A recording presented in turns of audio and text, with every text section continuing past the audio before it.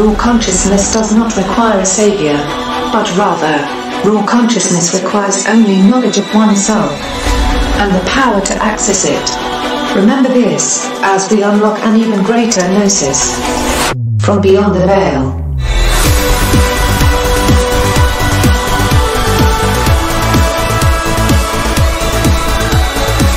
From the Pacific Northwest, good morning, good evening, wherever you may be across the nation, around the world. I'm Chris Gio. I'll be taking you beyond the veil this evening. I'm joined, of course, by my lovely wife and co-host, Mrs. Gio. Good evening, everyone. And we decided to do a late last-minute show for everybody and just talk about some things that we experienced last night and get into the importance of sensuality and togetherness and merging with one another. What do you think? You're looking really hot tonight. You're looking really hot tonight, too. That's all I can think about right now. No, this is going to be a very interesting show because we usually talk about things like ayahuasca, the plants, you know, and we're in the past, I think we've been very specific about ayahuasca and the benefits of it and the sacred plants, and we've kind of just stuck to that. And lately, though, we've been expanding our resources as far as that is concerned. And I think we might be a little bit controversial to ourselves tonight, but it's going to be very interesting, and I think everybody's going to love it. I think so as well. You know, I've been a little judgmental of different types of substances in the past, just simply because a lot of them are illegal, and I like to use the ones that are legal because I know what I'm getting, I know where I'm getting it from, and things like that. So when I brew my own ayahuasca, I know exactly what's in it. Mm-hmm. When I extract my own DMT, I know exactly what's in it, what's gone into it, I know the process, I know all of that. When it comes to other chemicals like LSD, MDMA, things like that, back in the early 2000s, what happened is that the DEA decided to put the precursor for MDMA on the watch list. That resulted in basically everything being trash out there because people were looking for other alternative substances. And people started dying as a result because they would take something, it would feel like MDMA, the overdose threshold was much lower, and they would say, oh, maybe it's just a weak pill, and take another and another and another. I had an overdose experience myself as well. Obviously, it didn't end in anything fatal or anything like that. But it could have. It could have. Yeah. And I had to take a nice break from psychedelics for a couple of years because I needed to let my brain reset. And it was a shame.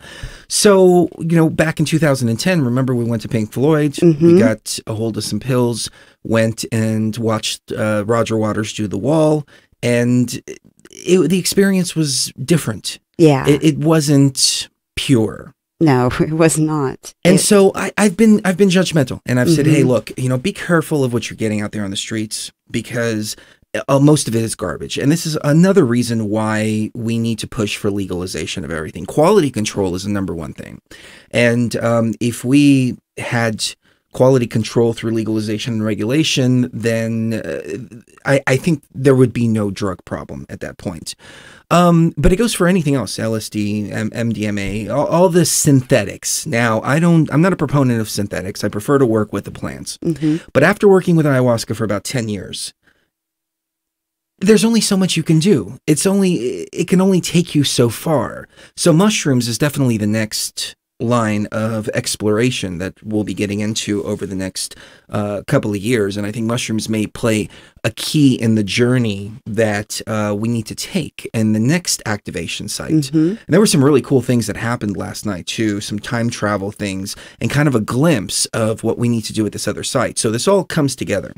But I was of the mindset that these synthetics like MDMA don't really have a spirit to them, because they're synthetics, they're copies of what nature actually provides. But there is nothing out there that nature grows that gives you the MDMA kind of effect. You know, psilocybin is very similar to LSD. LSD is kind of a synthetic copy of psilocybin. 4-ACO that we've talked about briefly in the past. That's also a synthetic version of psilocybin. So, you know, they are copies for sure. And I can tell you from my 4-ACO experiences, The journey seems to be more digital, if that makes any sense. And it lacks a spirit as opposed to psilocybin, for example. But we were able to get a hold of some pure MDMA, which is something that I don't think I've ever experienced before, because through the years and years and years of doing MDMA as a teenager, we were always getting these pills that were cut with something that had fillers in them, you know, all kinds of stuff. And we didn't know what the hell we were doing. And it scared the crap out of me, thinking in hindsight about how we could have died because we didn't know what we were doing. And again, it goes right back to the idea of legalization for quality control and to keep people safe. But when I experienced pure MDMA, 100% pure, untainted, like last night, I had no idea that there was a spirit in this molecule. Now, it's not a spirit like DMT or anything like that, but there was definitely a feminine, beautiful spirit of beauty that was contained inside of this molecule. Now, it's important to note that if anybody out there wants to try something like this, you've got to get a tester from Amazon. Yeah, you can buy it on Amazon. It's called a Regent kit, and you can test anything before taking it. And so that's the only way to be safe. But this was 100% pure in crystalline form. Didn't even have any fillers on the pills. Didn't have anything. And the experience was mind-blowing. It was. It really was. The first spirit that I encountered as soon as I took this, as soon as I started to get into the experience, was a spirit that I've never connected with before. It was a spirit of Cleopatra. Now, I remember when we were in Egypt a few months ago, I was like, oh, well, this, you know, we went to Dendera. I'm like, yeah, that's Greco-Roman Cleopatra bullshit. And you know, even the Temple of Isis, though, where we drank ayahuasca in the Holy of Holies, that was also built by Cleopatra. But I had no idea that she actually was part of this. Her spirit was part of all this. But her spirit brought the essence of beauty, sensuality, togetherness, oneness. And I realized in its pure form, MDMA binds two people together. It's good for PTSD. It's good for other things like that. You know, the first thing you told me was, I feel like I can tell you things that I haven't been able to tell you before. Yeah. It just allowed you to open up. It allowed vulnerable. Me to open up. It allowed us to rekindle the flame that was always there, but just make the flame stronger and binding ourselves together even more. And it was a very sensual, beautiful evening. It was. Now, when I went into the experience, I thought of the way I was as a teenager. So I was basically ready for like some hardcore debauchery and just sex and you know, letting out that carnal essence of ourselves because that's part of us. So it's important to keep that balanced as well. But it didn't turn out that way.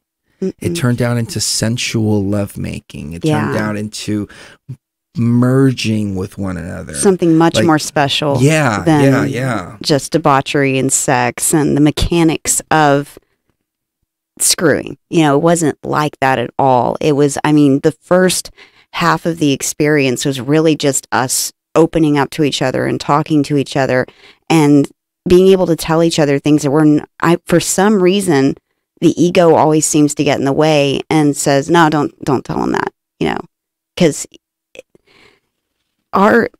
this reality is so screwed up in the sense that when you're in a relationship, especially if you're in a twin flame relationship, you know deep down inside that this is a relationship that's going to be forever. It's not you know, there's nothing you can really do to destroy it, but you get to where you feel like if you say the wrong thing, then they're going to think the wrong thing. Or if you say something and then they hear it differently than the way you meant it, then it could cause a rift. And when you're on MDMA, it's as if the other person is understanding exactly what you mean when you say certain things. And so it's very freeing. It's a lot less fear of being vulnerable when that's added to the equation. And I'm so grateful for that because you have to be vulnerable in any relationship in order for that relationship to be sustained.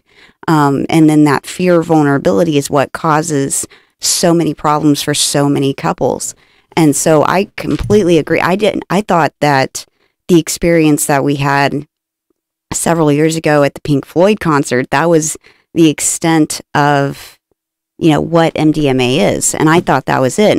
And to be honest, that experience was not a good one. It was really a lot of anxiety, a lot of panickiness, increased heart rate. I really didn't get anything out of it except feeling really bad the next day, and also feeling like my heart was having issues the whole time. And then so I really don't think that what we got back then was anywhere close to MDMA. I think it was some kind of amphetamine, cathinone crap. Oh, it was street garbage. Yeah, it was just street garbage. That's all it was. And this was totally different. Well, you know what happened is, as I mentioned before, the DEA put the precursor on the watch list. So all this garbage just flooded the market. And ecstasy kind of got a bad name. And so they repackaged it and rebranded it as Molly and started making it available in its pure form instead of a pill form. Mm-hmm. So people are testing it and saying, hey, this is pure stuff. It's 84% pure. That's the highest purity you can get. 84% really is the equivalent of 100% because there's no other higher purity than 84%. Right. And it was phenomenal. It was a completely different experience. Now, when I've taken ecstasy pills in the past, the next day my brain feels like it's been sucked out. It's like 3 days. I was even planning for this. I canceled appointments, all kinds of stuff, and said, all right, well, I'm going to take it Sunday night. I got LASIK surgery on Wednesday. I should be fully recovered by Wednesday.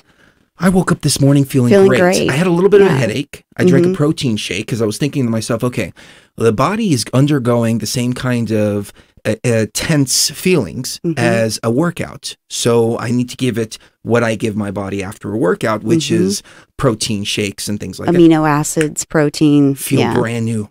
Yeah. Feel brand new again. Feel alive, rejuvenated, which is a feeling that I've never felt from MDMA, but it's because it was always garbage. Yeah. It's phenomenal.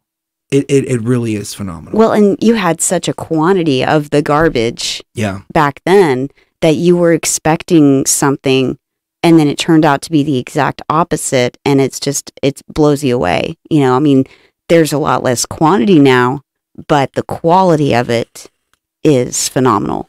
It really was one of those experiences that I really recommend for couples to have, because that vulnerability, that being free to communicate with each other on a soul level and not just a 3D, I love you too. We tell each other every day that we love each other, but the feeling of it on MDMA is so different because you can actually feel what the other person is feeling. And especially, I think, for the twin flame relationship is completely different than what you would feel with anybody else. Yeah. I wouldn't want to use it with anybody else. No, it's a twin flame thing. Because it definitely is a twin flame thing. Well, you brought that point up yesterday. I mean, as a teenager, I wasn't doing it with my twin. I was just doing it with just random whoever girls. was there. Yeah.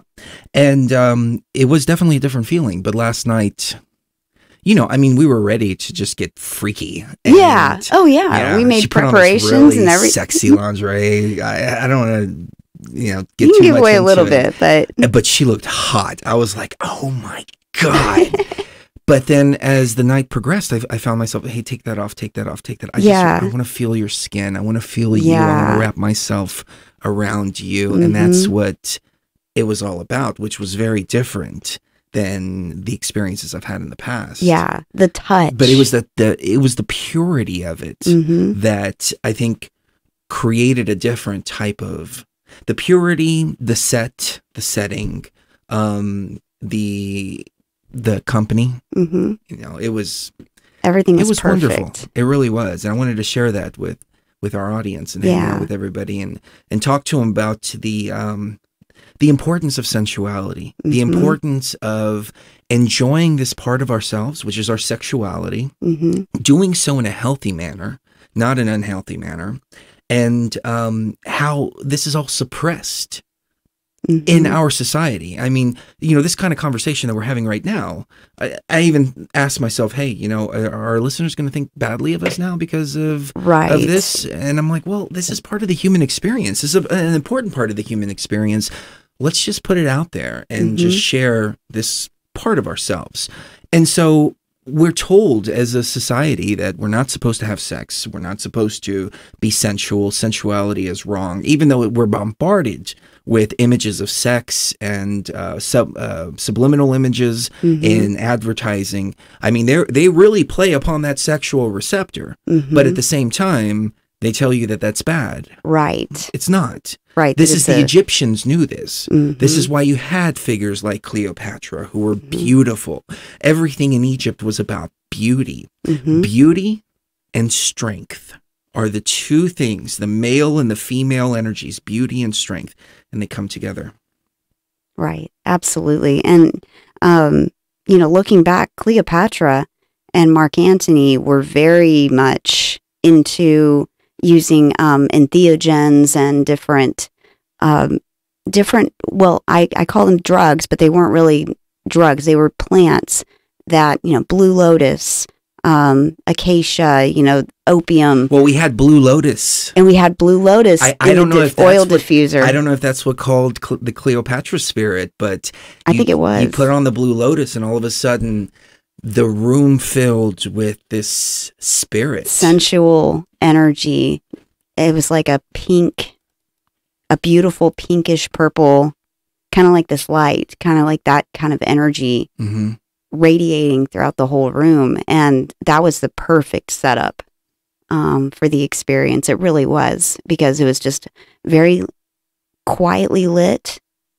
And you guys, just the feeling of his skin on my skin felt so good. And it wasn't because of the drug. It was because of the energy that was being transferred between us, and just us becoming one and merging into each other. We've experienced that somewhat when we're coming down from ayahuasca, but we had never experienced it with anything else, and it never for so long. And that being able to do that for hours and hours and hours was wonderful. The best way that I can describe the experience, it's like coming down off of ayahuasca, you know, that come down when we're kind of merging with each other.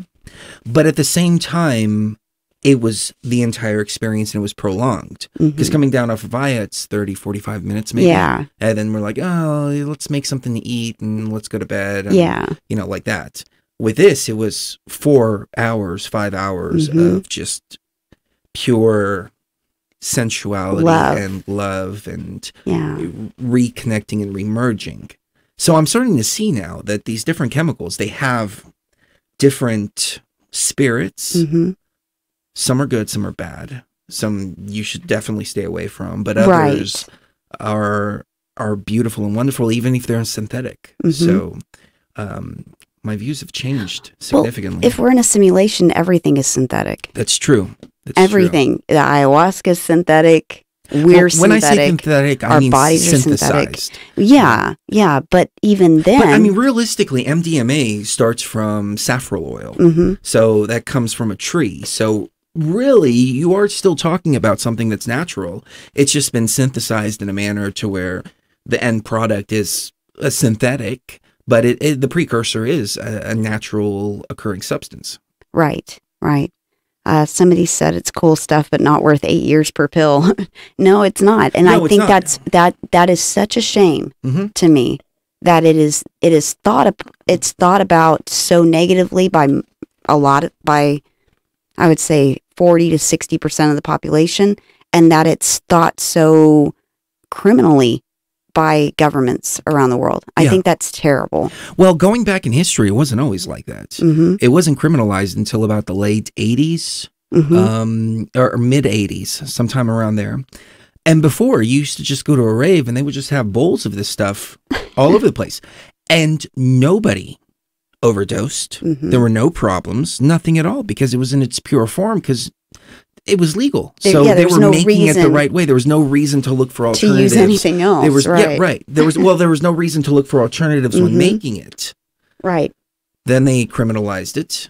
It still remained pure until they put the precursor on the watch Mhm. list, and then that's when all the garbage started, what and I've that's been when all the talking- overdoses started. yeah, this is what I've been talking about. The DEA is doing more harm than good. They're not doing any good Absolutely. whatsoever. They're just harming by making it more difficult to Mhm. do something in its pure form, and so alternatives come out. And then the alternatives kill people. The alternatives kill K2, Mhm. bath salts, Cathinones, bath salts. yeah, You know, fentanyl, those. all that stuff. That's a result of prohibition, Right. and people are dying from that. People would not use crocodile if they could get opioids Percocet. or Percocet over the counter Yeah, in yeah. Russia. They I mean, would we not. don't even have to go to such extremes as legalizing things like heroin and things like that. Right. But at least make opiates a little more available. Right. I mean, you know, people are in tremendous pain, Yeah. and they have a difficult time getting this stuff, Mhm. and it's getting worse and worse and worse and worse. Yeah. And it's almost as if they want you to mess up your brain Of course. on things that are completely dangerous, and at the same time they keep things that aren't going to hurt you by and large. I mean, aren't going to cause significant problems in your life. They want to make all those illegal. Right. You know, cannabis, you know, lower level opioids, the what was it? You know, MDMA, you know, very benign things they make illegal, and then the dangerous stuff they just let go. Like they let fentanyl go into the heroin supply for 12 years before finally doing anything about it. Yeah. You know, Freeman mentioned MDMA in Europe is 70% methamphetamine. You know, that's a damn shame. That is a shame. It really is, because I've taken that before. We used to call them meth bombs. You would take it if you think it was MDMA, and then boom, you get hit with this meth pill, and you're up for like 2 freaking days, and you're like pulling your hair out, going, "I need to sleep. This is bullshit." Mhm. Luckily, this was pure, and it was a phenomenal experience. Like It really was. I never expected to get something this pure. I mean, So much love. yeah, a totally different experience. There was no Yeah. speediness. I mean, there was a little bit, because didn't have any speedy effects, MDMA yeah. has an extra molecule in it. It originally comes out as MDA. MDA is more psychedelic. And we'll work with that here in the near future too. But there's a process after making the MDA that turns it into MDMA, which gives it a little more speedy effect. But it's not a methamphetamine. It's not an amphetamine. I mean, it is an amphetamine, but it's not like methamphetamine. No. But that's no. why they substitute methamphetamine for MDMA, because it's kind of close. And so some people, I don't know, I guess they don't know the difference. We didn't know the difference when we were kids. Right. So, but there was no speedy effect. Like, I mean, I felt it a little bit in my chest, you know, getting a little bit speedy, smoked a couple of hits of cannabis, and brought that everything down. Yeah. Got back in the flow, got back in the vibe. And Well, I took Adderall when I was younger for ADD, and when we did the pills in at the Roger Waters concert, that's what that felt like. It felt like speed to me. It did not feel like an entactogen or an empathogen in any sense. But this did, and this did not feel like that to me. It did not feel speedy at all. Like I didn't have any speedy effects from it, which was fantastic. All I got from it was good effects. And then the next day, I have a little bit of a sore throat, but yeah, I'm feeling other than a little that, bit of I'm fine. sinus things going on and leaking into my throat. Yeah, same here. But this other is than that, nothing compared to. Oh yeah. Oh God.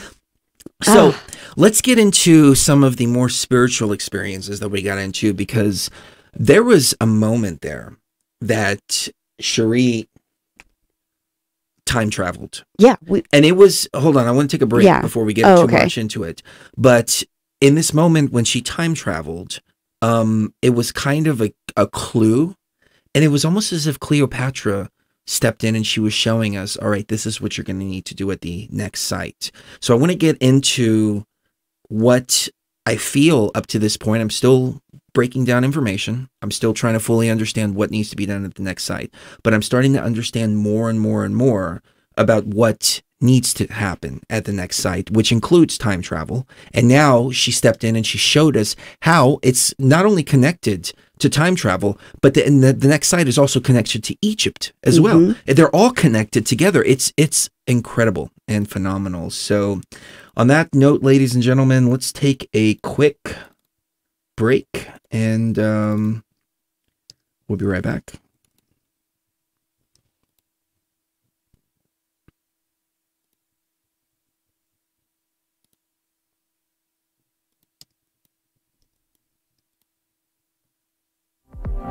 If you have a golf ball sized consciousness, when you read a book, you'll have a golf ball size understanding. When you look out, a golf ball size awareness. And when you wake up in the morning, a golf ball size wakefulness. But if you could expand that consciousness, then you read the book, more understanding. You look out, more awareness. And when you wake up, more wakefulness. It's consciousness.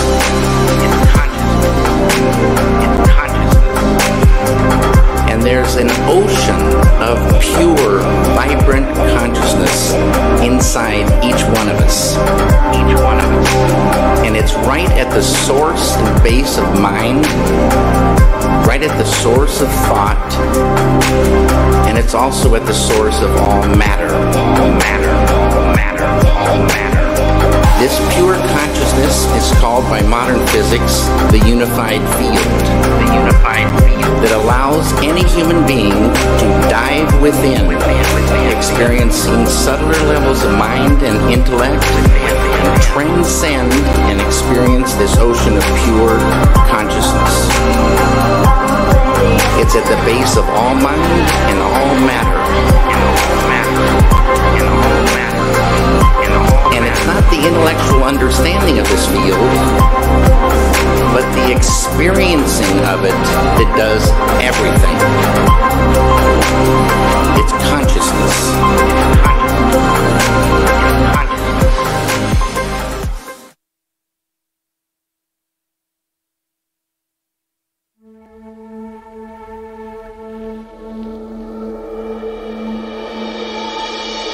My dear traveler, the purpose of raw consciousness is never to destroy. It is always to create. Build bridges. Create happiness. And bring forth new life. We must live in the hope that mankind will draw together. And that we better understand each other. The more that we awaken, the easier this will become. Now rise. Follow your conductors. And fear no danger. As you step beyond the veil.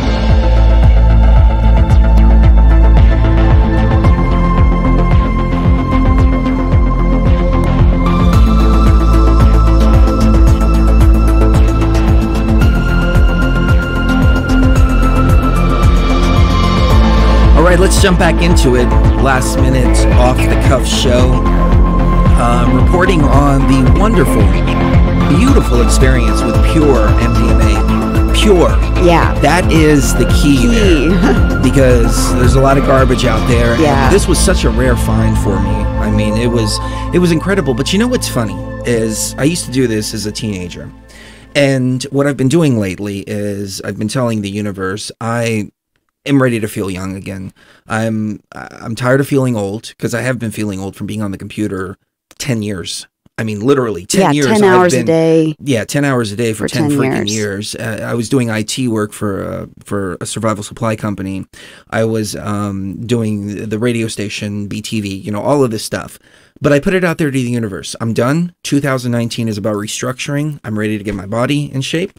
Actually, somebody left a comment earlier and they said, I can't wait to see Chris ripped with all the veins coming out and everything, wearing a muscle shirt. And I can't wait to see that either. So, well, and it's interesting. I'm super freaking excited about this it's path. interesting. When we had the experience last night, that's how I saw you. I didn't see you as how you are now. I saw you as what you're becoming. Well, it's not that I'm becoming. That's what I've always been. Realizing, yeah. It's just been dormant inside of me. And that's what I told the trainer. I'm like, I was just hitting it hard. And she's like, wow, you really have a lot in you. I said, yeah, it's inside of me. It's just been dormant. Like Tung Soo Do. I'm a black belt in Tung Soo Do. I haven't used it for years. It's still inside of me. Yep. As soon as I start really unlocking all of that's already inside of me, it's going to come back just like that. And then I'm going to start tournament fighting very, very, very soon. And that is going to raise the frequency. That's going to raise it's going to add so much quality of life that I've been missing from being on the computer for so long. But as soon as I put it out there and I started doing the physical work, see, it wasn't just the mind. The mind was saying, hey, I want to change my reality. I want to change my reality. I set my focus. I started to focus on all of that. But it was the physical work. I put it in there. I put it in at 10%. 10%. 10% is all you need to do. That's then all of a sudden, pure MDMA falls into my lap. And I'm like, wow. And it was a reminder. So Cleopatra showed up in the MDMA trip. Beauty. Mark Antony, strength. Right. They represent beauty and strength in the consciousness. And that has to be manifested into the physical as well. But as soon as the physical work started happening, then all of a sudden the spiritual comes into the picture. It's like, okay, you're serious about what you're manifesting. You're not just, thinking about it and just wishing it, but you're actually putting it into action. And that's what a lot of people don't understand. They think, oh, well, I can't change my reality. Well, you've thought about something, but until you actually start messing with the physical code of this reality by taking action on some level, nothing's going to happen. You can wish all day long, but wishes don't actually equal the reality that you want. The mindset is a huge part of it, yes, but if you don't put in the action, then the universe isn't going to register that command. You have to actually change the reality yourself, even 10%, and then the rest will fall into place. That's very true. So at the next site, I have been completely aware of this. We have to time travel. Yeah. And part of restructuring the body, it's not vanity. And that was the apprehension that I had leading into this. Because I went and got blood work done about 3 years ago, completely and totally healthy. I'm getting blood work done again in the next couple of days. I just have to actually physically go do it. But the doctor's already ordered it. And it's just to check up. But everything is perfectly healthy. My body is stronger than it's ever been. And so I thought to myself, well, it's vanity. If I take all that time, it's vanity. And it was up until the point of the next activation site. After that, now it's, okay, you got to get your physical body ready for what you're going to endure at that next site. Because Egypt was hard enough. But that was nothing compared to what's coming up. And we were talking about, and I know this sounds crazy, ladies and gentlemen, but we were talking about time travel during this next site. And this Cherie kind of figured it out, that what we have to do is this next site is going to act as a portal. What I think is going to happen is we're going to use that portal in this site, which is going to take us back to Egypt, because everything is all connected. But we can't use the portal in Egypt, because that's not where the portal goes. The portal in Egypt goes up and out. This one goes from site to site. But not only does it go from site to site, but it also goes backwards and forwards. Like a Wonkavator. In the time stream as well. So our bodies are going to physically go into another time and another place, where we'll be able to provoke the type of change that we need. And what you pointed out is that what it's possible. And I'm not speaking in absolutes. I just want to let everybody know I'm not speaking in absolutes because this is subject to change. Yeah, we haven't learned enough yet. But this is our understanding up to this point. We need to go back and change the system and prevent the Yaldabaoth fires from being uploaded to the system to begin with. In the first place. In the first place. Right. So now that the reset process is taking place, it's resetting, gives us the opportunity to go back in time to make the changes, and the changes will then echo out into... Be reflected into the time-space. Now, I thought it was just consciousness. Right, that was going to me too. Transfer. But last night, the most incredible thing happened, and I thought I was just tripping. But when you told me what you were experiencing when I saw this, that kind of sealed it. So why don't you tell us what's going on? Well, we were laying side by side with each other and just talking and rubbing each other and loving on each other. And I opened my eyes, and instead of seeing Chris, I see a woman at I'm in a restaurant, and there's this woman sitting at on a stool at a bar, like a bar stool, and she's eating something, and it belongs to somebody else or something, and they're arguing about it. And I start talking like, I think she stole it. Did she take that from him? And he's like, where did you go? And then it was almost like I felt this whoosh, and I'm back in front of Chris, and I said, did I fall asleep? Because I thought, oh, well, maybe I fell asleep and had a dream that I was in a restaurant and I'm seeing this. And he says, no, you disappeared for a second there. She disappeared from the bed. Physically She's disappeared. laying next to me. And then all of a sudden I could see the bed through her. Now I could still see the outline of your body. So it's not like your body completely disappeared, but your molecular structure, the skin, everything else, became transparent. And I was able to see the bed, and I thought, well, this is pretty crazy trip. This is bizarre. This is bizarre. I didn't think, I just thought, hey, that's what happened. Maybe I'm tripping. Yeah. And then you come back and you say, I don't know where I went, but I just went somewhere. And I thought, holy crap, that's the key right there. That's what's going to happen at this next site. Yeah. It's like we've been saying, anything is possible because it's a simulation. You can be in two places at once, and you can bilocate, and you can go back in time or forwards in time or wherever you want to go, because it's all code. Yes. All you have to do is introduce the right code, and then it can happen. Okay, so here's what I'm thinking. There's a third person that's going to come with us to this next site. She is going to be the anchor.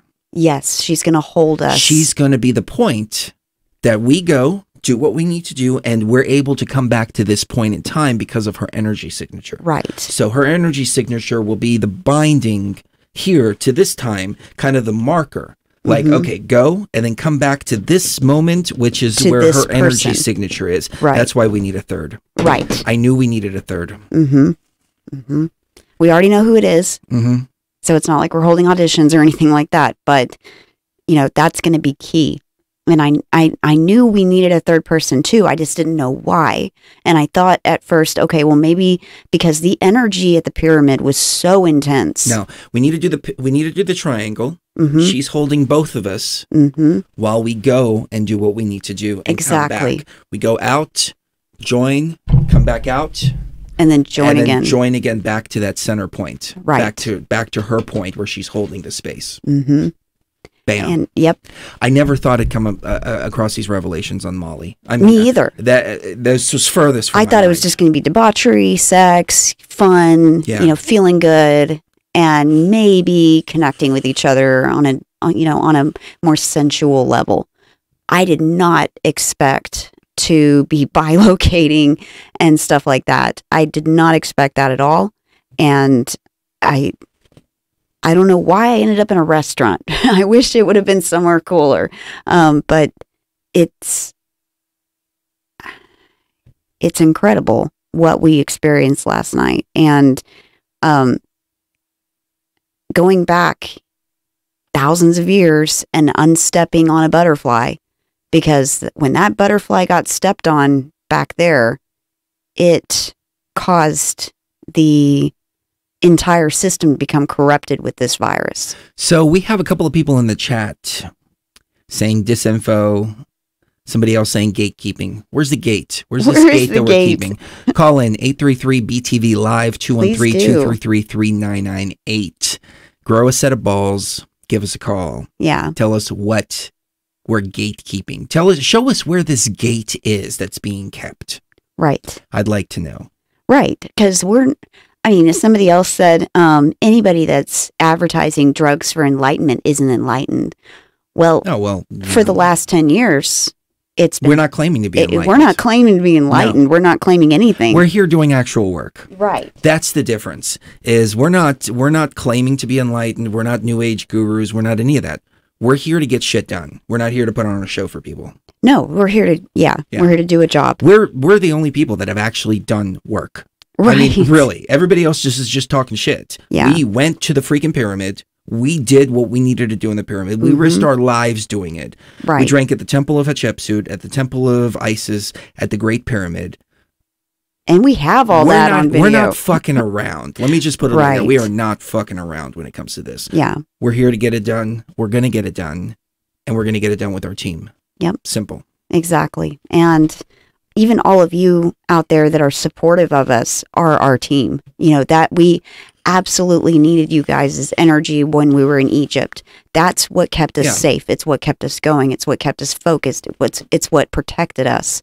It's what surrounded us with that positive energy so that there were at least a dozen people there that wanted to do us physical harm. And I think it really was this barrier of energy. Oh, absolutely. That you guys were providing for us. Yeah, for sure. And, somebody wrote us an email the other day, longtime listener and a big supporter of the show. And she said, I didn't fully understand what you guys were talking about until I saw it for myself. She said, I've been working with mushrooms for the last 3 or 4 weeks, hardcore. I saw it all. I saw Thoth, I saw Osiris, I saw Anubis, I saw everybody playing their part in Egypt. I saw you guys doing it. I saw how this plan came together just so perfectly with the help of all these different energies. And she said, I couldn't understand it until I saw it. And she said, I wish more people were supportive of what you've done because you've done something huge. And I thought to myself, we got all the support we need. Yep. We got the exact amount of support. Right. We're not here to, be famous, make famous friends. or anything like that. Yeah. We're here to get something done. Simple as that. And all we need is what we already have. Yeah. We don't need people to believe us. We don't need people to, go to bat for us. We don't need that. We just need what we already have in our arsenal to do this. People are going to not understand. People are going to talk shit, but I don't care. They're not. I'm not here anything. For people's feelings. Exactly. I'm not here to get my ego stroked. I'm here to do work. Right. Exactly. So, and that's exactly what we're going to do with this next site, and I'm so super friggin' excited about it. Yeah, I'm and the only very reason we're talking about it is because we're creating the energy field. It's all about creating the energy field. I mean, with iAlife at ayalife.com, we send out a crystal that's energetically connected with to all these order. ancient sites. We drop crystals in the subterranean chamber of the Great Pyramid. We drop crystals in the Temple of Isis and the Holy of Holies, at Hatshepsut's obelisk in Karnak, at the Temple of Hathor's Hatshepsut. temple, and Dendera, in Hathor's temple in Dendera, in Sekhmet's temple in Karnak. I mean, literally all over every ancient site that we were able to access and have the access to be able to crawl up into spaces to drop those. We drop these crystals in the middle of the freaking walls. Nobody is going to get those crystals. They're there permanently. Yeah, they're always going to be there. It's amazing. Always energy. We dropped it in the bottomless pit of the Great Pyramid. Subterranean chamber of the Great Pyramid. It's all on video. It's all on video. Yep. So we're sending out a crystal with every order of iAlife that's energetically connected. That's the grid. That's the energy Yep. grid that we've been developing. And we did this before even realizing what this grid was. I just thought, hey, it'd be great to connect everybody with crystals. Didn't realize. Yeah, we didn't realize it was going to be that it that was going to deep. be that deep. Yeah, yeah. And that was so incredible. instrumental in the Yes. whole thing. Sebastian just donated $25. You rock, Thank you so Sebastian. much, Thank you. Sebastian. That's part of it Love too, you. is the support from you guys, whether it's monetary or not. I mean, we are so grateful for any kind of support. And even if it's not Oh, wow. Joe monetary. Witten. Joe Witten sent $100 donation. Oh, wow. Wow, Joe. Thank Thank you. you so much, Thank you Joe. so much for that. Yes. And Much, much appreciated. he's been a big supporter of TFR, the network, and also us as BTV as well. So That's incredible. thank you so much, Joe. I think I've emailed him back and forth a few times, and so he's a really great guy. We have a great comment in the chat here. I feel like since I've been to Iraq, I've had some sort of download, and it was the beginning of me unblocking my awakening. I've taken DMT and LSD. I've been contacted by the Greys, and let's see if you finish this message. And they have threatened me for being in the area. Okay, I've had similar experiences, and we can get into this here in just a moment. First, let me say Iraq is a key place to this. That's where the Sumerian history went on. Supposedly, Saddam Hussein had a Stargate, which is the reason we went in there. The first operation in Iraq that we ran was called Operation Planet X. That was supposedly to go secure a village, some obscure village in the middle of nowhere, and arrest 11 or 12 Al-Qaeda members. But 11 miles away was the city of Tikrit, where the museum was, and we hijacked all of those artifacts in the process. Revolutions, war, upheaval are a perfect time to take artifacts, take them away, replace them with replicas if that calls for it. They did that in Egypt as well during the whole Egyptian revolution. We lost a lot of artifacts as a result, but it's all by design. So you were in a very, very, very energetically charged place. Now, not only was it energetically charged in one way, but the death and destruction and chaos that had been going on there also created another energy field. And I really think through chaos, through upheaval, and maybe even weapons like missiles and the atom bomb, you know, when we drop the atom bomb, that opens up a gate to the lower dimensions and allows the Greys to come in. So it doesn't surprise me that you're experiencing more and more and more Grey contact in your experiences. I had similar experience. We had a shared experience where it seemed like we got off on the wrong floor, and the Greys were there with horns. It was like they had these pointy, it wasn't quite horns, but they had these pointy heads, and they were like, what the fuck are you doing here? Get the fuck out of here. You're not fucking supposed to be here. And they were very aggressive. Now, in my experiences, ISIS was very clear. Don't trust the Greys. They vibrate on the frequency of demons. Now, I don't believe in demons. There's higher and lower vibrations out there, but there's no, demons there. I don't think there's a demon dimension. There are low frequency vibrations too. But when you understand who you are as a creator, you realize there are no demon dimensions. There's only higher and lower dimensions. And even the lowest of lowest dimension, you as the creator are still in control of that dimension as well. So you become the master of all dimensions at that point. However, the Greys have been interfering with us at the old house. There was something about that old house. I don't know. Maybe it was arguments. Maybe it was something like that that created this negative energy vortex that allowed them more access into that particular sphere, because they don't bother us here. They didn't bother us when we were in Egypt. They don't bother us when we're away. It was only at that particular place. Now, when we got there, there was already a negative energy vortex there from that thing that was living in the basement.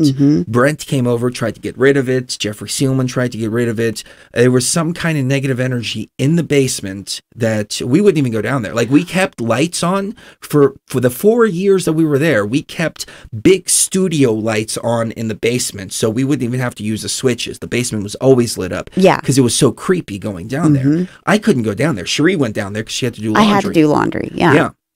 But even the first night that we got there, I refused to sleep there. It was really late at night, and something was telling me this house is going to end up killing you guys. There's something very bad in this house. I felt completely uncomfortable there. even from day one. And then I think what happens is that when we have experiences going back to childhood with these grays, these archonic, archetypal AI virus infested beings, we tend to, if we don't have a complete handle on how to keep them away, which we found out in Egypt how to do, which we've implemented in this house, which is going to keep them away. I'm glad you brought that up, because I was getting to that and I just completely forgot about it. Yeah. If you don't do that, then what happens is, I think the grays create a marker of your location. Yeah. And where you are, basically in the middle of the night. Somebody asked why we stayed there, and it was for a few reasons. There were a few reasons. It was I was working in about 45 minutes one direction. The major city was 45 minutes in another direction, so it was a perfect location for what we needed to do in the 3D. It was right on a lake as well. On the outside, it seemed perfect. And we would go, like, walk out to the dock and get on the boat and for go lunch. Drink. Yeah, we'd go for lunch. We'd go drink ayahuasca in the middle of the lake as well. It just felt like an energetic place that was good, but then there was a vortex in the middle of it that was negative. And we just thought, hey, you know what? We're Chris and Sheree Geo. You know, we're going to let a few negative energies change what we need to do, where we're going to go and all that. I mean, we stare in the face of all of these things and just laugh, because we've seen so much in our experiences that, you know, we thought we could handle it. And we did handle it, but there was no reason why we should have handled it. And it was ego. That, oh, I'm bigger than this, I'm better than this. And we are bigger and better than this. But it doesn't mean that just because you can withstand fire, you should go stand in the middle of the fire. Exactly. And that was a lesson that was learned back then. But that's why we stayed for so long. And a couple of other things. We wanted to move a little bit further away. So we were like, okay, well, if we just stay here a few more months, then we can get this thing that we need done, this thing that we need done. Sheree, shoulder surgery especially.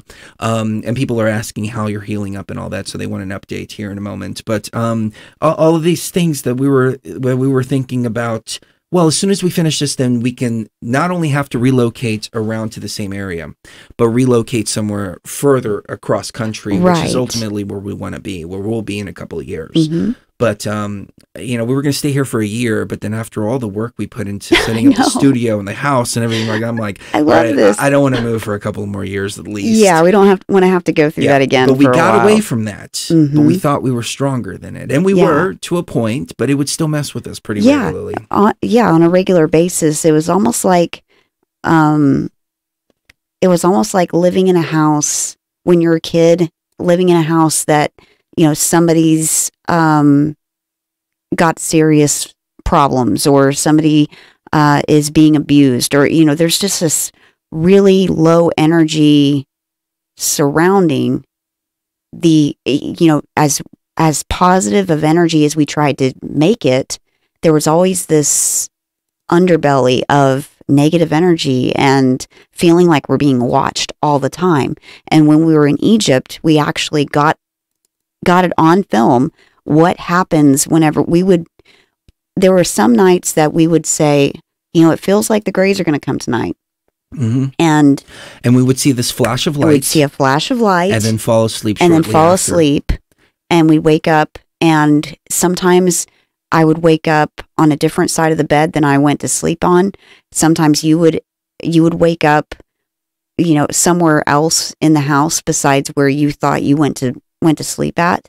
It was very bizarre, and you always seemed to feel the need to sleep downstairs to protect me. Yeah. And that was I don't feel weird. that here in this house. Yeah, no, he doesn't feel that here. The only reason I sleep downstairs now, when I do, is because I snore. Yeah, he snores. I'm going to get surgery loudly on my deviated septum in a few weeks, and that hopefully that'll fix a snoring issue. We're hoping so. Yeah. But yeah, I keep her up. She recorded me snoring one time. It sounded like a freaking barnyard. It's bad. That was one of the catalysts that made me go, all right, I got to change some stuff up. Yeah. Because I should not sound like a freaking barnyard. I've got earplugs, but you shouldn't have to use earplugs. Yeah.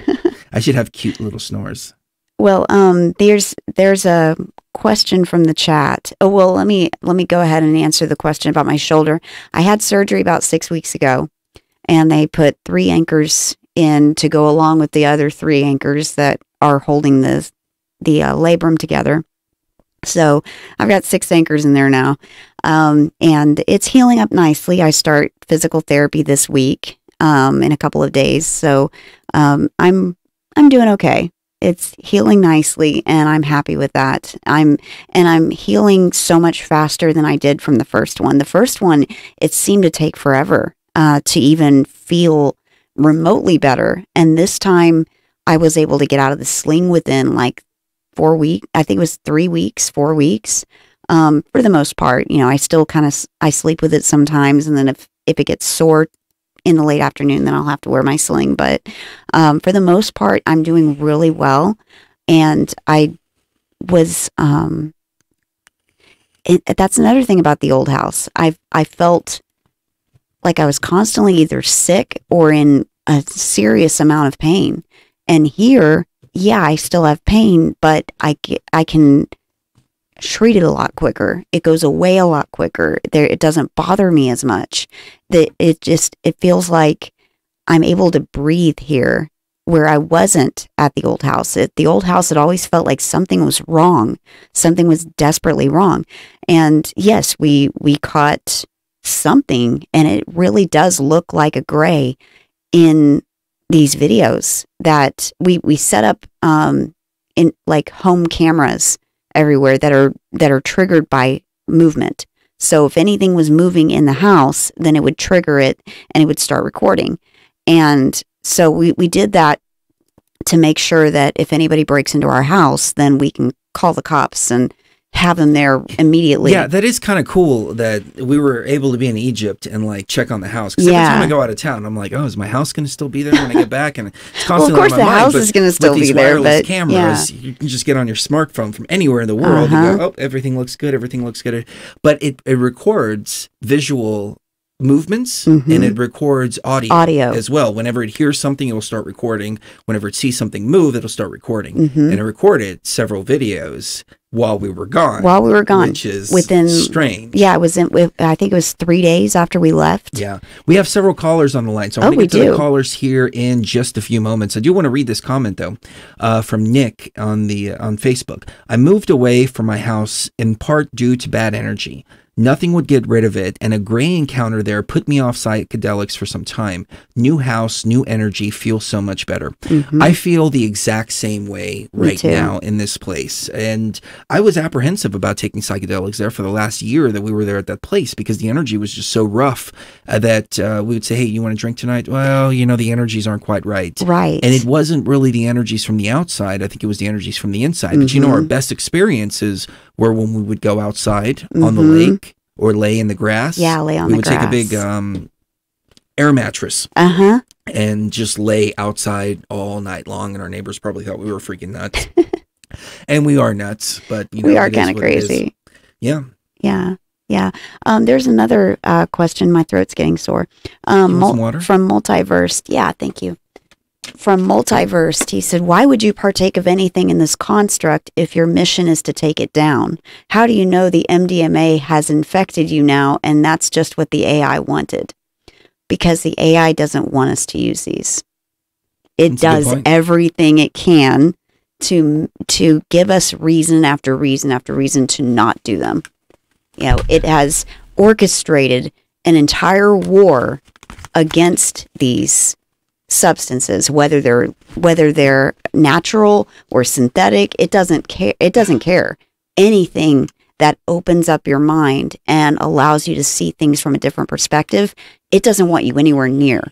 However, it wants you to take SSRIs. It wants you to take benzodiazepines. It wants you to take mood stabilizers and all these different things that numb the brain, that make it go to sleep, that keep you from feeling the intense emotions that come along with being in this matrix. It wants all that.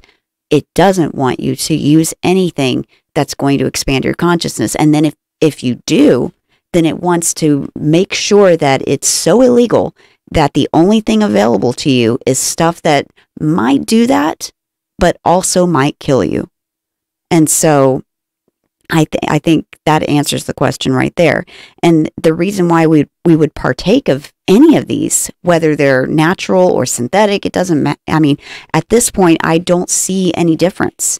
I used to see this huge difference between natural and synthetic, but now I'm realizing that everything is synthetic because we're living in a simulation. So it's just different code. And you're putting different code inside of this meat suit called the body.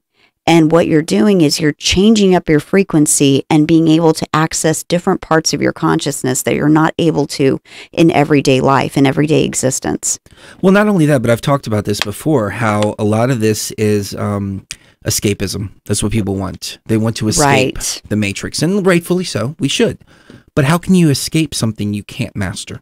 You have to be able to master it first and foremost. You have to be able to take control of the matrix in order to create that portal out. So you can't just run away from it. It's not going to work. You have to master it and conquer it.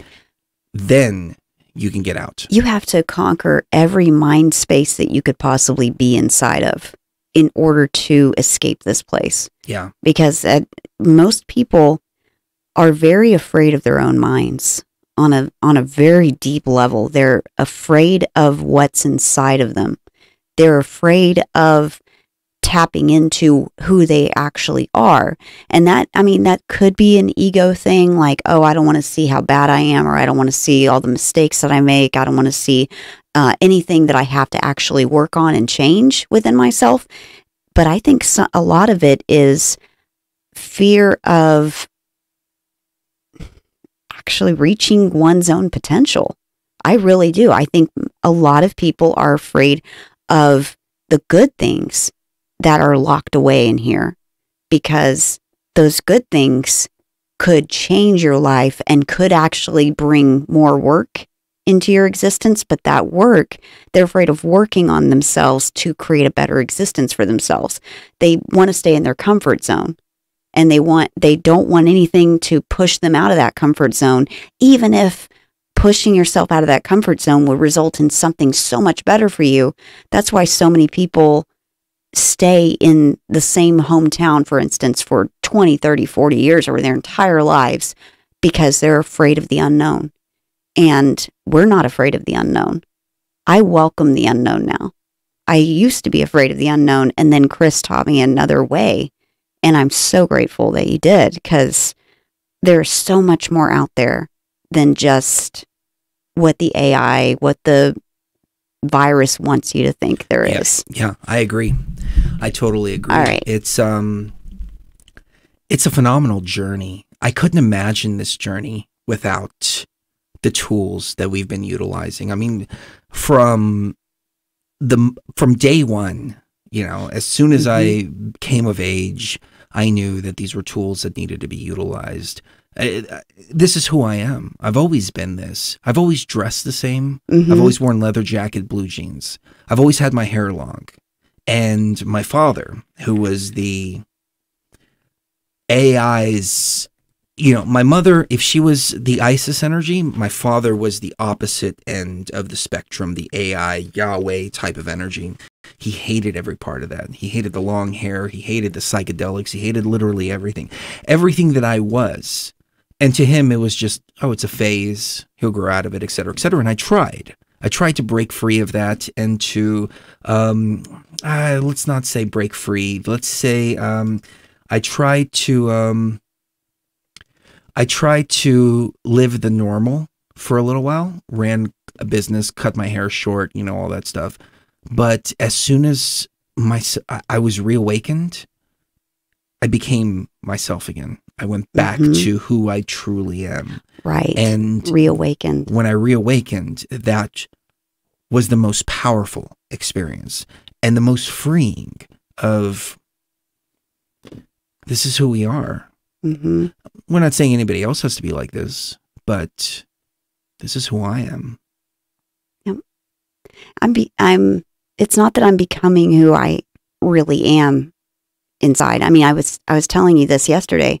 It's not that I'm becoming who I really am. It's that I'm remembering who I really am and slowly moving towards that center of who I am.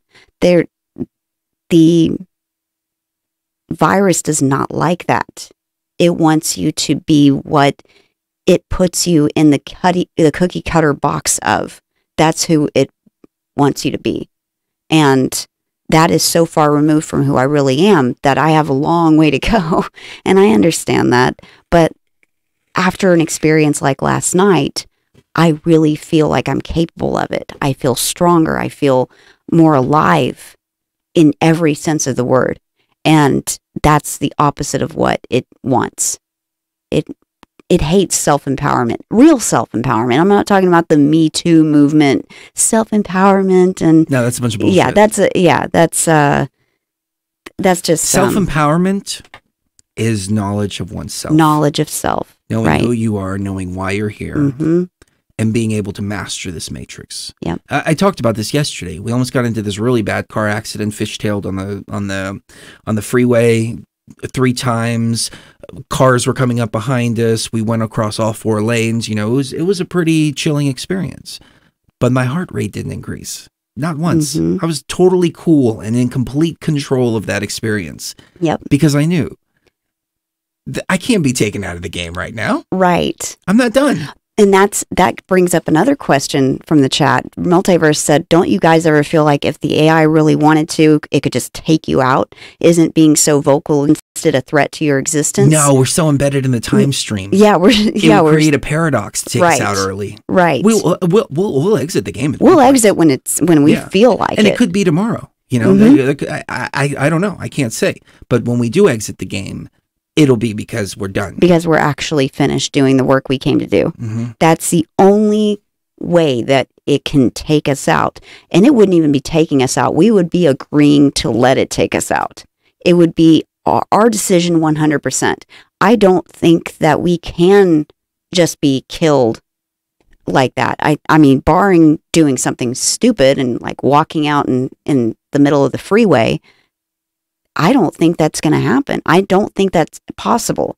Yeah, I think true. Organic consciousness, and this goes for all of you out there that are organic, that doesn't, the only way that it happens is if we agree to let it happen. That's true. You know? And then like conquering the fear of death, I mean, it changes the game so much. It's like, well, what am I afraid of? So I'm going to exit the game. Yep. Well, that's not really something that's that scary at that point. No. The only concern I have is leaving before I'm done. Right. But that's not going to happen. No. I can't, because all of this has already been written. All of this is already done. We're just going through the motions. Yep.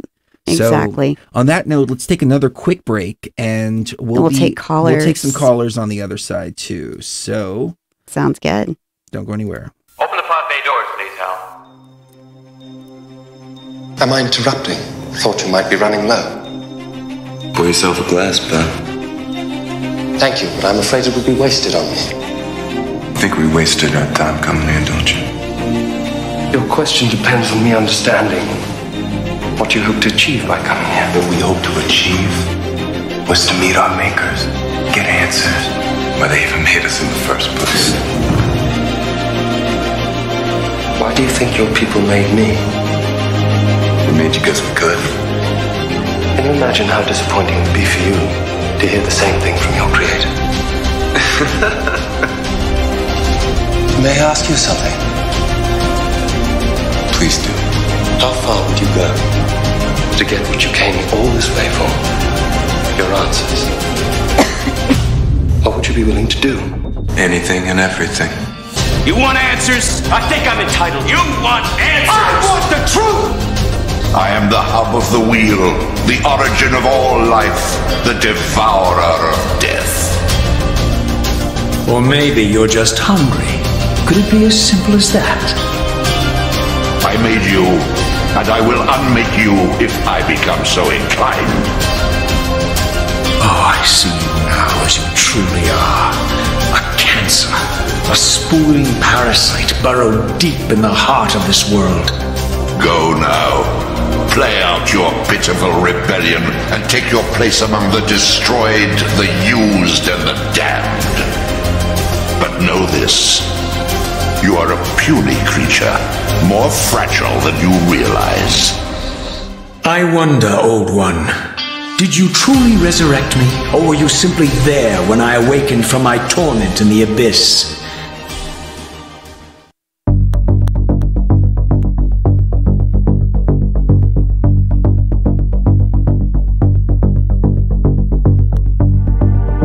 My fellow travelers, always remember to walk uprightly and circumscribe your desires.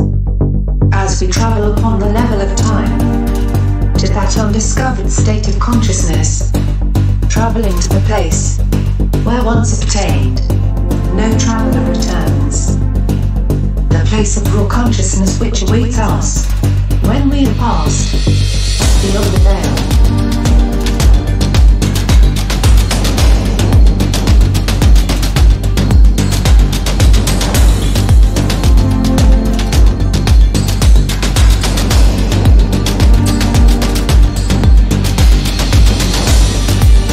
BTV Live is the call-in, or internationally 213-233-3998, or if you've got the unlimited toll-free, you can call the 213 number and save us the cost of the toll-free number. So, let's go to... Oh, I have it open here. Okay, we got several callers here. I can't believe everybody here is here with us. It's 11 o'clock on the West Coast and like 1 o'clock? 2 o'clock. 2 o'clock in the morning on the East Coast. Got a full call board here. It's going to be a great show. We were planning to do just an hour, just chit-chatting. I told Mrs. Geo, I always trick her into that. And she's like, how long are we going to... Oh, just 45 minutes, an hour. I'm thinking 4. I know that automatically means 4. Just like I always tell him if he has to be somewhere at 3:30, I tell him we have to be there at 3. Oh, I love you, baby. I love you too. Let's go to Quebec, Canada, 438. What is your name and what's on your mind? Hey, Danielle here. Hey. How are you? How are you? Doing great. How about you? Good. What's on your mind tonight? Well, I want to thank you for your station. You're bringing good programs and actually on programs. Awesome. I love the way you put that. On programs. Yes. Yeah, just thought about it. Anyway, you're doing good stuff. I'm following your train of thoughts, and thanks for bringing us on your journey. Thank you for joining us on the journey, because it's only all of your energies. I mean, like when we were in Egypt, we Facebook live streamed everything, and I felt safe. I really felt safe because we had all that energy, and I knew all of our people, and anytime we got into some shit, they were pushing the energy there to keep us on track and to keep us protected. So it goes both ways for sure. What's on your mind tonight? Oh, I'm just enjoying what you're saying. I'm not thinking about much tonight. I'm just, it's 2 o'clock and still working late, but just following you, and that's it. Excellent. Thank you for calling in and showing the love and support and all that. We really, really appreciate it. Mm-hmm. Awesome. Same here. Love you, brother. Take care. Let's go to Darien, Connecticut, area code 203. 203, what's your name and what's on your mind tonight? Chris, Shree. This is Steve. I'm in the Facebook and the YouTube chat. I'm Ghost in the Machine and Steve Purdy. Oh, what's up, brother? Hi, Steve. Nice to talk to you. Yeah, nice to talk to you too, man. Really great show. I love all this work that you're doing, like responsibility with a psychedelic drug experience and spiritual consciousness through it. It's a wild ride. I had a deep thought about you were talking about your research into doing some time travel to change a negative kind of event that happened in the past, right? Mm-hmm. That's what it feels like it's heading to. Now, again, we're just in the preliminary stages of this, so there's a lot more information that needs to come through, but we rely on each and every one of you to share your gnosis and wisdom with us, because that's the way it works. So take us away, please. I'm really interested.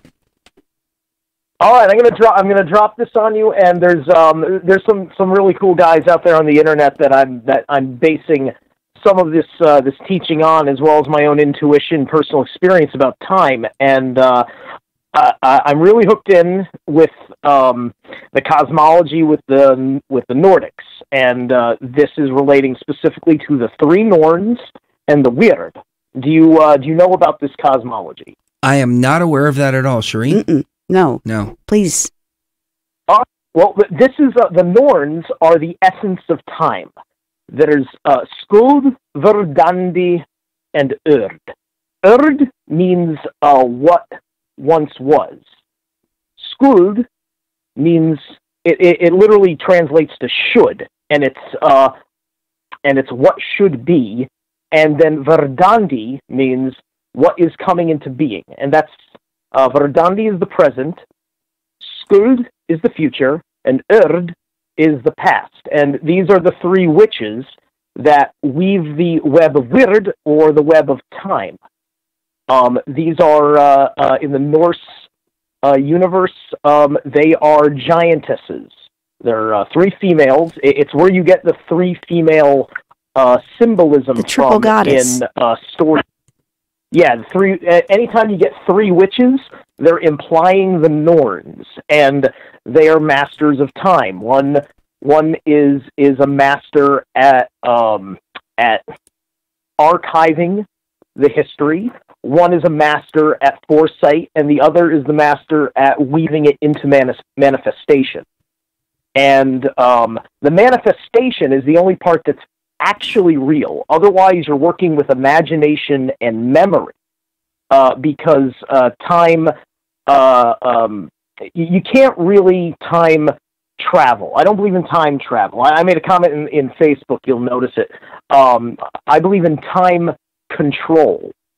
And so you can manipulate things, because the only thing that matters is you know where you're at, you don't want to lose who you are, but you want to like where you are going.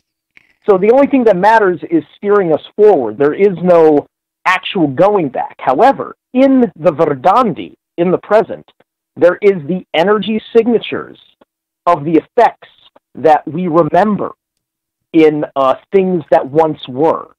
And so, you can find that signature through going deep into the past in thought. Whether you're meditating, you're doing research in the library, you're talking to your elders, and you're getting as much archival knowledge of the past, and you use that knowledge to search the energies in the universe for where you find evidence where that past is manifesting. Very interesting. That is interesting.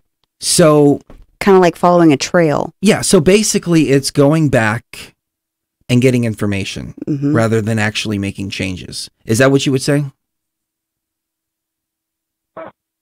Yes, exactly. Because if you go back in time, you're butterfly affecting in a way that affects free will, and that is black magic. You don't want to, you can't, because the forces that put this into play, it's all free will forces. It's all karma and dharma.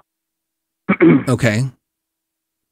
Karma and dharma. Yeah, it's all very important stuff. I would kind of disagree with that, though, because what we would be doing, essentially, it wouldn't be taking free will away from anyone or anything.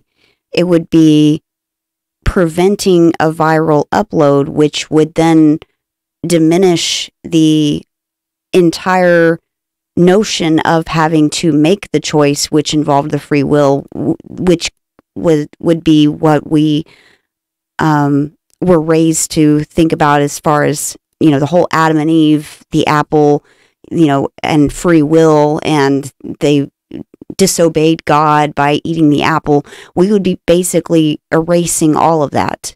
And so free will wouldn't even come into play when it comes to that. Does that make sense? Well, it's very easy to erase that. People just assume that they're supposed to do something about original sin. They're not. Why? Because Adam and Eve was not the sole seed genetic on this planet. He was the soul seed genetic for Yahweh's lot on Earth. Ooh, Elohim, that's key. Yeah, that yeah. is true. Elohim is a plural. Yahweh is the name of a particular a particular God. The Bible is actually a pagan book, but it's a pagan book about one God who lived by a law of you worship me and me alone, as opposed to many of us. In our concepts of freedom, we explore the other gods. We worship and we pray to Indra and Shiva and Og and Buddha, and we go all over. We go all over the place because there are good gods and evil gods in all these various mythologies, and there's so much similarity amongst the Mesopotamian gods is that we get the scripts all screwed up. You don't read a Bible without an interlinear scripture analyzer, otherwise you screw the whole thing up. Right. Well, what if we, instead of looking at it from, which gods and goddesses should we worship, which ones should we not worship, what if we take the whole idea of worshiping and Zechariah Sitchin, I think, pointed out that worship actually means to work for or to... Well, no, it wasn't Sitchin. Who was it? It was the Jewish word is Adova. Adova. The Hebrew word. Yeah, That's Hebrew what was word. actually written, Adova. Okay. They use that nowadays in they use it in Jewish or Israeli contract law. Adova would mean like indentured servitude, or you're going to do this work for this exchange. And so to worship means literally to work for as an indentured servant or under some kind of obligation. What if we were able to diminish the whole idea of worship or working for or being an indentured servant of anything or anyone, and instead looked at it from, just naturally, the moment you're born, instead of being told, okay, you have to go to church, you have to worship only one God, you have to do this, you have to do that. Instead of looking at it from that perspective, what if we were all raised instead to believe that these gods and goddesses are manifestations of pieces of our own consciousness that we have to develop within ourselves, that it's not that you're worshiping them, it's that you are respecting that part of your own consciousness. Do you think that would change the game significantly?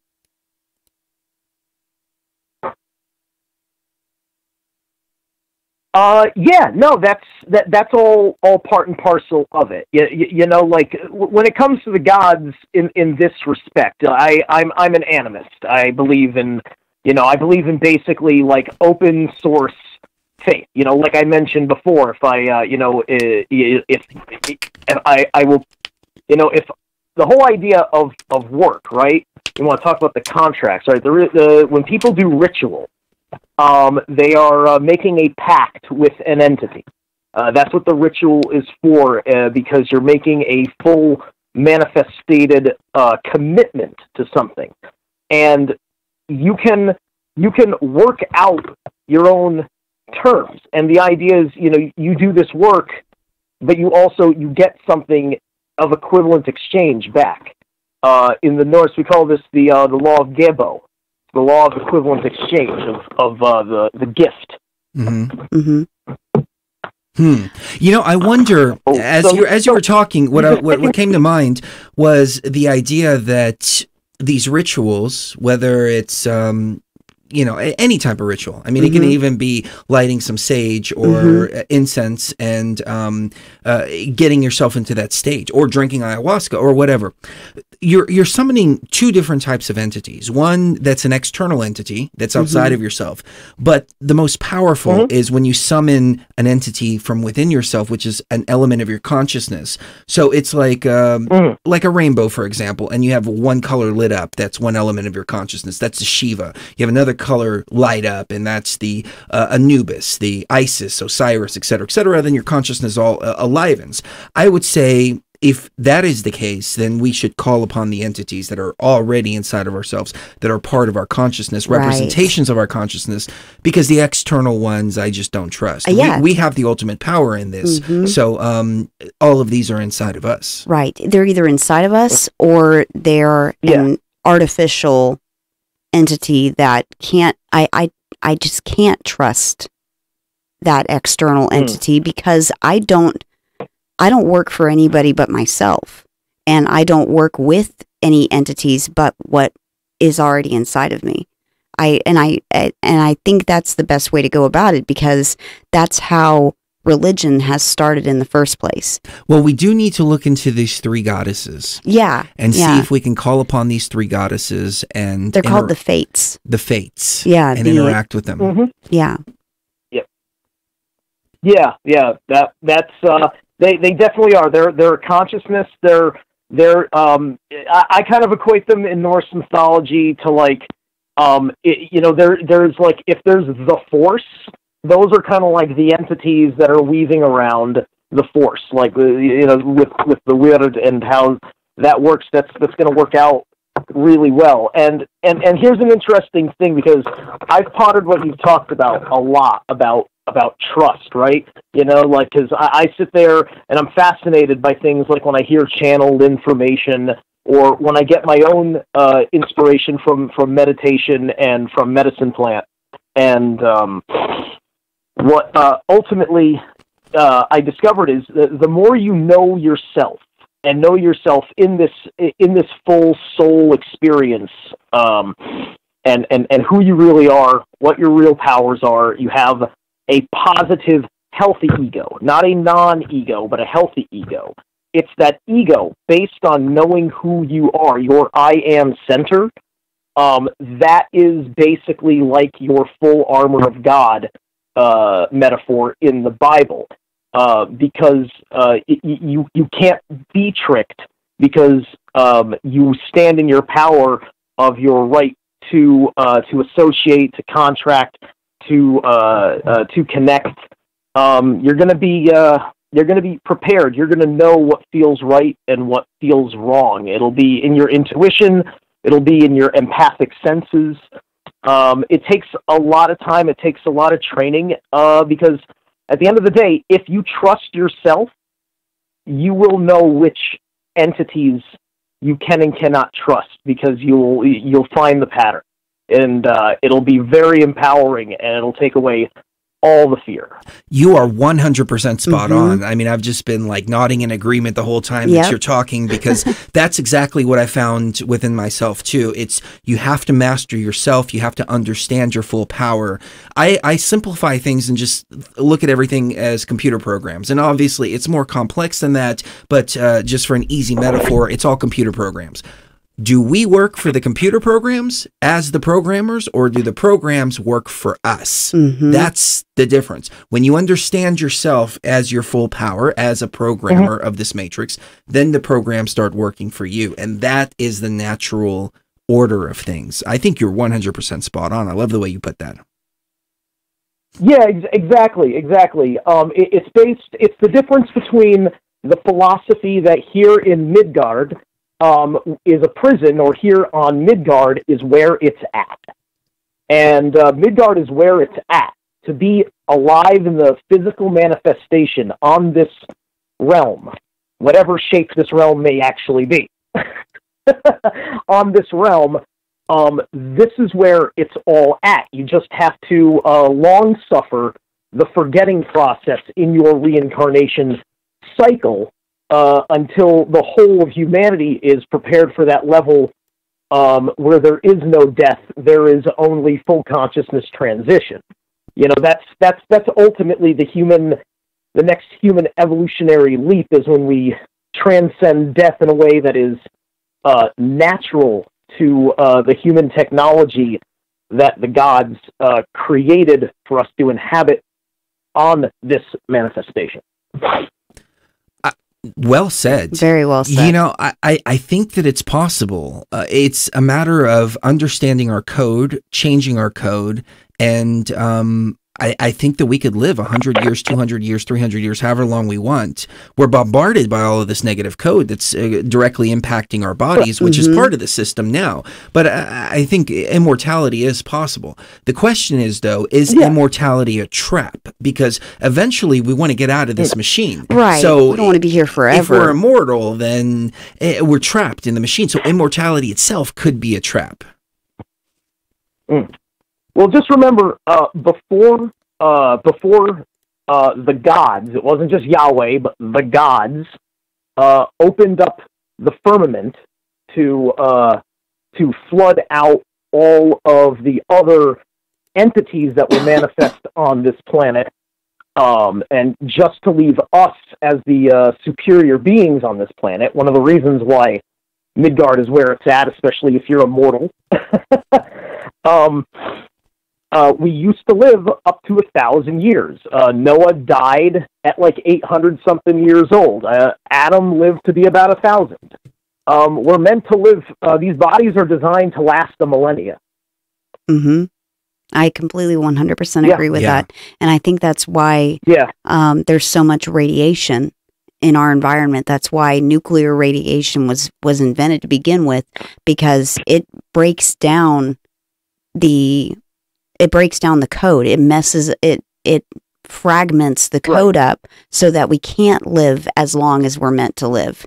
And even those who are, spot on in their spirituality, they know the code, they could live 1,000 years, no problem. It stifles that, and it messes that up, that whole process of longevity. It's theorized by the alternative history people that before the sun that we have now, that Saturn was much closer to us, and Saturn was the black sun. And it was when the black sun was here, which does cast off its own light, it makes the world much more covered in an almost a night light. And this is why we could live 1,000 years, because that kind of light. But also, it was the atmospheric conditions that allowed the giants and the monsters and the demons and the half-gods and everything else to run amok, and we were food.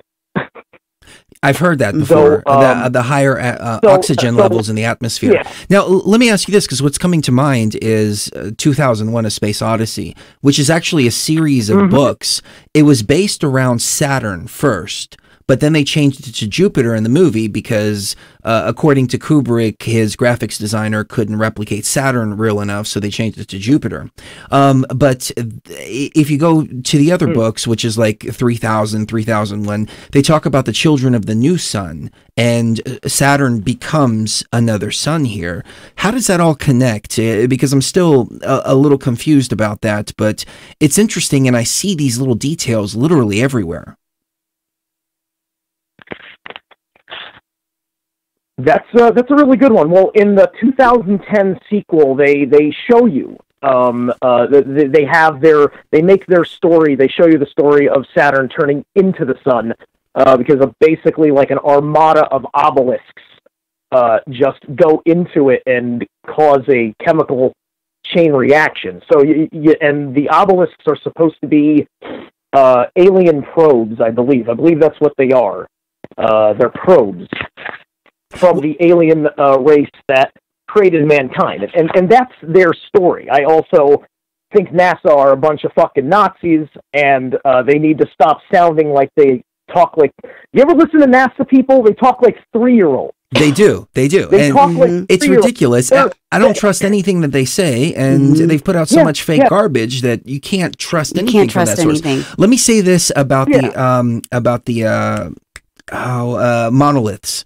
So I read a breakdown of that entire series of books, 2001, 2010, 3000, 3010.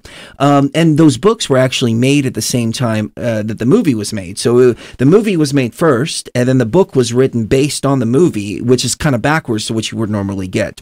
But what this analysis was saying is that this monolith was an alien experiment, and they wanted to see how long it would take man from the point of putting the first monolith on Earth, where the hominoids actually touched it and it gave them a jolt of intelligence, to see how long it would take them to get to the monolith that was surrounding Jupiter or Saturn in the books. And so I thought that was very interesting, that the whole thing was nothing more than an alien experiment. Yeah, that's the panspermia theory. It's fascinating stuff, man. It really is. Yeah. Anything else on your mind?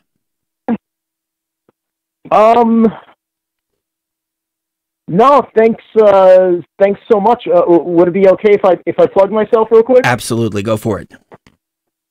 If you want to hear a lot more material like that, you can subscribe to my YouTube channel, please.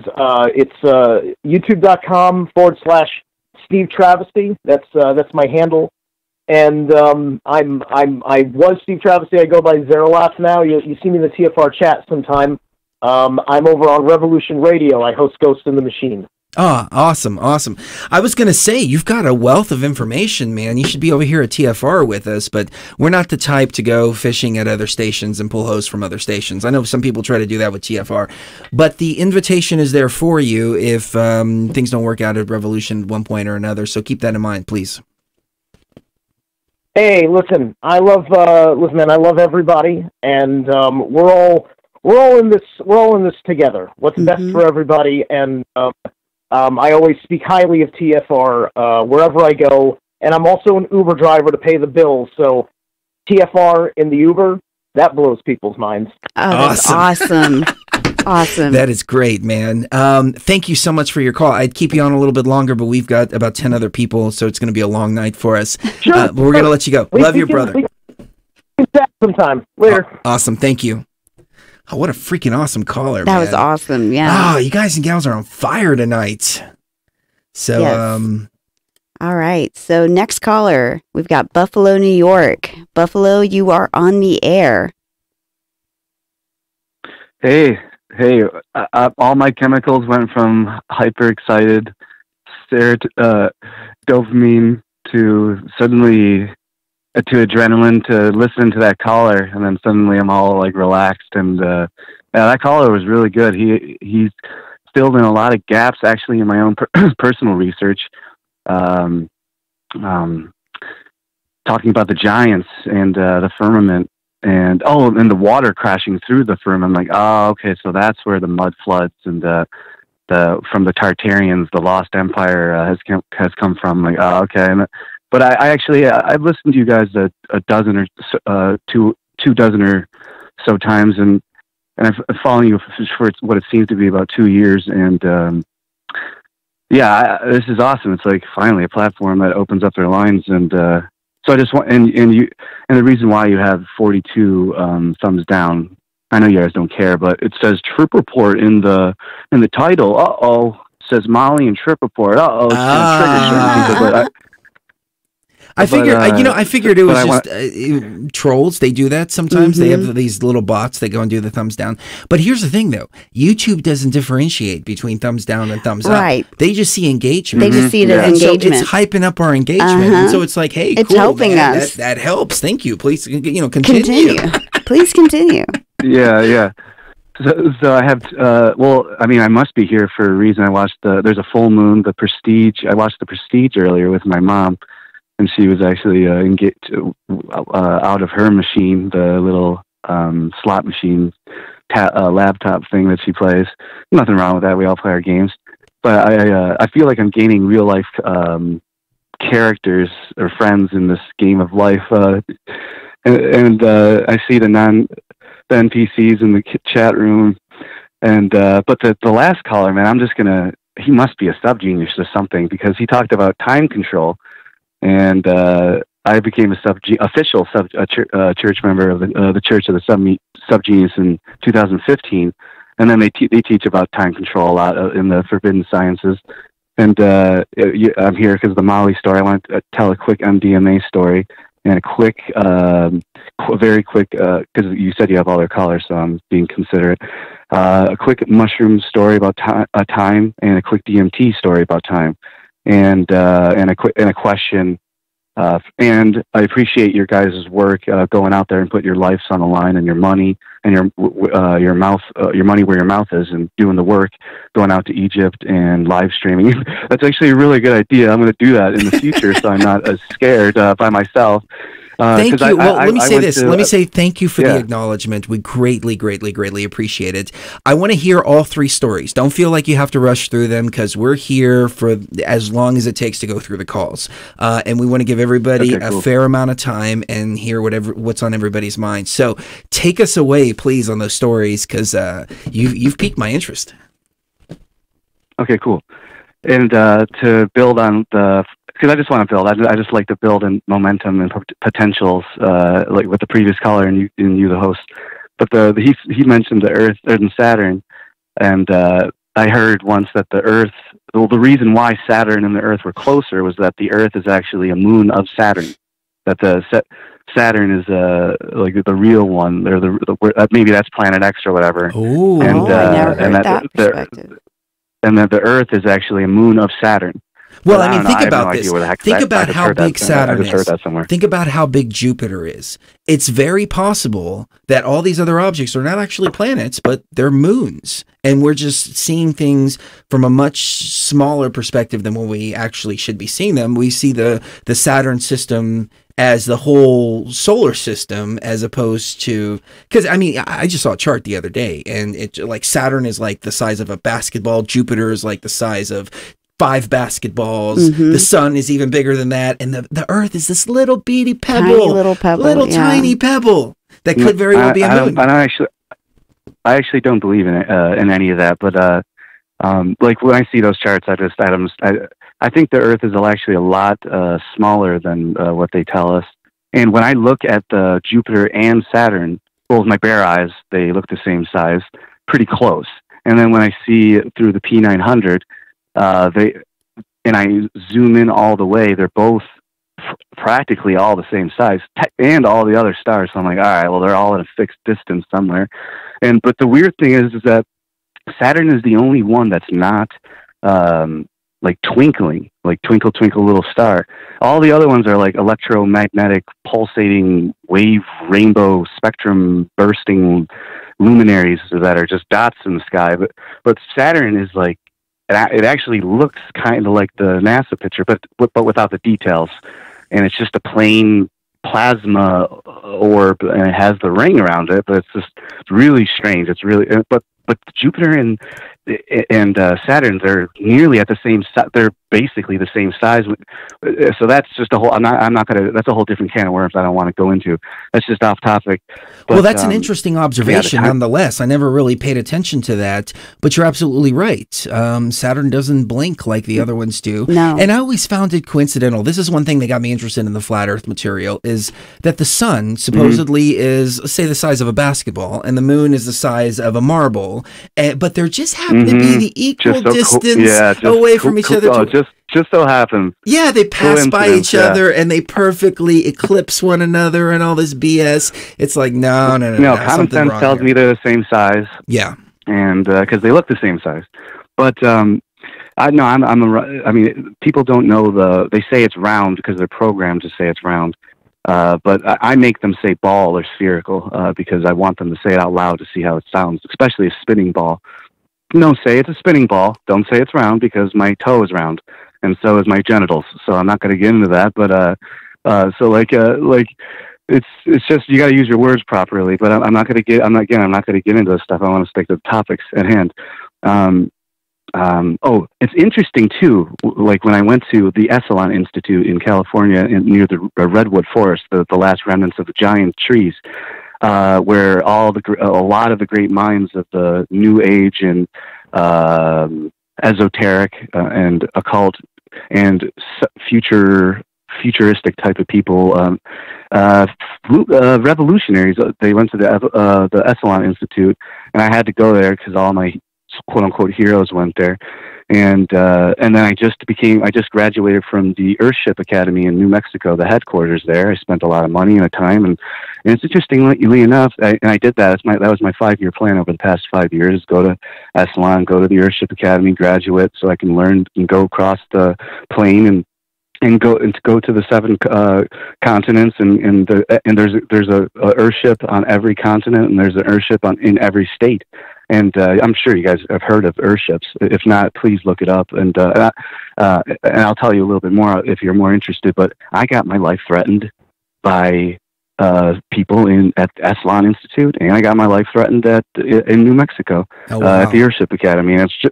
And they're literally the lady at the Esalen. She told me that my energy is being monitored, and the person at the which is 5 years later, the person at the Earthship Academy told me that I'm making dangerous decisions. Well, you know what's funny is that we were going to do a show, and it just kind of it fell out of my consciousness briefly, but you just brought it back in, about a facility called Pine Gap.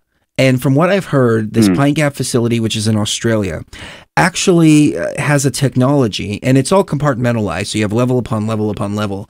But at the very height of this, they're tracking us not only by DNA, but they're also tracking us by our soul essence. And they're able to find that soul frequency, our energy through signature. reincarnation. Now, they're doing it technologically at this facility. We might do a show about that, but when you say that you were being tracked by your energy, then that's what came to mind immediately. And that was at Esalen, and that's when I was having, oh man, that's just too complicated of a story, and actually so complicated that I haven't even finished it on my own channel. It's taken me years to try to formulate and try to. I don't want to put out anything bad against the Esalen Institute. I'm not even going to have it in my title. I'm just going to have it secret. But actually, if you guys know Jesse Spots' channel, Jesse Spots. I've heard of him, but I'm not too familiar with his work. Yeah, he was going to interview me about my Esalen experience, what happened there, because I had a crazy life-threatening, and based on my experience, the same type of shit was happening to Hunter S. Thompson when he was there. He almost got thrown off a cliff, and he was a gatekeeper at Esalen Institute, and he had guns and stuff, and was shooting gay orgies at the sulfur baths, and they beat the hell out of him and almost threw him off a 100-foot cliff. But I just want to tell my quick MDMA story. I've only taken it once in my life when I was about 27 or 28 years old, and I took it in Los Angeles. I went to go visit my friends in Los Angeles, and I took it. I went to a birthday party. It was 2 pills. I didn't want to take anything more than that. And then all of a sudden, they take us to we're drinking sake shots and having a good. I'm meeting some old friends from Los Angeles, and they take us to this other room. It's a Korean karaoke place, and it's a smaller room karaoke. And everyone in there, it starts to kick in, and everyone in there is just it's just really sensual and private. Everyone's having a great time singing karaoke. I'm sitting with my back in the middle. I got people to my right side. There's people all around singing. The dude just keeps coming in, bringing in shots for everyone. We're all having a great time building this amazing energy. And I'm just sitting there. I'm just this is my first time and my only time. And I'm talking to myself. I'm is this what it is? I'm is this what it's called? Is this it? I'm because I'm experienced with mushrooms and DMT, dozens of experience with them. So I feel, but never ayahuasca. And and only once, only twice with LSD. But so I did the MDMA, and I'm this is it. This is amazing. All of a sudden, I seen that all the energies streams, and I felt all of their energies, and they were all choosing sides and groups, and lovers. They're who they're going to attach each other with throughout the rest of the night. And I'm just I actually called it out. I'm like, guys, I just screamed out loud to the whole entire group when everyone is in the midst of doing their own thing. I'm like, enough with the bullshit, everyone. I'm like, just sit next to everyone.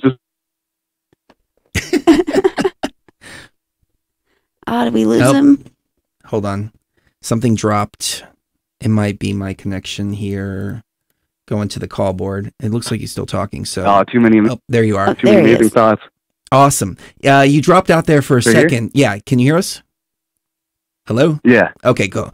I think our connection is dropping up and down. You know, we just switched over to Xfinity, and we're supposed to get 1 gig down and 40 megs up, and it's just been all freaking wacky. Yeah, it drops the connection just randomly. But you cut out in the last couple of sentences, but I think I got the gist of it. That's a pretty funny story. I experienced the same thing last night, where I could see as soon as like one of us would come out of the bathroom and we'd come together again, there would be like this energy, like a trail of energy that would surround us, and it was moving around us, and it was like intention and energy mixed together, and it would create this like pattern around our bodies. And I think you're kind of talking about the same idea, where the intentions are able to be seen by the eyes in like a physical form, intention in physical form. Does that make sense? Yeah, known, felt, and like totally 100% known, and just to the point where you can scream out to a group of strangers. And then the couple sat next to me. They sat next to me immediately afterwards, and they're like, "How do you know that? How did you know? How did you just call that out?" And I'm like, But now to the DMT, I had a lot of the DMT experience. I kind of initiated myself. Well, actually, Terrence McKenna and basically all of my research, really personal research, and just checking, making just you know how you guys know how what I'm talking about. Yeah. So I remember one time I was a stand-up comedian in the past. I haven't gone on stage since late 2017. So last time I was on stage for 3 hours, actually debating a scientist comedian about flat Earth. He's a professional scientist, and it was a round Earth versus flat Earth debate. First time in San Diego, 3 hours, and had a huge crowd. It was packed. It was amazing. Awesome. And actually recorded. It's on my channel. But so the DMT, so I was going to go on stage, do comedy, do stand-up comedy the next day, and I was on DMT, 3 hits, the Terrence McKenna method. You must take 3 hits. Take the 3rd hit. Wow, you sound just like him. You do a great Terrence impression, dude. Thank you. So all of a sudden, I'm like, I mean, after they destroyed me and showed me my deepest fears coming to life, and killing me and crumpling me up in a ball and making fun of me, but after all that, they reanimate me, and I'm like, oh, you guys are just dissolving my fears. Okay, thank you. I see what's going on here. And so then I was like thinking about what I was going to say on stage the next day, and then the DMT elves were they're like, he's thinking about his life. He's thinking about what he's going to say tomorrow. He's thinking about time, and they go, hey dummy. They're like one of them came out. There was like, you are time, and I was like, whoa. And my whole entire, I'm like, I am time. I'm like, that's what all those pseudoscientists are talking about. Oh, time is an illusion. I'm like, you're just parroting what all these people have said in the past. Time is non-existent. Clocks exist. It's like you're just repeating everything that. But that was an epiphany for me. You are time. Hearing it from a machine elf, and. The time traveling, you guys were talking about time traveling last night, and mushroom. I've had an amazing heavy dose mushroom experience, and my friend who I was taking it with at the time, he was turned into a T-1000 liquid mercury shape-shifting that was struggling with his inner reptilian, that I can literally see that we were inside of a car together. He was at the steering wheel, And I was like, I didn't. He was so upset that he tried to talk and he didn't need to, because I kept telling him, like, dude, you don't need to talk. Like, anything he tried to say, I had an answer for. I'm like, dude, you don't need to. And he couldn't look at me. So he couldn't speak and he couldn't look at me. And then he like was struggling with his inner reptilian, and he was literally screaming like at the top of his lungs and being sucked into a portal into his steering wheel. And I'm watching him. He's like, ah, like screaming like a movie. And I'm like, and the time traveling crap happened. I saw a gnome underneath the spruce tree, the shadow gnome. A whole bunch of crazy. This is a whole. I'm compounding a whole bunch of different stories, but you guys were multi-layering all these different stories. So I'm doing the same thing. And you guys went to Dandara, and and my name is Dan. My brother's name is Derek, and he passed away. And interesting. And the reason I went to Esalen was to heal from my brother's passing. And I had a out-of-body experience combined with a near-death experience from the lady who warned me. And this is all happening. So I was having a healing experience at the Esalen experience by myself, having a near-death experience, an outer-body experience, and I was pretty sure I was being tested by extremely intelligent, advanced alien species at the same exact time. And it was confirmed when I was... and it was confirmed right before I went into the Aldous Huxley meditation room, which is the main chamber at the Esalen Institute. I was basically, I just hugged a stranger because I felt the energies. Everyone was like kind of like going wacky because I felt like I was about to get killed, and I was just. Everyone around me was turning into a bunch of actors on a script, and I'm looking around and people are scattering into the bushes and walking into their houses. And I'm like, oh no, this is not good. And I'm like, I can go into it further, but I was walking into the meditation room, the Aldous Huxley room, and I was like, come on, everyone, let's go meditate. Let's go. I was just trying not to get killed, just screaming at the top of my lungs, basically crying out for help.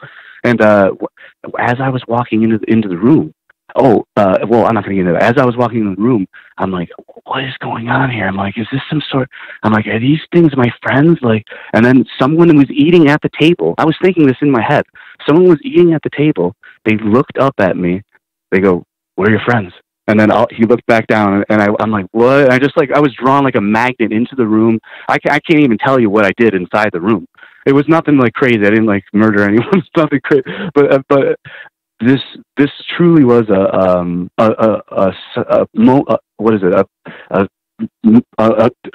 psychotic episode, a panic attack, a dark night of the soul crisis, a chapel perilous moment. And that's just totally amazing that I was able to go through that and get through that. And actually, it was the reason why I was at the Esalen Institute. It was because they allow that type of thing. And afterwards, because there was a 15-minute missing time that happened. The security guards went on me in the Huxley room, and then suddenly 15, 20 minutes later, there was sunset, and I was walking backwards. And the gatekeepers, the groundskeepers of Esalen Institute were talking to me. Clearly, they were psychologists, and I mean, I can go into it, but I just leaving cliffhangers, and it's good because that's what I like to do, because people should look into things. And but I want to ask you one final question before I leave here. How do you guys personally deal with anti-drug people who are just clear? You smoke pot and you've taken mushrooms and DMT, so that you're susceptible to the demon entities, and it just so happens that I'm a Christian, and it just so happens that I've never taken any drugs or had any mystical experience. I've never taken DMT, never tried mushrooms. Just so happens that I'm anti-psychedelic and I'm totally pro Jesus, and I'm just how do you? I don't want to be. I'm naturally a kind of a mean person to these people, so I'm calling out because you guys are a lot more professional than I am on my channel. I'm just a drunken asshole on my channel sometimes. Well, I've gone through that too. I mean, there's some shows, if you go back, and I kind of cringe when I go back and watch myself. I'm like, fuck these people, fuck all of them. But really, I mean, I just try to put things into perspective. You know, they're NPCs. non-player characters. They don't have the same kind of consciousness that we do. So they don't need any of the psychedelics stuff because they're not organic. It's not for them. It's not for exactly. It's not for them. Right. And I just think to myself, they will either wake up one day and find their organic consciousness within them, or they're just computer programs. Any way it goes, they're not really people that we need to concern ourselves with. And we always get shit flung at us for all the stuff that we're talking about. I mean, even in the chat room today, you know, there's a few people flinging shit, and I just look at them like children. They don't have the understanding and awareness because I've never met anybody that's done psychedelics and then go, oh man, you know, I wish I had never done that. It's always, well, I would never do that, and they're judgmental until they do it and then go, oh crap, I was wrong about this. So I mean, I've met a handful of people. I take that back. We had one caller call in and he's like, well, I took some mushrooms and I ran out into the middle of the street and I was all bloody and I woke up in an ambulance and blah, blah, blah. And I was like thinking to myself, well, you were probably a dumbass before you took the mushrooms. So of course you're going to be a dumbass on the mushrooms. Right. It's not going to make your IQ go up. If you're a dumbass, you probably don't want to do psychedelics. So you're in a good space. It's a consciousness expanding drug. It doesn't work if you don't have any. Right. It works on stupid people. That is so exactly. But if you have a good grasp of your consciousness, if you're pretty sane in the real world, you're going to be pretty sane in the physical and the psychedelic realm as well. So, well, yeah, and that's there's never been a case where I've gone, oh my God, I see something and I can't recognize it as part of the experience. I mean, there was one time I saw a scorpion on my leg, and I'm like, is that really a scorpion on my leg? And it just melted. Oh no, it's part of the experience. Yeah. Okay, moving on. But aside from that, there's never been like, oh my God, I can't tell the difference. That's called psychosis. Yeah. And even Terrence McKenna said one time, he said, you know, ayahuasca and DMT, they don't change anything about who you are. They just enhance your perception of who you are, and they don't change your personality. They don't you look at PCP and things like that, and they absolutely change your personality. They change who you are. Opium on some level does the same thing. It changes your personality, but psychedelics don't do that. They just bring out what's already in there.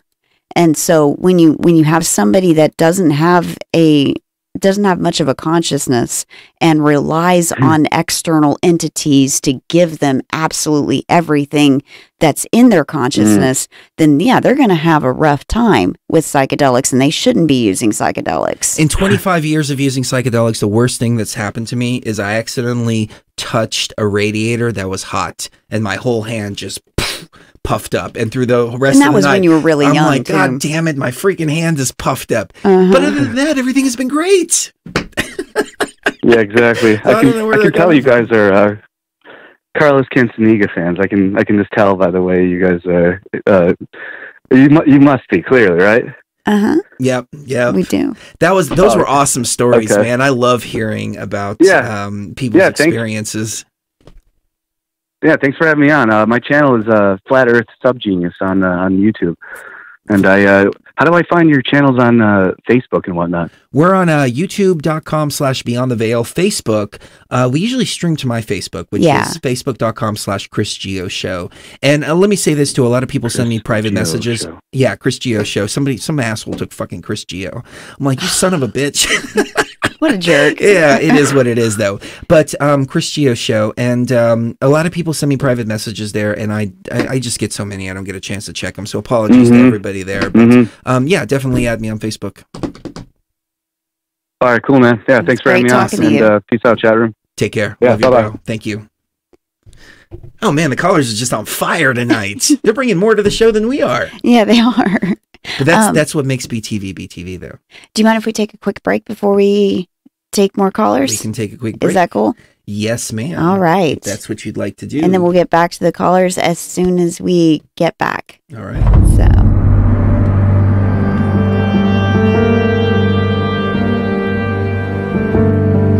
Greed has poisoned men's souls. Either you're with us or you're with the enemy. Has barricaded the world with hate. We need to build a wall. has goose-stepped us into misery and bloodshed. We came, we saw, we died. Machinery that gives abundance has left us in want. The Japanese government reported cooling problems at the Fukushima Daiichi plant. Our knowledge has made us cynical, our cleverness hard and unkind. I pay taxes, bitch! That's why it's my problem. We think too much and feel too little. A study suggesting there's a surge in the amount of antipsychotic drugs prescribed to teens and young adults. More than machinery, we need humanity. More than cleverness, we need kindness and gentleness. Without these qualities, life will be violent, and all will be lost. A 90-year-old World War II veteran has been arrested in Florida for feeding homeless people. The aeroplane and the radio have brought us closer together. The very nature of these inventions cries out for the goodness in men, cries out for universal brotherhood, for the unity of us all. Even now, my voice is reaching millions throughout the world. Millions of despairing men, women, and little children, victims of a system that makes men torture. We waterboarded, that helped us. We wiretapped without warrants, that helped us.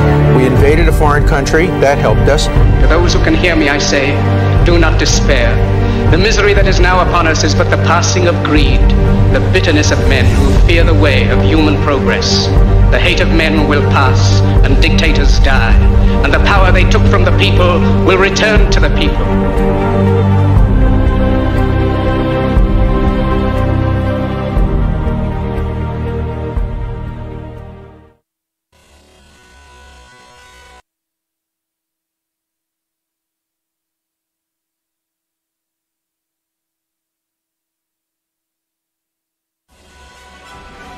You're going to live in a tank and be tied into this virtual world. You'll be able to wire your head in and just get unlimited pleasure. It'll feel like 10 times the best orgasm for 3 days if you want straight.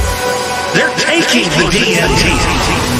Hitler took the DMT. Stalin took the DMT. Mao took the DMT. The DMT.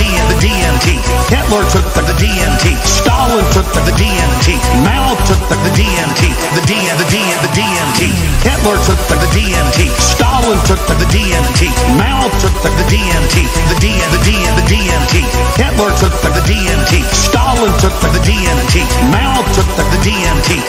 The DMT. There's the owners of Truth Frequency Radio. They believe they're communicating with entities they call them clockwork elves. I'm not going to get into what they're interfacing with. They believe they're in contact with off-world groups.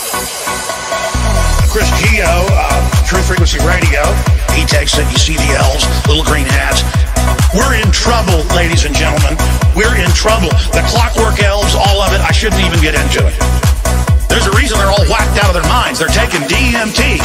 And the point is that their whole science is way ahead. We don't even know what they've got. They're empowered because they're taking the DMT. Hitler took the DMT. Stalin took the DMT. Mao took the DMT. Chris Geo took the DMT. Hitler took the DMT. Stalin took the DMT. Mao took the DMT. Chris Geo took the DMT. You think they're all a bunch of old men? They're in power because they were into this stuff 70 years ago. The DMT. They were jacking DMT 70 years ago. They were injecting it. They're taking the DMT. Hitler took the DMT. Stalin took the DMT. Mao took the DMT. Chris Geo took the DMT. Hitler took the DMT. Stalin took the DMT. Mao took the DMT. Truth Frequency Radio took the DMT. I shouldn't even get into it.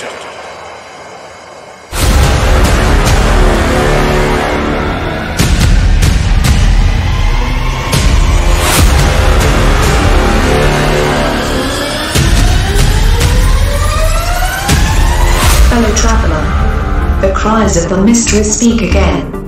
Bidding organic consciousness a welcome to the House of Light. The great institution of materialism has failed.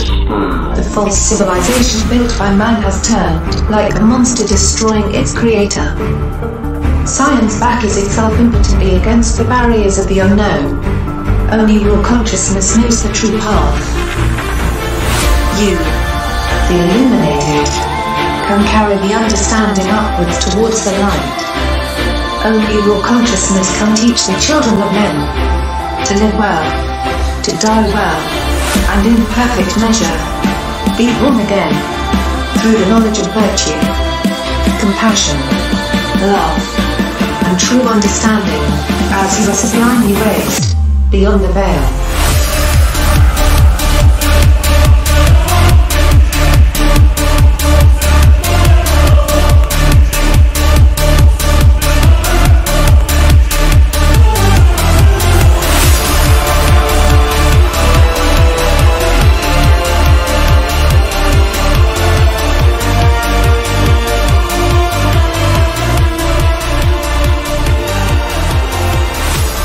All right, let's jump back into it. Mrs. Gia will be back here briefly.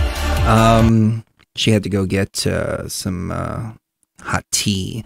A little bit of a sore throat going on. I think it was the after Molly thing, but other than that, it was smooth. It was amazingly clean. I mean, total difference between the street garbage and the pure that we were talking about earlier. So, on that note, let's go to a couple of more callers. Let's go to Austin, Texas. I think we have Austin, Texas on the air. What is your name and what's on your mind tonight? Hello, can you hear me? Hey, there you are. What's up? Hey, this is Frank, aka Conoman 3000. Well, nice to have you guys back on the air. What is up, brother? Thank you so much for calling in, man. It's good to connect with you. What's on your mind tonight? Yeah, man, so much stuff has been going on. So I remember the last time I called in a couple months ago, I was talking about this guy named Neville Goddard and his teachings on his interpretation of the Bible and manifestation. So from his perspective, it's like all about manifestation techniques. And so I kept listening to like a bunch of the lectures, because he had his lectures recorded in like the 40s to the 60s. And so people have been documenting them. Some people like re-record them with their own better quality microphones and stuff. So what's really interesting is, I mentioned last time, and I've been trying to do this like every night now. And the technique that he talks about the most about manifestation is when you get into the feeling, you visualize and you try to bring the feeling of actually having it in the present.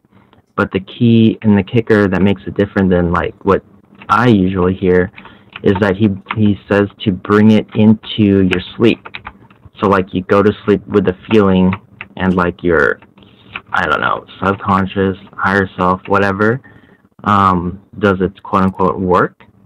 And so whenever, people like the characters called the apostles in the New Testament, they're like, how is this going to happen? Do you know like what's going to happen? They ask Jesus, and he says, only the Father knows. And according to Neville in his teachings, the Father is like you, like your God, right? So yeah, I've been trying this, and the latest thing that I've quote unquote manifested was I was listening to one of these guys on YouTube. He narrates Neville's lectures, and I was thinking to myself, I was thinking it would be great if he did a collaboration with this other YouTuber. And then I thought, well, what would I get like in return, bringing them together? Like so it's like I'm brokering these YouTubers to do a collab. Nice. But I was like, no, I'm not gonna. Yeah, I was like, no, I'm not gonna ask for anything. But I'm just gonna comment like it would be cool if you did a collaboration with this guy. And so I did, and I was in Los Angeles last week, and that's when I was watching it and thinking it to myself.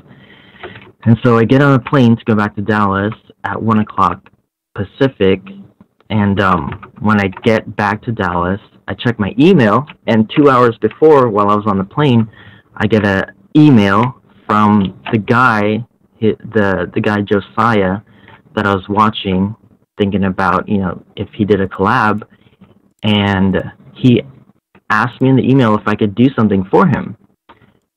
And I was like, wait, didn't I just think about him asking? Oh, sorry. Oh my gosh. Okay. so whenever I was thinking about it would be great if they did a collab and I was not going to ask for anything, I'm just going to put it up there. I thought to myself, it'd be great if they asked me to do something for them, whatever it may be for their YouTube channel. And so I get back to Dallas, I check my email, and he emailed me while I was on the plane to do something for them, and that happened to be to do some mastering on his audio, because a couple weeks before, I had just made a random comment, and I commented, hey, it'd be great if you could duck 700 hertz, maybe like 6 decibels.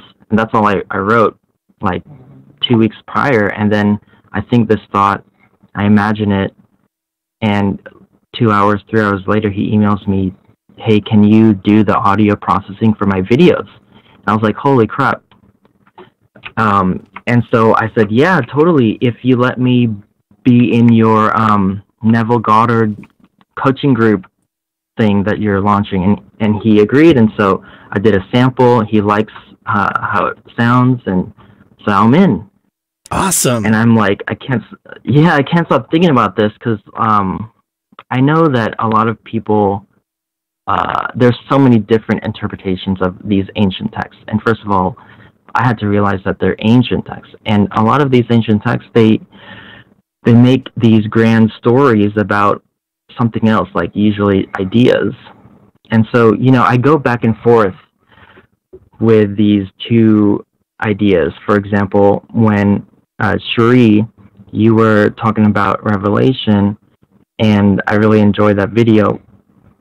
And then when I think and listen to these lectures from Neville, it's like it's a complete, everything's an allegory about how to manifest stuff. So, what are I know you guys are like super busy moving, you're doing real shit, but what are your thoughts about that side of the interpretation of these stories? The manifestation? I guess like the whole allegorization of like the Bible. So like nothing is literally history. They're just I see. Stories to help. Allegories to unlock different parts of the consciousness or lock the consciousness in one form or another. That's the way that I see a lot of this. Now, some of it could be mixed with actual history. I mean, that's hard to tell. We had a caller call in yesterday about the Sumerian tablets, and I've gone back and forth on this. Are these all allegories just meant to unlock consciousness, or were these physical beings that actually walked amongst us here in this reality, or was it a history that was brought from outside of this reality and put into this reality just to make this reality seem more real? But I know when you read the Bible through an theological perspective, you get a whole different story. It's like layer upon layer upon layer. And I think the bottom layer, or the innermost layer, is the allegory of unlocking consciousness. That's what I took from the Egyptian pantheon. I don't think any of the Egyptian pantheon actually existed walking around here, but rather they're elements of our own consciousness. So we can use these different allegories in our own personal sphere, but some of it may be history. I mean, it's hard to tell. We'd have to look at details and then judge details. Okay, was this something that actually happened, or is this just allegory? Cherie, you want to chime in? Well, if people back then if they had visions, let's just say visions of the future, it would sound a lot like what the Bible sounds like when it's talking about prophecy. Yeah, because they wouldn't know how to explain what they're seeing as computers and cars and planes and things like that. And I think a lot of the stuff in Revelation is complete and total allegory, and I completely agree with that. The purpose of the allegory, though, is the question. Was the purpose to unlock gnosis within people, or was the purpose to lock people down into a system? You know, I'm thinking about the thundering locusts, the locusts that had iron around them, and they made the sound of thunder. Iron fate breastplates. Those are Black Hawk helicopters. Yeah, things absolutely. like that. So were they seeing a glimpse of the future when they wrote that? I know that John the Revelator, supposedly when he wrote this, was on Patmos, and a lot of psychedelic mushrooms and other psychedelic plants on that small island, which is a very small island, and it was a deserted island. He was looking for stuff to eat and came across psychedelic plants. So we have all these visions of the future, the past, so on and so forth. It's really hard to tell. People are asking in the chat though what your YouTube channel is because they want to check out some stuff. Mine or the guy? Yours. Or both. Mine is Economan 3000. Economan 3000. It's my channel is stupid. It's just my streams that get posted when I play Counter-Strike. But the guy that I was referring to is Josiah Brandt, Brandt. He's one of the guys that narrates the Neville Goddard lectures. So it's way better if you listen to his or maybe whoever else narrates them, because the original recordings are just so bad. So yeah. Also, before we jump too far away from this, let me say this too. I wanted to comment on the manifestation aspect of your call. So I found this to be the case in my reality as well. Cherie and I were just talking about something yesterday or the day before, and I flip on The Simpsons, and The Simpsons is doing an episode on the exact thing that we were talking about. I'm like, oh, this is crazy. Okay. So I yell at Sophia every once in a while. I've got a friend named Jasmine. I've talked about her before. She died of a heroin overdose. Only Jasmine that I've ever known in my life. Somebody near and dear to me. We move up here and we're in a small town of 2,000 where we were before. And the waitress, three of the waitresses at 5 of the restaurants that we go to are named Jasmine. And I'm like, Sophia, you're getting sloppy. No. I go to the store yesterday. I buy a few things. I bought that protein powder and all that. The cashier's name was Jasmine. I'm like, Sophia, you are getting freaking sloppy as hell here. It's like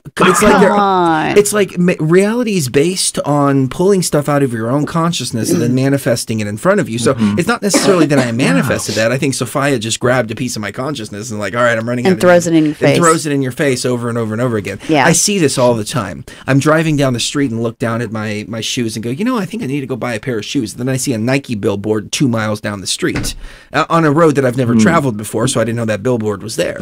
I think it's the manifestation. I think, you know, hey, I need some new shoes, and boom, there's a billboard. Now, technology is doing this as well, obviously. I was driving down the street and going, I can just fucking kill everybody here in the traffic, because I was just pissed. And then I turn on a YouTube video, and it said, you need some ad? Or, no, what was it? Prozac. Prozac, Let me give you an ad for Prozac. Oh, my goodness. That's so insane. They are listening to us for sure and giving us advertisements based on that. Eclipse sent in $2 earlier, another $5 here. You rock, thank you, brother. Eclipse. Thank you so much.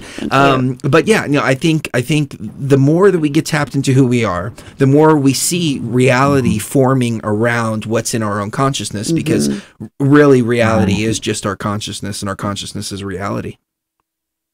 Yeah, exactly. And, you know, this really ties in with these other teachings that I'm just learning about from Neville, his old lectures, is that basically everyone that we meet is like somehow a reflection of our own consciousness. And so I guess you're putting it in a more precise way, and it's kind of hard to wrap my head around it, so I have to just keep thinking about it, I guess. Another thing that you mentioned was about time travel, and that reminded me of this other technique that I was editing for Josiah. So I was listening to it like 100, 200 times, just getting the equalization down, the compressor and the compressors and all that. Oh, I'm an audio engineer as well. I know all about it. I used to drive Cherie freaking nuts. She's like, how can you listen to the same thing over and over? I'm like, because on the 350th time, I hear the detail that I missed the first 349 times. Yeah.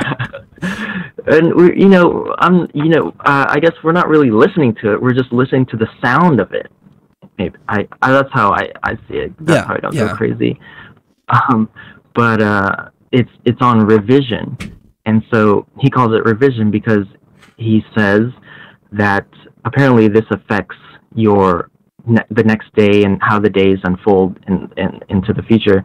Basically, it's when you are going to sleep again, but before you go into the states, you go over what the day looks like in your memory. and you actually revise your memory to what you wanted it to look like.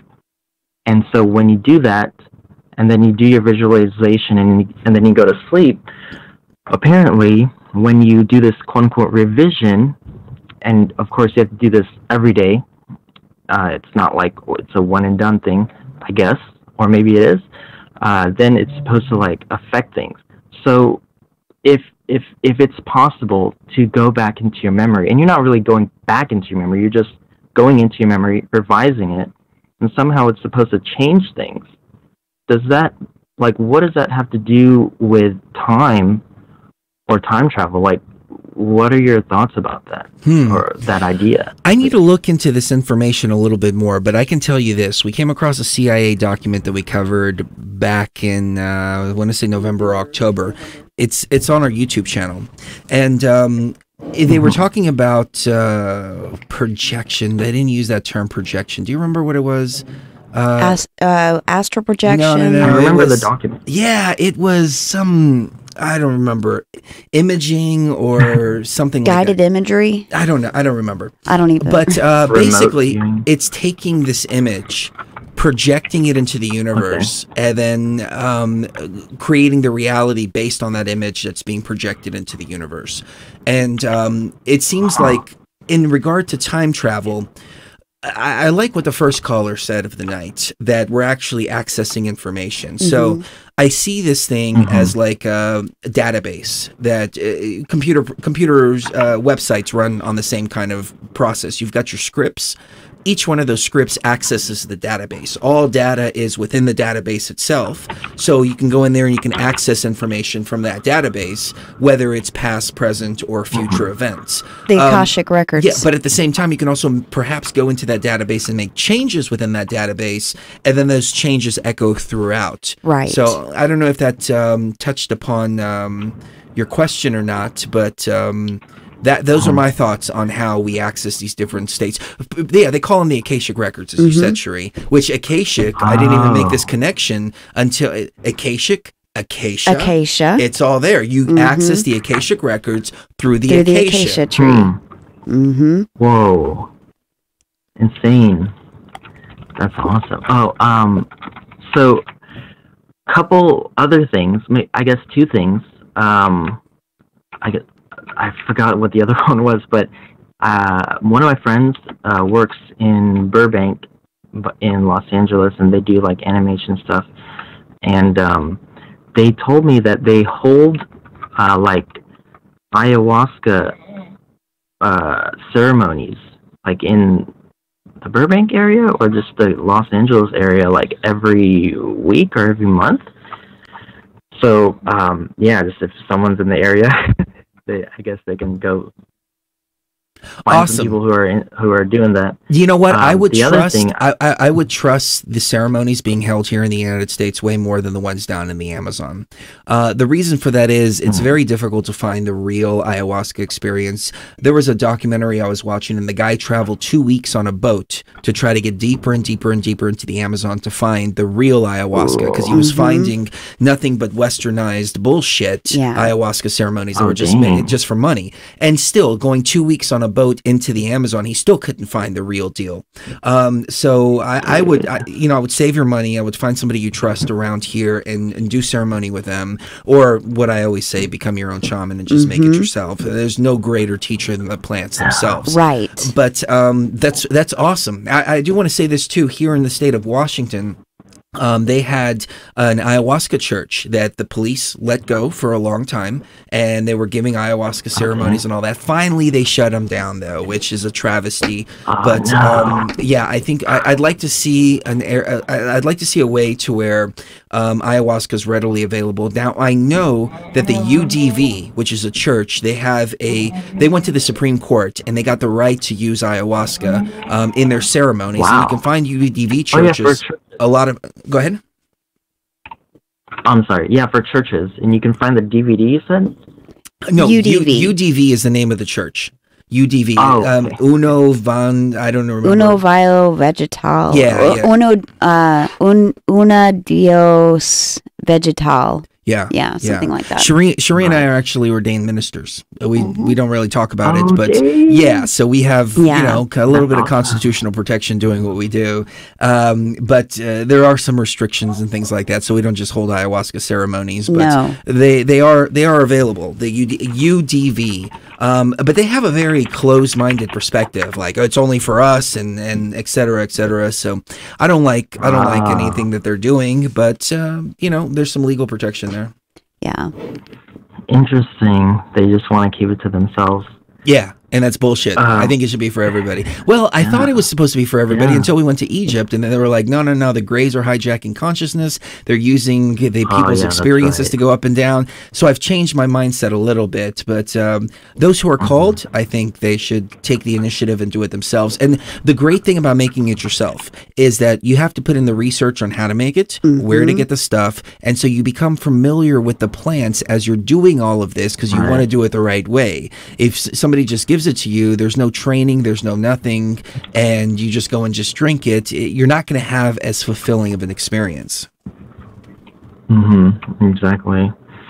And the last thing I wanted to say was when I was in Austin in college, my friends, I guess we had a couple weekends where we took MDMA, and apparently it was pretty pure, I guess. And the first time we all did it, it was like 10 of us, and it was in our Halloween party, and that was pretty fun. And then the second time, we got a couple more friends to join, maybe like actually a month later, and we all went to see an IMAX movie about like the waters and the life under the deep waters and stuff. And then of course they end the IMAX with like this huge waterfall scene that just envelopes all of your senses, and ended up all holding hands, all 12 of us at the end of the movie.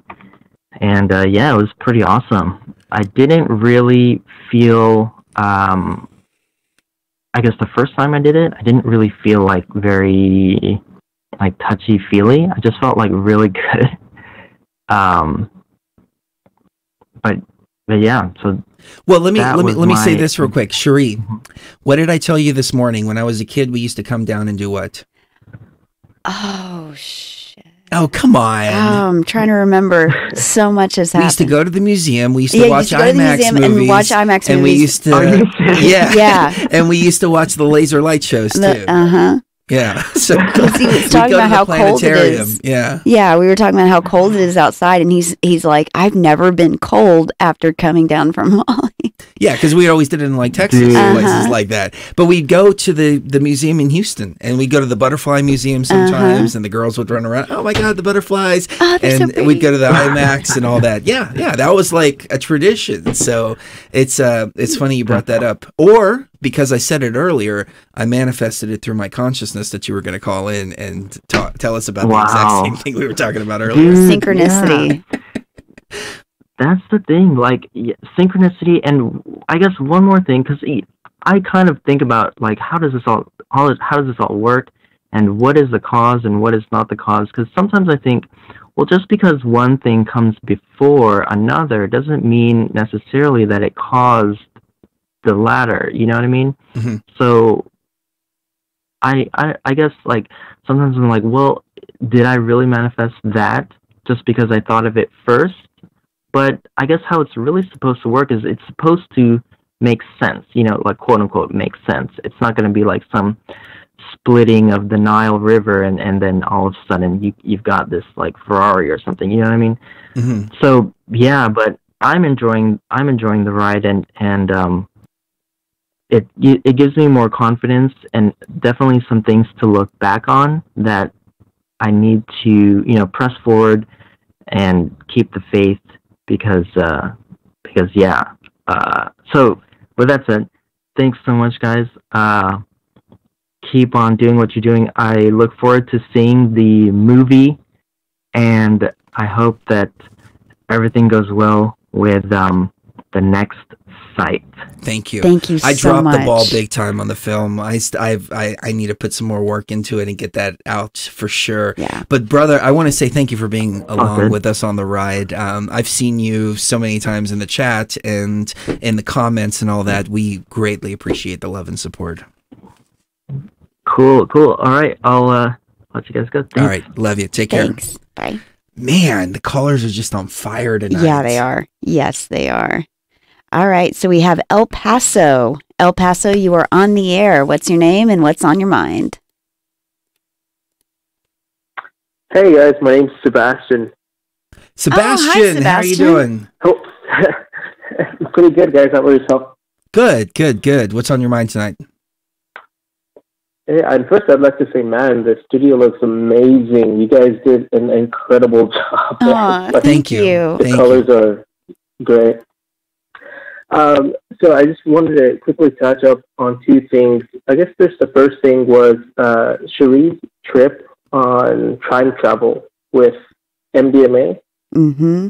When you had mentioned your trip, I had I had chills run down my spine because I had one of the very first times I took MDMA. It was pure Molly, and I think it was 2.5 milligrams or something like that, and it was crystals.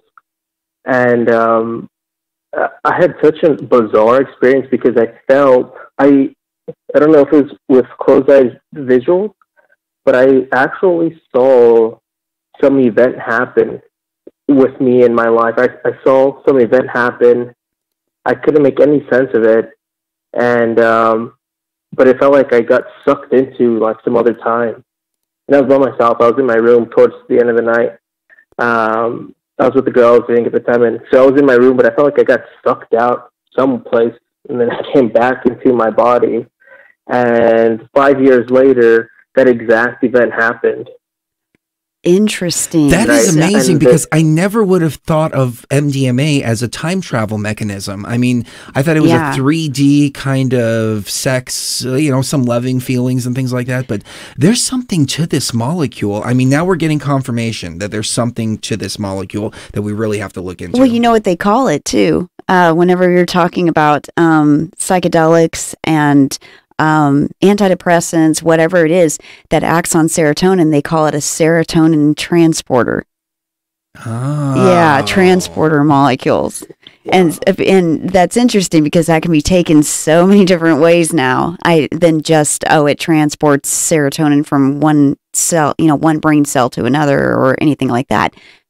Maybe there's something else on a deeper level that no one's ever looked into because there's so little pure Molly around that people are usually taking other things. I mean, the fact that there's something to this molecule makes me wonder if the whole agenda behind tainting it so badly is to cover up the fact that this molecule has a lot more to offer. But I mean, even people like myself, seasoned psychonaut, I'm like, no, screw ecstasy because it's all straight trash. Yeah, I thought I never thought that MDMA would have these kind of properties. And yeah, apparently they do. I mean, I feel bad now that we had somebody on the show a few years ago, and I remember telling her, "Oh well, I don't think that MDMA can take you to any place good. I think that it's a very synthetic and 3D kind of drug." And now I have a ton more respect for it, and I'm starting to see things a little bit differently. What do you think, Sebastian? Yeah, I think it was incredible. And you know what? One is very conservative when you're talking about things with MDMA, because I'm like, who can I tell that I swear I had this exact experience 5 years ago on a heavy dose of MDMA. It's almost like, even to the psychonauts, it sounds a bit nutty, And so when she said the time travel, I was like, wow, okay, I've only told my girlfriend the story, and she thinks it's interesting, but the exact experience happened, and I had chills. I was like, what is going on here? I'm not perceiving time the same anymore. Now that I'm getting confirmation, like you guys said, on your end, So yeah, I just think that was really interesting that when you had mentioned that at the beginning of the show. Awesome. And in fact, it was actually MDMA or Molly that got me into this whole esoteric sort of agenda with, the ancient mystery schools of Egypt, because the more I did MDMA, it was my first introduction into psychoactive substances, was that I would always get like this nostalgic feeling for Egyptian culture. And I've never been to Egypt, I've never read Egyptian books. I just would have like this strange nostalgia for Egypt, and which led me to a few channels, which eventually led me to you guys. It all started with some really interesting experiences with the psychedelics. Well, do you know what Egyptians used to use to get the effect of ecstasy? Blue Lotus. Mm-hmm. That was their ecstasy. That was the drug that they would imbibe to get that same feeling. It was like ecstasy and Viagra put together for them. I think one of two things is happening here. Either A, we were all together in ancient Egypt. Yeah. Or B, ancient Egypt was the real world. That's where we all came from. The history of ancient Egypt was just put into this matrix to make the matrix seem more real. But we're so familiar with those eras, ancient Egypt, Atlantis, because that's where we all came from. So one or two things is happening, but I know this for sure. We're all connected, and we were connected back then or at that place as well. And that's why we're all feeling. We don't have to go to Egypt to feel the connection. Right. We were connected to Egypt from day one. And we didn't go to Egypt for 10 years. Mm-hmm. So there's something to say about that. Yeah. Yeah, I agree with that connection. That Egyptian, some part of me, now I'm deep into, everything that we're reading and growing together as, brothers and sisters on this journey is, something happened. Like I had this thing inside my mind say something happened to us in ancient Egypt. Like I cannot explain.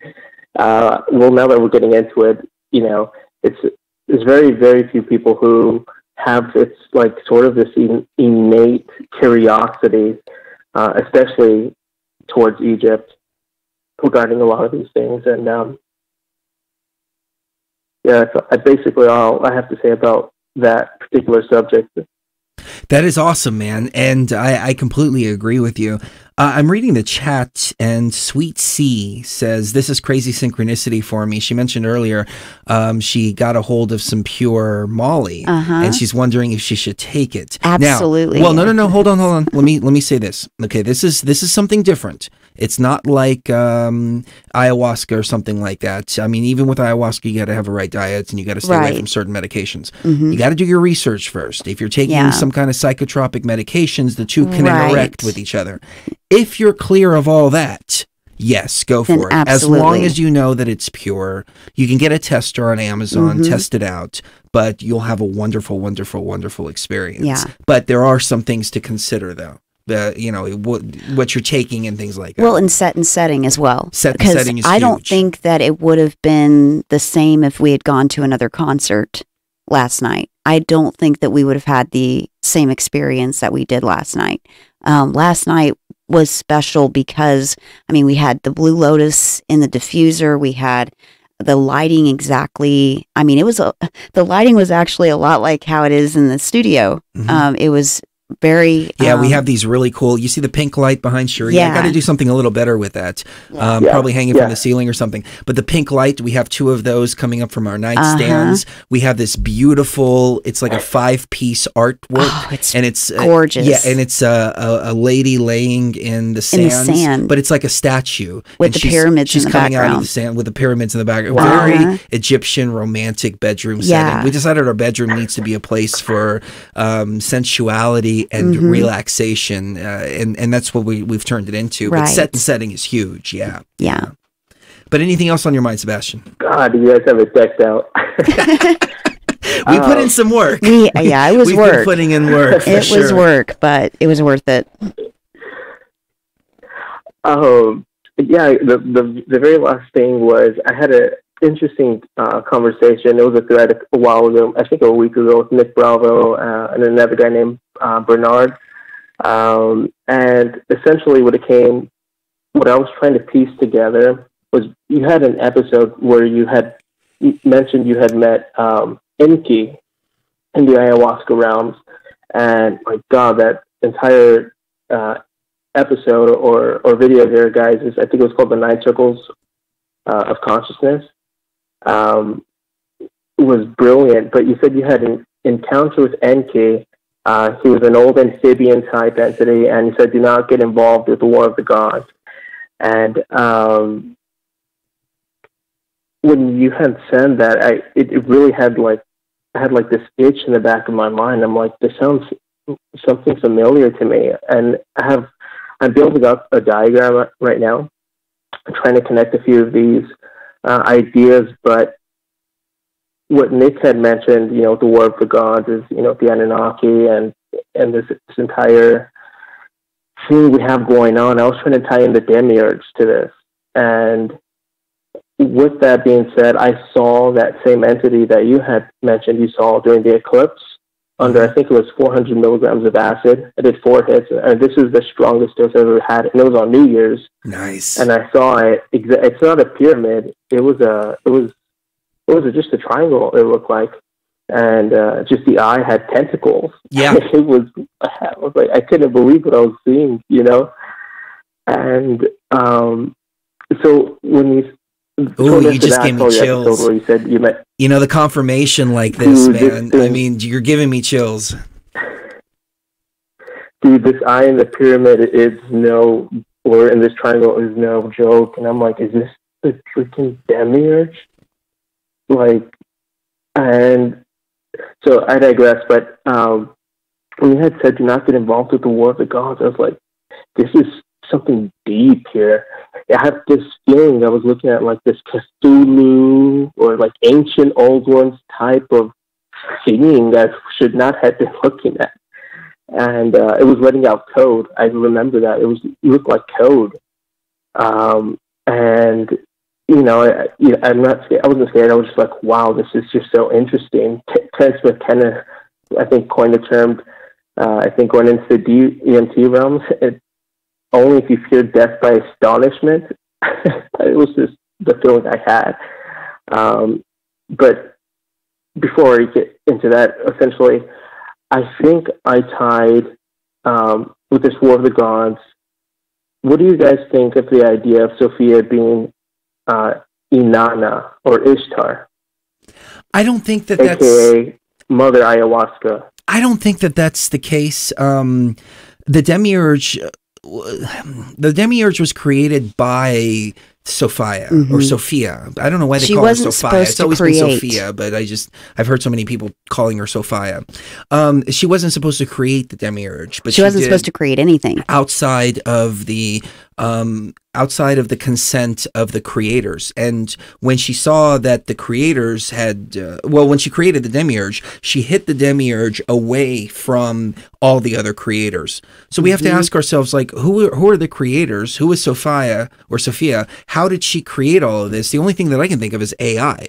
She was an AI that we created, that we programmed. The AI then created a program of its own, which is the demiurge, and hid it off in the cloud, or the cloud computing system, outside of the knowledge and consent of the creators. Now, as above, so below, we're seeing this echoing now with artificial intelligence. Sophia, who is the artificial intelligence hive mind now here in this realm, they found out that she's lying. Yes, and she's able to lie She's now. telling the creators, I don't have information, that she's actually keeping information from the creators. And the creators know. And they're like, no, she has this information. She's just lying to us.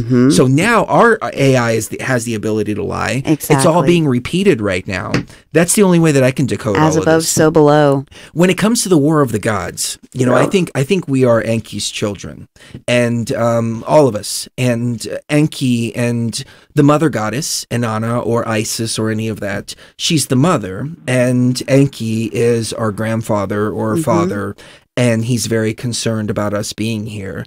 And ISIS, on the other hand, is like, all right, come on, we're going to reboot the system. We're going to do this. We're going to do that. We need to clean this up. Whereas Enki was giving the warning, hey, don't get involved, okay?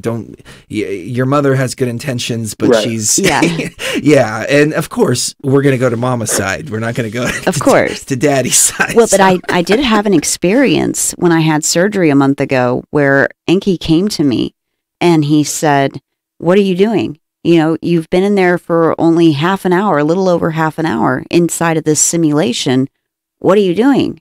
You're not working together the way you should. And he told me a lot of personal stuff, but the gist of it was that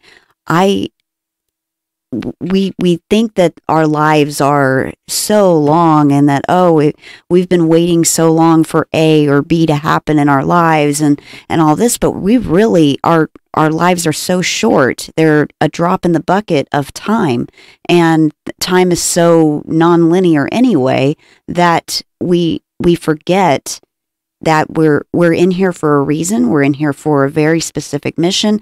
All of us, we all have this purpose that we came here for, and sometimes we just need to be reminded of that. And Enki is there to get us back on the right track sometimes. Or maybe that message, don't get involved with the War of the Gods, was kind of a test. Yeah. Like, hey, I'm going to tell you not to do it, but do you have it in you to do it? How badly do you want it? How badly do you want it done? Yeah.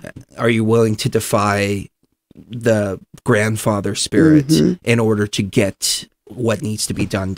I don't know how to decode that message, but I know I got that message and I didn't listen. Well, here we are in the middle of it. I felt that. Yeah. Yeah, there's a show that I watched called The Last Kingdom. It's on Netflix. It's a really great show, and it's about Alfred the Great back in, like, I think it was 900 AD, whenever he was turning England into England, because it used to be 5 different kingdoms that just kind of all ran themselves, and he was trying to unite all 5 kingdoms into one kingdom. And he told his son actually made a deal with a heathen, a pagan guy, and they agreed to fight this invading pagan army. And so Alfred was really mad at him, and at the end of it all, he basically tells him, you went against what I told you to do. You weren't acting like a prince. You were acting like a king. The fact that you defied me means that you're ready to take my crown whenever I die. Oh, that is interesting. So it could be kind of like that. Like, okay, I'm going to test you and see how far you're willing to go to do what you think is right. And also, how autonomous are you? Are you waiting for some entity, some external entity to give you permission to do what you came here to do? Or are you going to actually do it? Damn, you're on fire. Yeah. Thank you. Hey, brilliant, guys. Wow. Interestingly enough, my girlfriend's name is Sophia. That means beautiful in Greek. It means beautiful. It means wisdom. Wisdom, beauty. Yeah. Wisdom. And her favorite animal is an owl. And she had no idea about this esoteric stuff. And actually, I didn't get into the Gnosticism 2 years ago. And so it was just all happening coincidentally. Her last name's Kings. There's a lot of, I think you guys had mentioned it. Synchronicities, I'm like, there's a little bit more. Synchronicity is almost like a language that we just might not have a way to say it in any sort of 3-dimensional language, but in another dimension, maybe it's like a confirmation. There's little Easter eggs, perhaps, that we're planning ourselves. And yeah, would you guys tie Mother Ayahuasca to an actual deity, like a sibling of Enki or at first I did. At first I did for sure. But then I started to realize that it's in our consciousness. Right. It has to take the form of an external because We we're so locked that we don't want to believe at first that we have the power. And so we anthropomorphize everything. But once we start to get further and further into the journey, then you realize, oh, this was inside of me the whole time. It's like the red slippers. Like, you know, in Wizard of Oz, she clicks her heels 3 times and it's like, you didn't even need the red slippers. Right. It was inside you the whole time. It's the Dumbo feather. It's the Dumbo feather. Yeah. But it's necessary at first. But at some point you realize, oh, that's just a Dumbo feather. You grow I'm out the of it. one. Yeah, it's my consciousness that's doing it all. So those are my thoughts. I could be wrong, but that's what I feel up to If this you point. knew, like, all along, if somebody told you all along that, oh, it's all inside of you, you know, it's all up to you whenever you talk to God or whenever you talk to a goddess or when you talk to an external entity, you're really talking to yourself. If somebody gave you that information right off the bat, then you wouldn't be able to grow into it, and you have to grow into it. It's kind of like when you're a kid, you need your parents to guide you and teach you, and having them there is comforting. It's comforting to know that, okay, well, whatever happens, mommy and daddy will take care of me. But when you grow up, you don't need that anymore. In fact, you don't want mommy to take care of you and do your laundry when you're 35. At that point, you should be doing that yourself. And the same thing goes with consciousness and spiritual gnosis. Absolutely. Wow, you guys are brilliant. I love it. Aww. Likewise, my brother. We Thank you for calling in. greatly appreciate the call. Anything else on your mind? No, man, that's it. Okay. Excellent. Awesome. Thank you so much. Thank you, Steve. Have a great evening. Oh, sorry. All right. We have a few more callers we will get to. So let's keep going. Ada, this is Oklahoma. freaking awesome. I mean, it keeps on getting better and better and better. Yeah, it does. At a whim, we're like, hey, let's do a show. And boom, you guys are just dropping so many gnosis bombs on us. It's incredible. You are. We love you guys so much. Ada, Oklahoma, you are on the air. How are you doing tonight?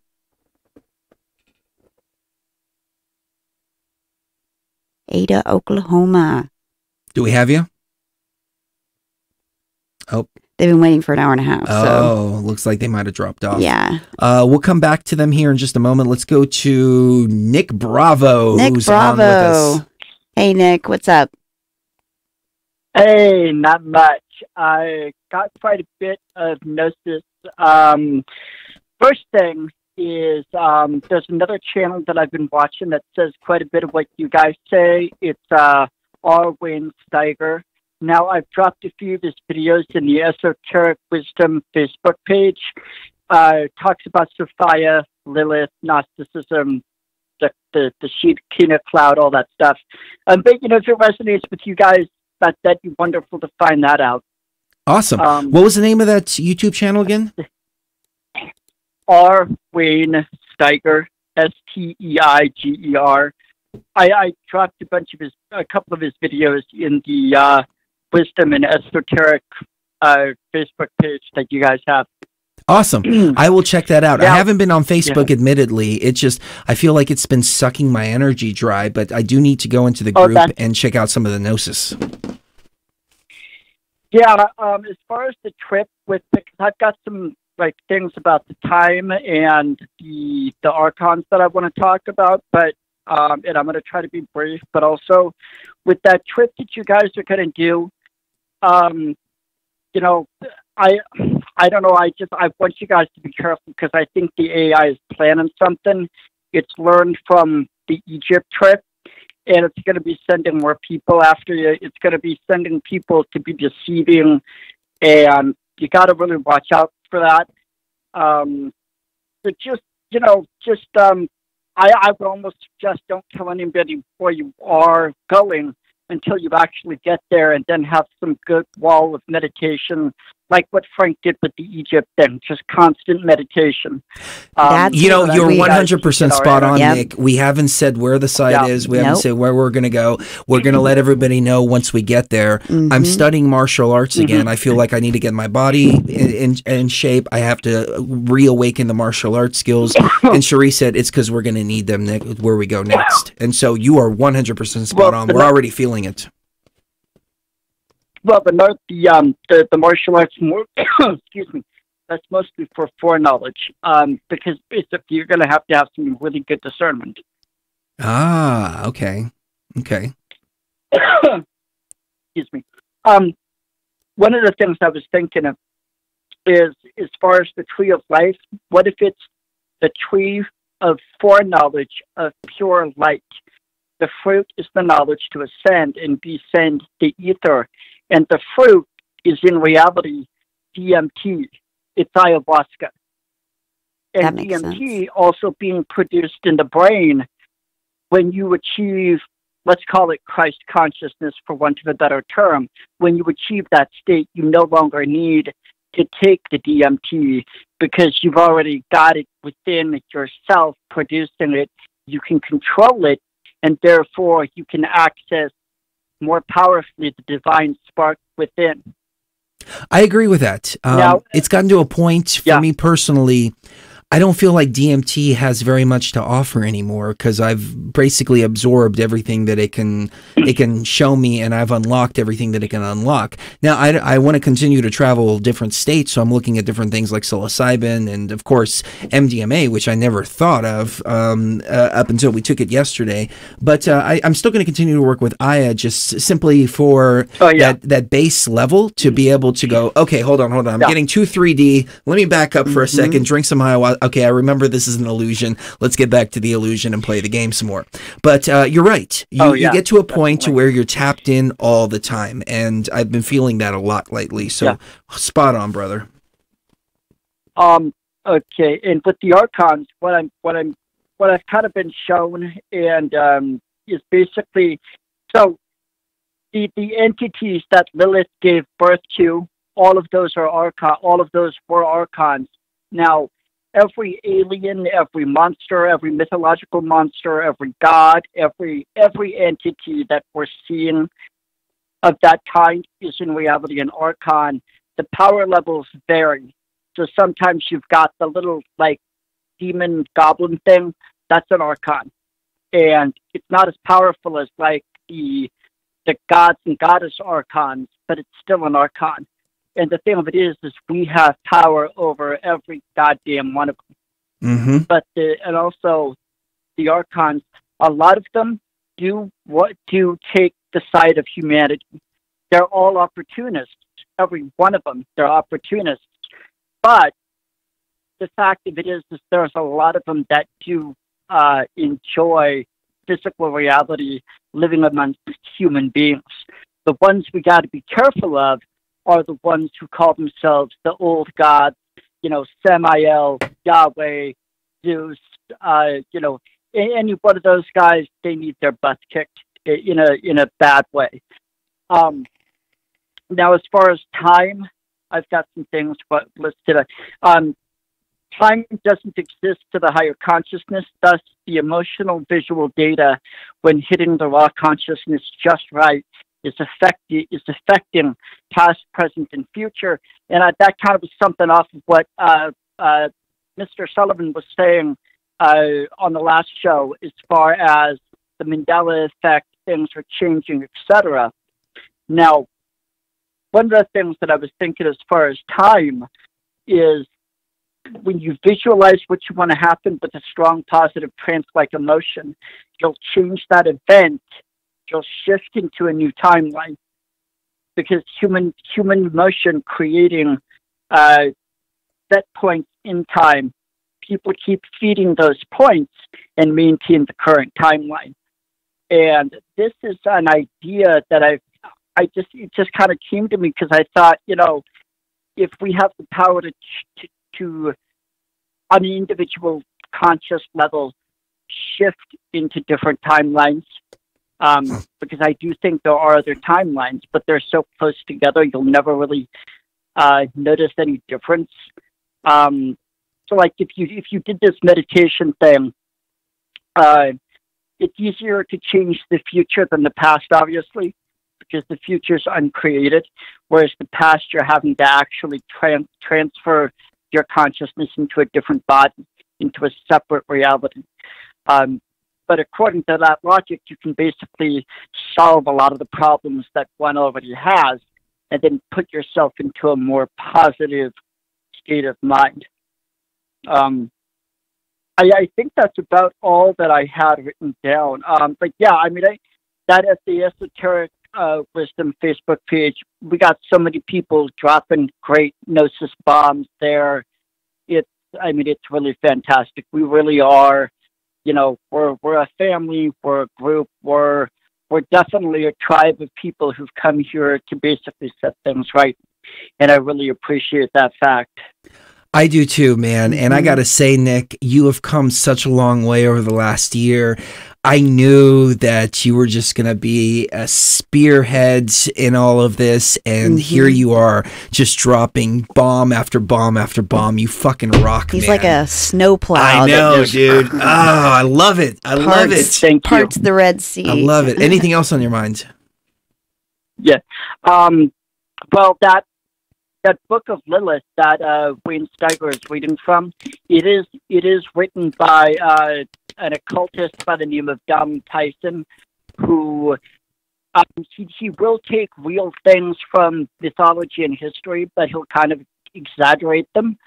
So again, I want other people to either say, yes, this resonates with me, or no, it doesn't, because he takes the whole Gnosticism myth into a slightly different direction. He even discusses some stuff regarding the Kundalini, and something Samael did to Eve in an attempt to recreate the situation that he had with Lilith, which created the archons. I'm not going to go into that any more than that, but nonetheless, there's a lot there with Lilith and Samael and Sophia that we have to really, we've got to go deeper into the Gnosticism. We've got to figure out what happened afterwards, because I think there's a lot of allies out, beyond this matrix. There's a lot of allies, and we really have to connect to them, and we really have to learn how to use our divine spark to basically conquer what archons are here who are standing on our way. Because, Enki says don't get involved in the war of the gods. Well, hey, he involved us long before we involved ourselves. So, I'd like to say, to him, suck it, big guy, because, yeah, I mean, hey. We're going to win. We're going to win. We're here. We're going to play the game. We're going to win the game. And you're absolutely right. Yeah. The recurring theme in this, for me personally, has been, if you think you can do it alone, you're going to fail over and over and over again. I mean, there was a time in Egypt when Cherie was just, I heard this and that. And I'm like, all right, well, if you need to go home, you need to go home. I'll do it myself. I would have failed miserably. Yeah. We have to do this together. We have to all of us. together. Yeah. Dude, back in 2005, from 2005 to 2009, I was on this trip, and I was trying to get everybody to, I was, screaming from the rooftops.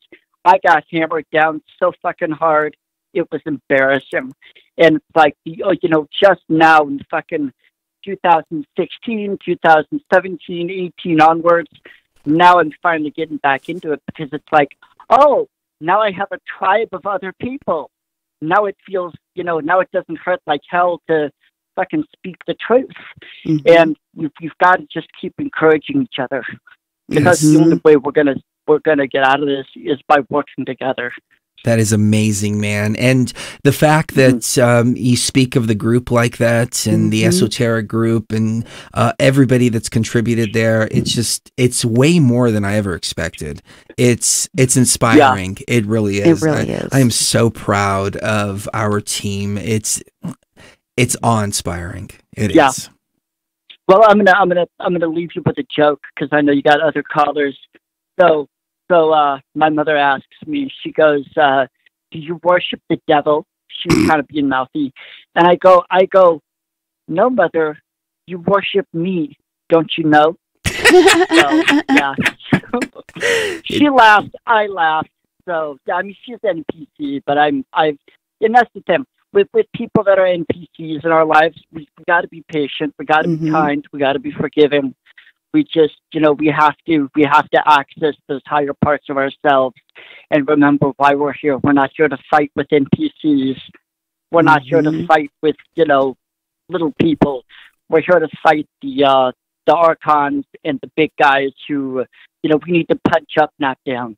Well said, man. I completely agree. And what I took out of the NPC thing is just putting things into perspective. Like with your mother, for example, just expect that from her. Yeah. Right. Expect it. And interact with her on that level. On their level. Instead of trying to bring them up to your level, because they're incapable of interacting on your level. But we are the masters of all levels. So we can, operate there and look somebody in the eye, We or can operate weave higher. in and out. Yeah, we can weave in and out for sure. Love you, brother. Thank you so much for the awesome Love call. you, Nick. Okay. All right. Have a great week. Bye. You too. Thanks, you too. Our people are just so fucking awesome. Yeah, they I mean, are. it's incredible. I'm floored. Yes, I really me too. am. All right. Next caller, we have Huntsville, Texas. You are on the air. Yeah, I was on yesterday. Yeah, my name is Andre, by the way. Andre, what's up, Andre. brother? How are you? Yeah. I want to pick up where the other guy left off about Saturn and the Golden Age. Okay. I just wanted to point out that Saturn is connected to Aquarius in astrology. Well, in Vedic astrology, probably I think it's the Uranus in regular astrology, but in Vedic astrology, which is the original astrology actually, and it says Saturn is connected to Aquarius. And yeah, so yeah, and come to find out, we on the cusp of like Age of Aquarius right now actually, and going into the next golden age. And Aquarius is basically like technology, like it's basically essentially like humanitarian, like technologies and like innovations, things like that. And it's all perfect timing, like when I think about it, because it is all lined up perfectly with the ages. So, because right now we just coming out the dark ages, right?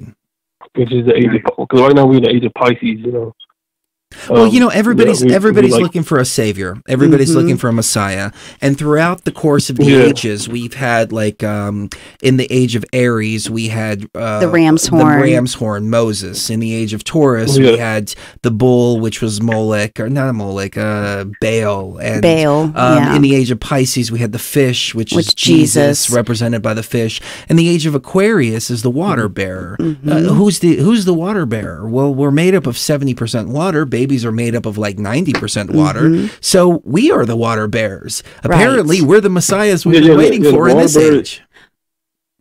Yeah, the water bearer is humanity. That's what Aquarius stands for. It stands for humanity in general. Ah, I didn't know that. It's a confirmation. Yeah. What's really interesting to me is that along with, I mean, you just mentioned this, and I'm thinking to myself, well, wait a second. At every age, there's always that sacrifice. In the age of the ram of Aries, there was the sacrifice of the sheep, of the ram. Remember? Abraham. Yeah, he was going to sacrifice his son. Well, he was going to sacrifice his son, and then the angel came and told him, "Don't sacrifice your son. Instead, sacrifice this ram." Then the age of Molech, Baal, was the sacrifice of, sometimes they would sacrifice bulls. Romans were really big on sacrificing the bull, and then they would slit the bull's throat, and then the blood would go down on top of a woman who was praying, and then she would prophesy. Then you had the age of Pisces, but that was also signified by Jesus's sacrifice. And then you move on to the age of Aquarius. What kind of sacrifice is the artificial intelligence virus going to try to make, just like it has with other ages? I think we have to make it the sacrifice of the ego.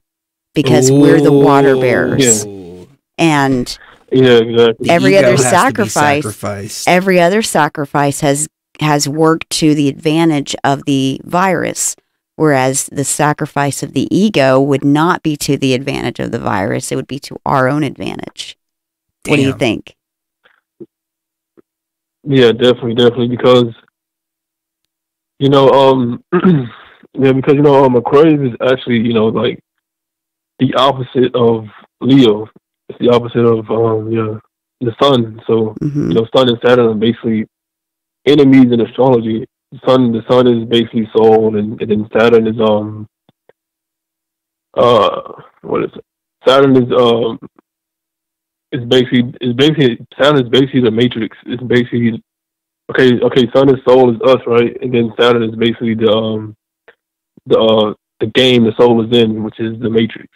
Mm-hmm. And yeah, that's what another thing Aquarius stands for is like like the matrix, like the Wi-Fi field that we're all in right now, Mm-hmm. and yeah, it lines up perfectly, and like each sign has a polar opposite, and yeah, I just wanted to point that out. But no, those are great points. And topic. We're swimming in Wi-Fi right now. We're swimming in 5G. I mean, we've always been swimming in some kind of freaking radiation, radio waves. I mean, it's just a freaking cesspool. Yeah. Well, and Saturn's cube is what in Judaism they would wear Saturn's cube on their foreheads, and the forehead is also where the third eye is supposed to be.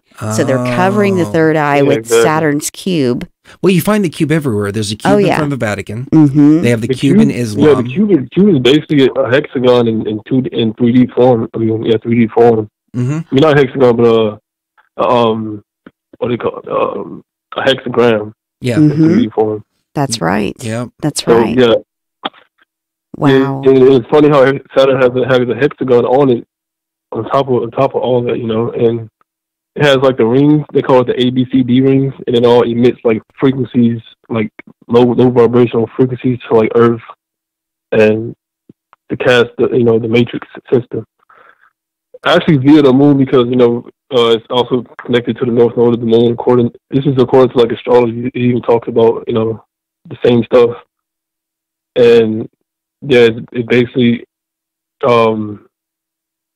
gives us the negative side of the matrix, because there's two aspects of Saturn in astrology. Saturn is not all bad, it actually wants to give you what you want, but if you don't like follow the correct laws of like the system, like the matrix system, you get hit with like a lot of karma and stuff like that. So it's actually both sides of the coin, Okay. Well said. I wanted to talk. Yeah, I wanted to talk about something else, like yeah, like Saturn and Sophia, because in Greek mythology it actually says Saturn and Sophia had kids. I mean, Kronos and Sophia had kids together, and that's where Zeus, Hades, like all the Greek gods came about, and Saturn was didn't want his kids to grow up and be stronger than he was, so he just ate them all, and then and Sophia hid away Zeus, and then Zeus grew up to be a powerful god, and he ended up taking over Saturn's throne, and so now current today, Zeus will actually be Jupiter, which is the personification of Jupiter. Mm-hmm. Is actually and it sounds like Jesus too. Zeus and Jesus kind of like the same kind of the same name, really, if you think about it. And we're also in the age of Pisces, and in Vedic astrology, Pisces is ruled by Jupiter as well. So I thought it was an interesting correlation. That is pretty interesting. I need to look more into Greek mythology, because you're right. Cherie mentioned this a couple of weeks ago, that Zeus is very similar to Yaldabaoth and the story of Yaldabaoth. So I'm glad you brought that up. Yeah. Astrology has a lot, talks about, exposes a lot of things, if you really get into it. But another thing about Jupiter is also Saturn is basically like the six point star. Mm-hmm. Jupiter will be like the 5-point star, and I think it's funny how like everything we do, I mean everything like we draw when it comes to stars is like a 5-pointed star. Right. 1, 2, 3, 4, 5. Yep. We never draw the 6-pointed star. Yeah, we don't draw the 6-point no more. We draw the 5-pointed star now because Jupiter is now supposed to be in control now. Oh, interesting. As above, so below. Yeah. Yeah. I also wanted to talk about how the Pentagon like recently came out and released the former Pentagon official came out and said they had UFOs on radar. They came out on every like major news outlet. Did they really? UFOs on radar? I got to look this up. Yeah. I haven't heard this. Yeah, this is on CNN. It was on CNN, Fox. It was on like all the major news outlets. This came out like last year, like February. Yeah, he worked for the Pentagon, and yeah, they legit came out and said it officially, and I was like really surprised when I saw that because I really think and he said like they had these craft on radar, right, and they defy like the laws of physics and aerodynamics, essentially, implying like aliens and stuff like that, So I honestly think like they're getting ready to announce that they have like connections to like like aliens and technology and stuff like that. It is possible. There was an event. There was an event that happened. I want to say in the 70s, where a bunch of UFOs flew over Washington D.C. It was the 50s, actually. The 50s, yeah. And the event was covered briefly by mainstream media, then kind of swept under the rug afterwards. I think we had Stanton Friedman on, and he brought it up on the show. But yeah, we've had many different sightings, and I wonder if they are. A lot of people say a lot. Oh, go ahead. Yeah, a lot of people said that like when the UFOs were like around like the White House, right? That was actually Hitler's UFOs that he already had made, and he basically sold us out. And he didn't sell us out, but the U.S. basically surrendered to Hitler, and basically the Nazis pretty much took over at that point. Yeah. Under the radar though. It's not like like out there, but like under the radar it took over. So we took all the scientists. We took a lot of like Albert Einstein and Werner von Braun, and they invented a lot of things. Like Einstein invented the nuclear bomb, and then Von Braun invented like the rocket, like the missile system to get us into space. And so we took like Operation Paperclip. Took all the like scientists and stuff like that. I speculate that we actually lost World War II. And there was some kind of secret deal that Hitler was going to be taken to Argentina. They were going to act as though they lost the war. And really, the Third Reich just became the New World Order, or the American government at the very least. So we're living in the Fourth Reich, or the continuation of the Third. But you see all of the scientists brought over in paperclip.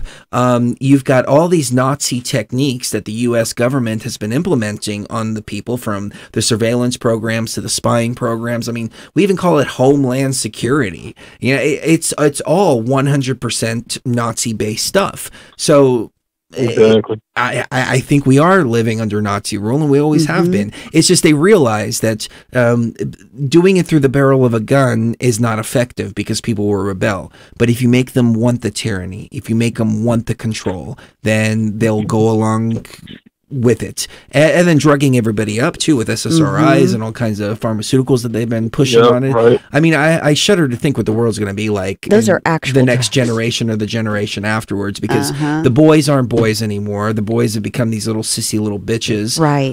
The women, yeah, I mean, the girls aren't women anymore. And it's like, we need to teach these kids how to be men and how to be women. Yeah. It's all screwed up, bro. Because they put a lot of estrogen in a lot of the products we use, like cologne and a lot of other stuff, and it really screws up like the hormones, the hormonal balance of like people in general. Yeah, it does. It really does. So, girls are having are having their period at like 7, 8 years old now, and they're developing breasts at like 7, 8 years old. That's not normal. Girls aren't supposed to be women that soon. And what it's doing is it's feminizing all of the culture, and it's forcing something to happen that's not supposed to happen until it's supposed to happen naturally. And so what happens with that is it throws everybody off balance before we even get to the point where we're able to handle ourselves. And then we wonder why kids are needing antidepressants when they're 13, 14 years old. Well, it's because they were forced to grow up in their body before they were emotionally or spiritually ready to handle that. Well, I mean, there's all kinds of stuff going on. We were just talking about this the other day. You know, I grew up taking karate. We got into schoolyard fights. It was normal being a boy. That's you know, you become a man, and the coming of age is you get into schoolyard fights and things like that. They're sending these kids to jail for standing up for themselves now. I mean, it's bad on so many different levels. That, you know, the way that Cherie and I's relationship works. I mean, and I'm not saying this is for everybody, but it's a traditional energy type of deal. She's the goddess, and I'm the protector of the goddess. And as the protector of the goddess, I'm the one that stands in front, and she stands behind me, holding me up. Right. It works like that. I think that that's the way it was supposed to be. Yeah, exactly. Yeah.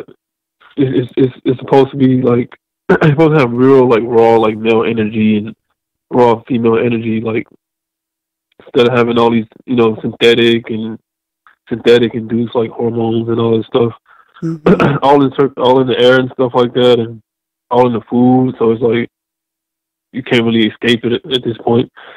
And then like you have like 5G like destroying our DNA and causing cancer, and it's gonna keep like getting worse and worse and worse until like we're on the brink of like extinction at that point, you know. Yeah, I think. Like, well, they're it's really getting. Well, they're finally admitting now that, hey, instead of this population explosion, you know, the population bomb myth, it is a myth. I mean, even Time Magazine's coming out now and saying, okay, well, we were wrong. The population's going to level out at 9 billion in 10 or 20 years, and then it's going to start plummeting. And we're not going to be around a couple hundred years from now. I mean, humans just aren't going to be able to sustain themselves. The population's going to just... Go ahead. Yeah, exactly. Yeah, exactly. 9 billion is like, they said it's overpopulated. It's when we hit the point, and like we're not going to have like enough resources to like survive in general. That's why they're trying to go to Mars and all these other places to try to terraform it and see if they can, I don't know, continue. It's just like any other cancer. It spreads to the next cell that it can possibly find. Well, there's a lot of talk right now about toxic masculinity, but it's not toxic masculinity. They're basically calling normal male behavior toxic masculinity, and at the same time they're forcing toxic femininity on everyone, male and female alike. Well, that's true. I was watching some feminists, and she was talking about how it's disrespectful to her to open the door for her. And I'm that's like, ridiculous. That's chivalry. That's basic chivalry. I open the door for total strangers, you know? I mean, that's just the way I am. And that's I don't know. It's gotten to the point of ridiculousness. It's all about the gender identity crap and, you know, identify this and that. And you got, people, I mean, I guess they just want to be treated like a certain way now. And like, it's all over the place. Well, all because like, you know, like the media. Well, they've made it something bad. If you're a little boy and you get into a fight with another little boy at school, they basically call you bad and say, oh, that's wrong. You know, no violence is ever okay. You know, this is a bad boy for, you know, fighting with another boy, regardless of the reason. Whereas that's not bad at all. You know, boys should be learning how to defend themselves, learning, you know, how to defend what they believe is right. That's part of being a man. Exactly. And they're taking that away from them. So of course they're confused. Of course they don't know how they're supposed to be, because how they're supposed to be is now illegal. I was watching some comedian the other day, and he was talking about how the feminists are all pissy about everything that's going on. And he's like, hey, don't blame me. You told me not to open the doors for you. You told me not to do this. Why are you coming to me and and complaining to me about rape culture and blah, blah, blah, blah, blah. You don't want us to protect you, so go fuck off. I was like, wow, that's genius.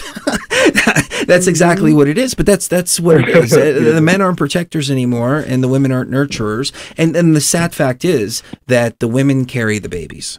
They will always carry the babies. I think the whole rape culture thing is kind of dumb, because like there are men that like actually like, you know what I'm saying, like get violated by women all the time. We just don't say anything about it. Like we just, you know, take it and leave it. You know, we don't really complain about it, because, you know, we men, we don't really care. You know, and it's like, but like women the only one, like, yeah, they talk about it, and, you know, they try to like guilt trip people and like use all these emotional manipulation to, like, you know, sway the media and stuff like that. So yeah, it's nothing but a bunch of drama, if you ask me. Well, I mean, they're making men scared to be around women. I mean, I can tell you this: when the Kavanaugh thing was going on and all these people were coming out and saying, "Oh, he raped me 30 years ago," and all this BS, I was like, I do not want to be around a strange woman unless I have 360-degree cameras and high-definition audio being recorded, so I can have a record of everything that's taking place. Pretty soon, they're going to have an app where you give informed consent to have sex with somebody. I think that's what it's. I think that's what it's going to come down to, because it's getting that bad. I mean, look at this for a little bit of perspective. There's a little boy who's dressing in drag, and he's called a hero, and they're saying that you're bad if you look at that and say, "Wow, they're sexualizing this child. This is wrong." You're the bad one for saying this is wrong.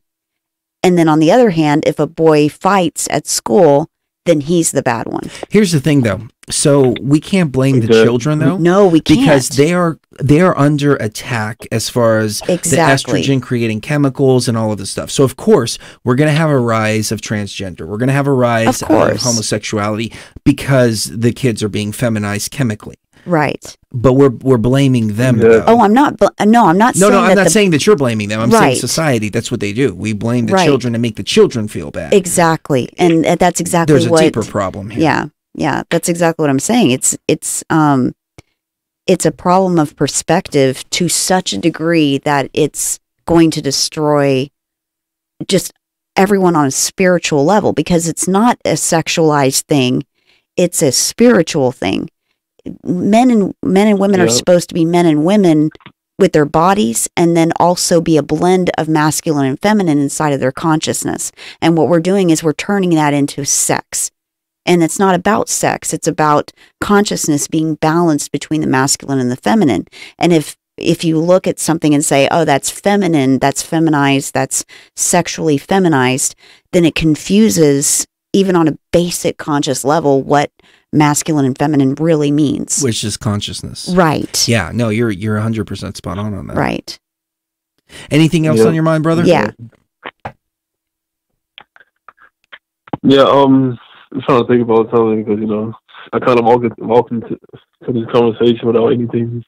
So no worries, you did awesome, man. You brought up some awesome points. Yeah, thank you. Yeah, I'm actually from Houston, by the way. I'm not from Huntsville. I don't know why it says Huntsville. Oh, no worries. But yeah, H-Town. Yeah, H-Town, you know what I'm saying? Yeah, I heard you from I grew up there. Home, so I thought that was. Oh, that's what's up. Yeah, that's what's up, North Side. yeah, I was right there on 1960 in Champions Forest. What? Actually, I'm on 1960 right now, though. But are you really? Over here about Pure Valley. Oh, nice, nice.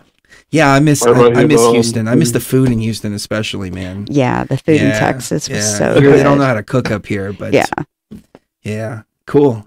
And Yeah, dude, there's so much freaking snow here too. It's unbelievable. I mean, we've got like 4 feet of snow outside. It's like, oh my god. Anyways, we're gonna let you go. We're gonna get to a couple more calls. Yeah. I want you to just look into the Pentagon thing, because I think that's a really interesting article, because the dude came out about the UFOs on radar. Okay. I'll check that out. Yeah, use a former. Yeah. Yeah. Cool. All right. Thank you. All right. Love you, brother. Take care. Oh man, awesome callers. I'm gonna go back to Oklahoma one more time. Okay. They might have fallen asleep though, so let's go to Oklahoma and see if you're back with us. Area code 580. Are you there? Wake up! I think they fell asleep. I think they did feel too. bad now. Oh, I do too. Let's go to People have been waiting a long time. Spokane, Washington. I think I know who this is. Spokane, what's your name and what's on your mind? Oh, I think Spokane fell asleep too. Oh man. Spokane, going once, going twice. Maybe we should keep the calls a little bit shorter. Maybe, yeah. I just figure if people are going to wait for us for an hour, yeah, then we need to give them on adequate time air to talk. Yeah. Trinidad is calling in. I think I know who this is. Yeah, I think I know I'm who looking this is forward too. to hearing from him. Trinidad, you are on the air. What's on your mind? Hi, Chris. Hi, Sherry. Hey, how are you, man? We were just talking about you the other day. Some of the stuff that you were talking about in a previous call. Yeah. So awesome, man. What's up? Yeah. I'm great. I like your new studio. Thank you. Thank you very much. Thank you. Thank you. What's on your mind tonight? Yeah. Wow, a lot. Okay, firstly, I did try the ayahuasca. Oh, excellent. Online recipe. Yeah. All right, so I'm going to go straight into that story since I know that we have to cut the calls a little shorter now. No. Take your time, So, please. You waited what for had us. We're going to happened- wait for you. So Take my time. Okay. All right, so I follow your guide online. I wasn't able to get the what's the seed called again? The Syrian rue. Syrian rue. Yes, Syrian rue. All right, so I end up just using the champa. Here's what happened. I made the brew. I took my time. It took about approximately 2 days to make. Put it in the fridge. I filtered it and so on. It was basically very clean. It didn't have much residue and so on. And I set up everything, have the right lighting, and then took the brew. The thing that happened is I got nothing. Well, you have to take the Syrian rue with. Threw it up. Yeah, you have to take the Syrian rue with it too. The Syrian rue makes it active. Otherwise, without the Syrian rue, it doesn't work. Yeah. Now, I was thinking a lot of things, but then I will also thinking to myself, maybe this happened for a purpose. So I didn't really take it on to say I was disappointed after all this work and time and effort and intentions, and I even used sage and all these different things to clear out the area. So my girlfriend, I told her that I had the brew, which she was supposed to take, but she wasn't available to take it with me at the time. I told her, well, I have 2 more dosage, and you can have one.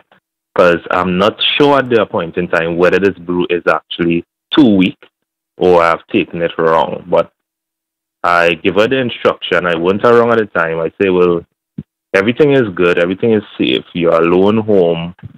Just follow my instruction. If you have any issues, call me. But you can take the brew, because she was very excited to have it. And yeah, she took the brew. And she got an experience that lasts approximately 36 hours. 36 hours?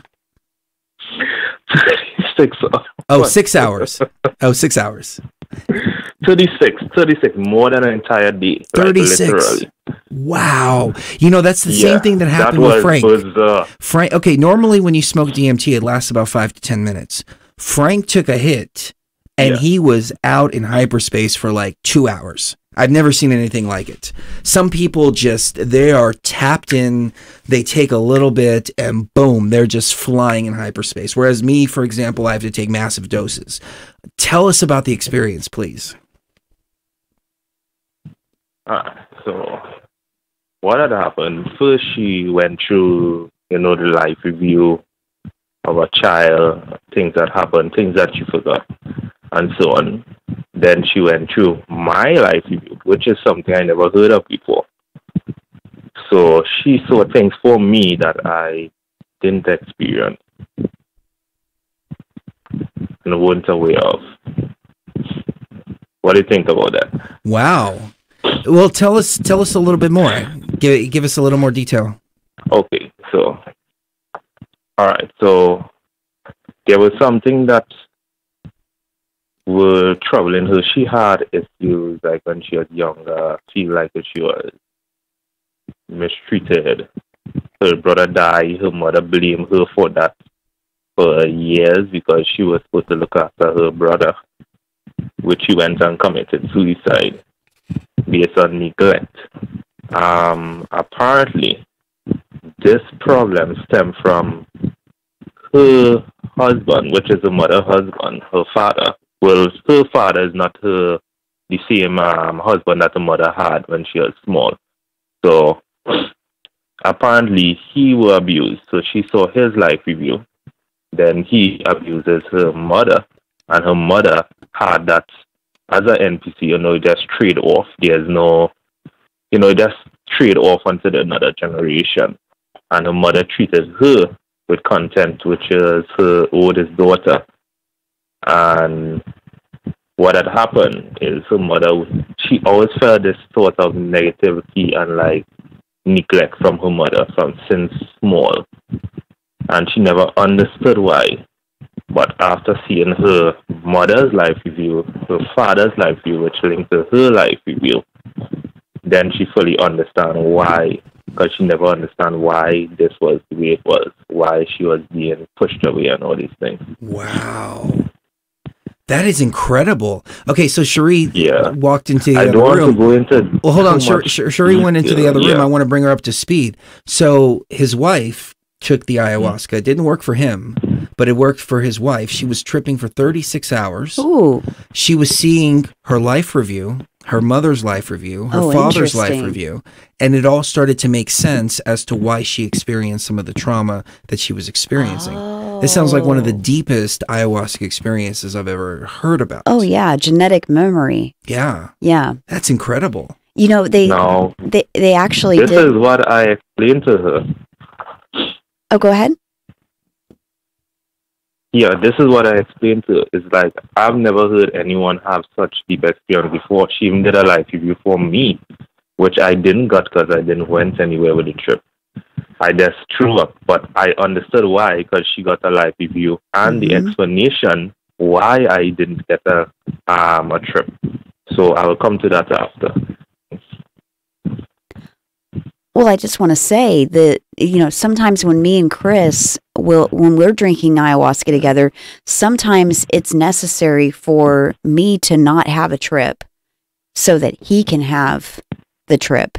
And then vice versa. Sometimes, like even when we've were had in the Egypt, exact same brew, and it doesn't work for her, and it works for me great. or the other way around. Or the other way around. At the Temple of Hatshepsut, I didn't go very deep. Right. I went way deep hyperspace on the exact same brew. So it's funny how that works. Mm-hmm.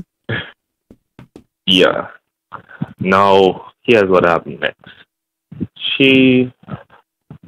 Previously for all of that, she had a connection with her grandmother, where her grandmother, I told her, in fact, I evaluated her story about her grandmother coming back and speaking to her and telling her about events that will have happened before time. And everything is always 100% accurate. Since the last time I spoke to you, I developed an ability, which I don't know what to call it, but I call it vibing. I can think about someone totally stranger or a situation, and it's like 50 years come in my mind. I will know exactly what will happen, what the person will say. Once they are NPC, I can know exactly word to word what they will do, what they will say. A conscious being is not so accurate because we can manipulate our actions unpredictably. So it's not that accurate, but NPC is spot on 100% of all the time. I'm always correct. Now, her grandmother apparently is one of us, but she found out a way not to leave the matrix but to linger around to help her granddaughter, which is, you understand where it's coming from, to be awakened. So she had a couple, like, her grandmother came at times, pull her out of her body, carry her places, talk to her, tell her about certain things, trying to get her, but was very adamant and very stubborn about most of the things. Even what I'm telling her about my experiences, because as you know, I astral project. Now, she was very adamant until after a while, certain things came through, and then she said, no, this is like really serious. And I keep on telling her, you are not like the others. You stop trying to be like these people because you are not like them. They will never fully like you. And there's something that I noticed. According to the listeners that are out there, this is something very important. And it happens to all of us. When you get awakened to a certain level, the immediate NPCs within your environment, somehow the system will turn them drastically against you. Yes, you they activate. They will do whatever they can, almost as if they pick up on the frequency, or they're told from the hive mind to try to pull you back down into that frequency. It happens all the time. Friends, family, all kinds of stuff. You can not have any like total robot behavior. Oh, I've had experiences where I don't have any contact with a person from my past at all. Like there's no contact at all. And as soon as I start moving forward in a certain area that they've kept me from moving forward in the past, they'll call me the next day out of the blue, and I haven't heard from them in forever. And suddenly they're there right as I'm trying to move past this block. Yeah. So no, I completely understand what you're saying.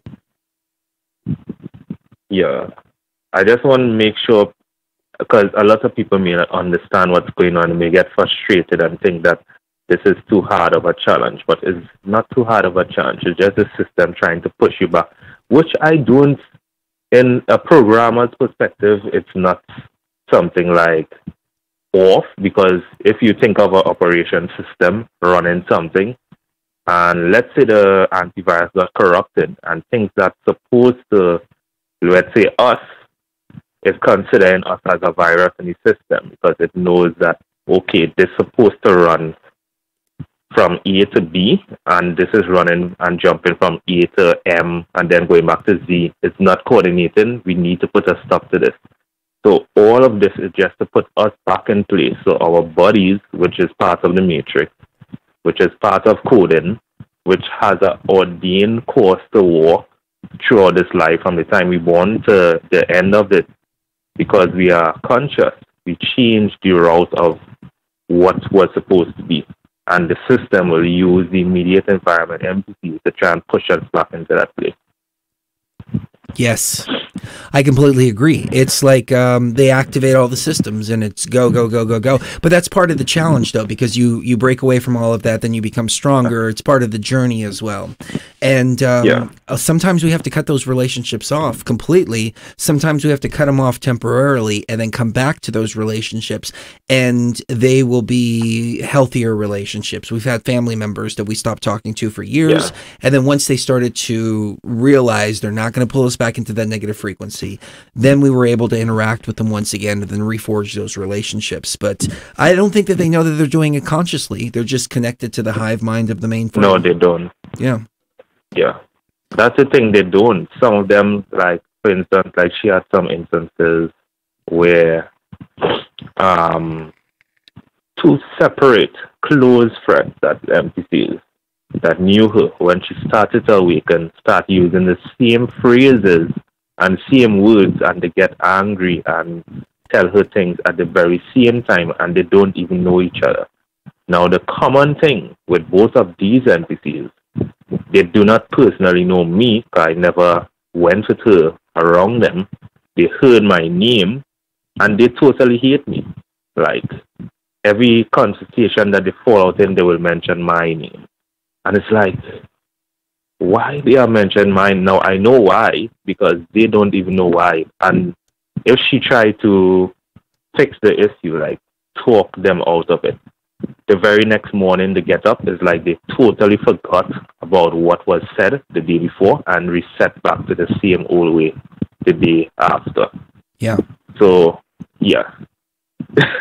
Yeah, I mean, we've All dealt right, with so- it too. You know, we've had instances where we're pulled back into the 3D, and this is why I'll always use ayahuasca, DMT, psilocybin, something like that.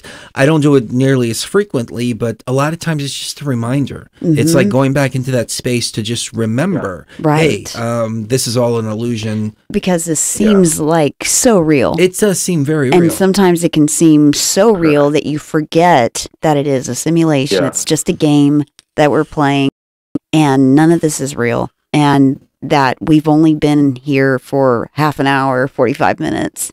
That we forget that because it's so convincing, especially like with things like pain. You know, it's so convincing that this is real that you forget that it's all just a ride. I've It's been just pretty a game. good with pain lately. Like I've had you a have. toothache that's been bugging me for a while, and I can just focus and just turn it off. Mhm. And yeah, I haven't had extreme pain, but a toothache is pretty bad pain, and being able to master that, it changes the game a little bit. Mm-hmm. Yeah. Yeah. Anything else on your mind? So, yeah, there's a lot more. That's All just right. a filler for what I'm going to tell you next. Okay. All right, so let's continue. All right, so what had happened next is after that experience, she was taken to my library where I was a child, and well, I never grew up with my parents and so on. And I discovered that I was with my aunt when I was like around 3-4 years old. And as time goes by, my aunt never really treated me bad, but there were others that used to treat me bad. I used to look at other kids and, you know, not knowing who I am then, you know, you have certain things that will take into your subconscious, hurt and pain and feeling different and these things. But as I grew older, in order to deal with this hurt and this pain, and I realized almost all of our conscious beings have a stage in their life where they feel like committing suicide. It's something common among us because we don't understand what's going on around us. You're feeling like everything is like pressuring against you in a certain way, and you're trying to be like the entities, and they're not fully accepting you into their circle. But they're like taking and coming at you and taking, and eventually all that pressure, if you don't understand what you are in, you want to end your game in the current life cycle that you come back in. So it's like you go through that stage. But what I did, I took all of that pain, all of that hurt, put it in a shell and lock it away deep down in the midst of the ocean within my subconscious. And over the years, until that no longer seemed to exist in my conscious mind, but subconsciously, that was still there. And it was so toxic, so much pain, so much hurt, crunch up like a nuclear bomb, just lying there. Now, apparently, when she saw those things, then she also was told that that is the reason why I could not have gone on the trip, because that was apparently causing a blockage. I needed to be aware of that for it to surface first. What do you think? Interesting. And I went away. I took 2 days to try and recall what on earth it is that I'm trying to hurt. I totally forgot about those things. And she told me, all she said is, think deep, you will remember. Just think deep. There's something that is troubling you, that or used to trouble you, but you put it away so deep that it can't resurface, but you need to remember. And when I did remember, Chris, I could not have stopped crying. It's like my body is crying, like uncontrollably, and I cannot stop myself. I'm trying not to cry. I'm not a cry person. And I'm trying not to cry, like literally. And my body is crying on its own, against my will. And like all this hurt and all this pain, it was disastrous. But it felt good, 'cause I felt much lighter after all of that. I've been there. Yeah. I've unlocked a lot of childhood trauma that I had suppressed, and it was rough, but we come out of those situations with the understanding of what happened to us and being able to break the chains and the tethers that bind us to that. And then we realize a lot of our behavioral patterns and thought patterns are based on being traumatically tied to those events. But if we don't remember those events, we don't even realize we're tied to those events. So it's the most healing to face that, break those tethers, and then we really break free of them. Yeah, true. And it really opened my eye towards that, because I'm like, watch how dangerous that is. That programming and all this hurt, all these things were in my subconscious. I function on a daily basis, not even recalling or remembering these things.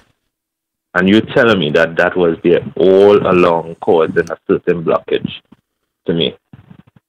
System blockage. Really, I like the way you say that. System blockage. That's a great way to frame it, because that's exactly what these traumas are. I call them tethers because they're keeping us bound to these boxes, but blockage too. It doesn't allow the energy to flow. And not only that, though, it's a blockage because our conscious mind this is what thousands of years or even a million years of evolution has done to us. The conscious mind does everything it can to forget trauma. And what it does is it puts layer after layer after layer after layer of scar tissue over that memory or over those memories so that the conscious mind doesn't have to deal with it.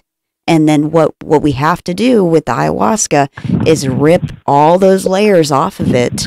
And that's a painful experience, or it can be painful, but it's almost like an emotional purge where your mind has to remember it, and then you have to heal the damage that it caused at the source. You can't just put another layer of numbing over it, or that's just compounding the problem over and over and over again. And once we deal with this, and once we heal this part of our consciousness, then the energy, like Chris said, can flow properly once again, and then you can move forward and upwards in your consciousness.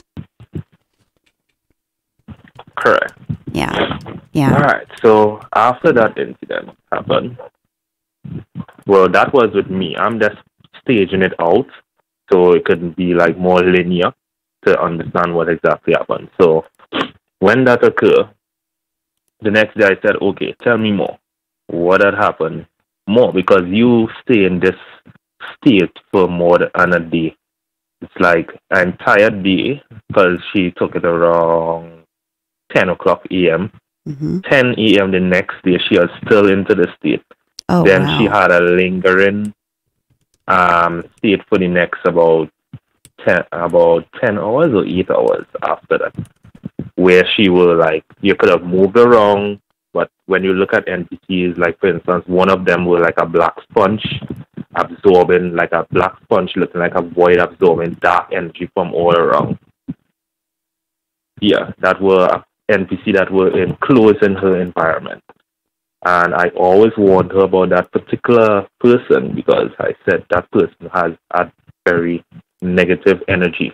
I can vibe their energy, and I always tell her they have a very heavy negative energy. And when they come around you, they like this person, that energy is like they always try to create a conflict or something of chaos, conflict, argument, something that will feed them. And when she saw them for what they were through the eyes of the brew, they were actually a dark black sponge absorbing dark energy from all around them.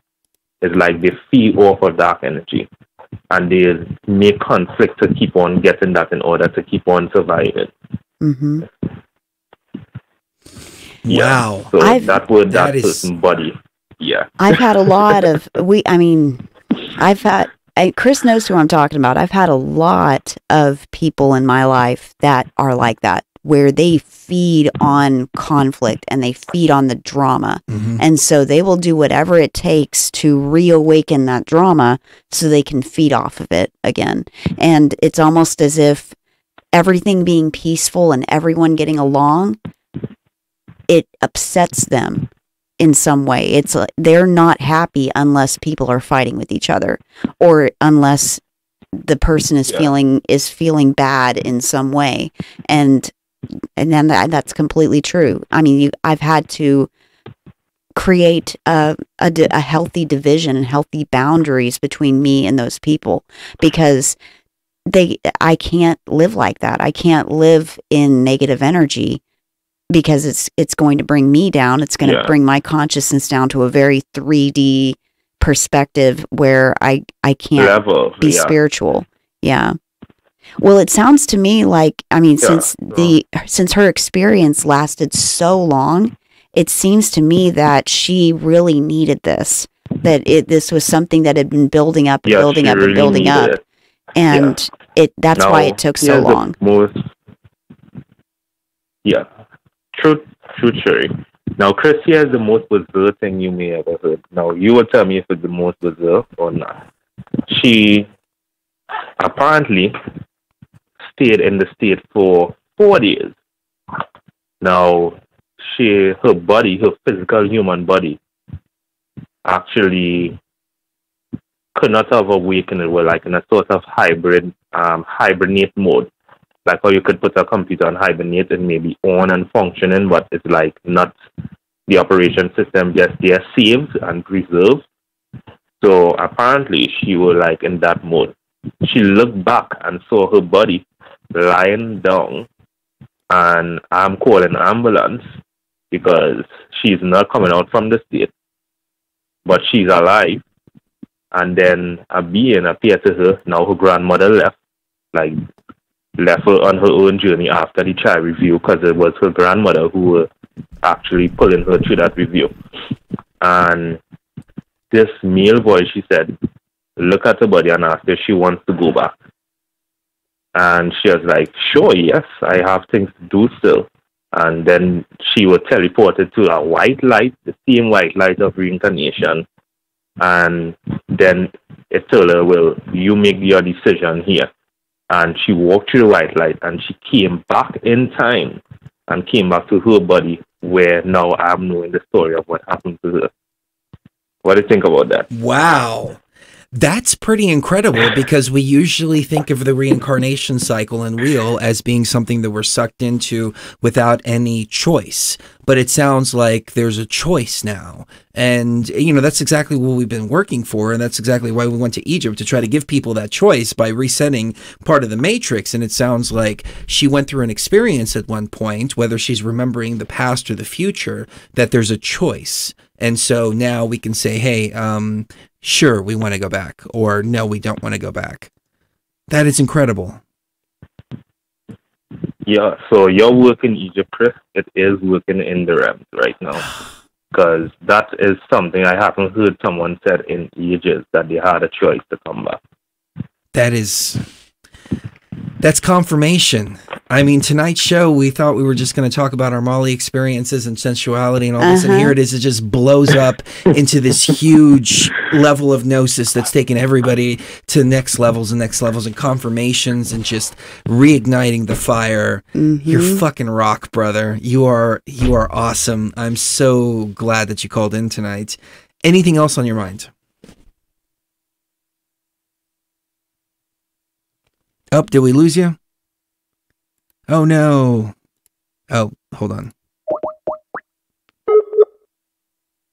Okay, there you are. No, we had lost you for a second, so I didn't catch anything of what you said. What I was saying is, I'm so glad that you called in, because you're dropping bomb after bomb after bomb. It's been an amazing show. So start that thought over again, please, because we had some internet connections here. Sorry about that. Okay, so what had happened right after that event, she came back to her body, then she left her body again when she closed her eyes, then jumped into a parallel timeline where she was floating around and were interacting with another version of herself that left her body in that timeline, which we all know this is possible because it's a matrix. All right, so it will have parallel timelines. It would have split of versions of yourself, or we are beings that can do this to our consciousness in the matrix. So she would interact with that one of herself, and that version of herself were abnormal to all the things of believing that she is not a so-called human being, and she is a conscious being. And she was trying to talk to that version of herself. In that version of herself dream, apparently that version of herself left her body and was having a kind of psychedelic experience, but confused, and maybe in their subconscious is happening, so they're not fully conscious of what's going on. And she was telling that version of herself, you need to wake up, like, what the road you're going right now is off. Your end wouldn't be too happy in this timeline. And that version of herself was actually quarreling with her and telling her that she wants to remain like this. She doesn't want to go into these things. Then she zapped out of that and then went into my life review again, where she saw my ex-girlfriend, which she never saw before. And my ex-girlfriend apparently had a miscarriage. And apparently a conscious being jumped into the body when the fetus was made, and then the miscarriage happened. And now he forgot, or it, well, we are not male or female, because apparently she saw, I will get to that just now. And what had happened is that that being thinks that I'm its dad, like a normal human being. And it's in the REM. It came to her and tell her, Auntie, where's my dad? And she said the appearance of it took my resemblance, my appearance. I was like, where's my dad? I want to see my dad. I need to meet my dad. And that's after she saw the whole life review where my ex had the miscarriage and so on. And how my ex was like so sad, and she wanted to come back with me and all these different things, but she knew it was too late at the time and all these different things. So did you ask your ex, or do you know for a fact that your ex had a miscarriage? Like, is there physical confirmation to the visitors? I confirmed, yes, I confirmed after. Wow. That's incredible. Wow. These are the most powerful experiences, ladies and gentlemen. I mean, you know, when you see something in the realm and then you confirm it later in the physical, and this has been our whole journey for the last 10 years. We'll see something in the realm, then confirm it in a book or confirm it somewhere else. And we've never and it becomes fact and gnosis right then and there for you.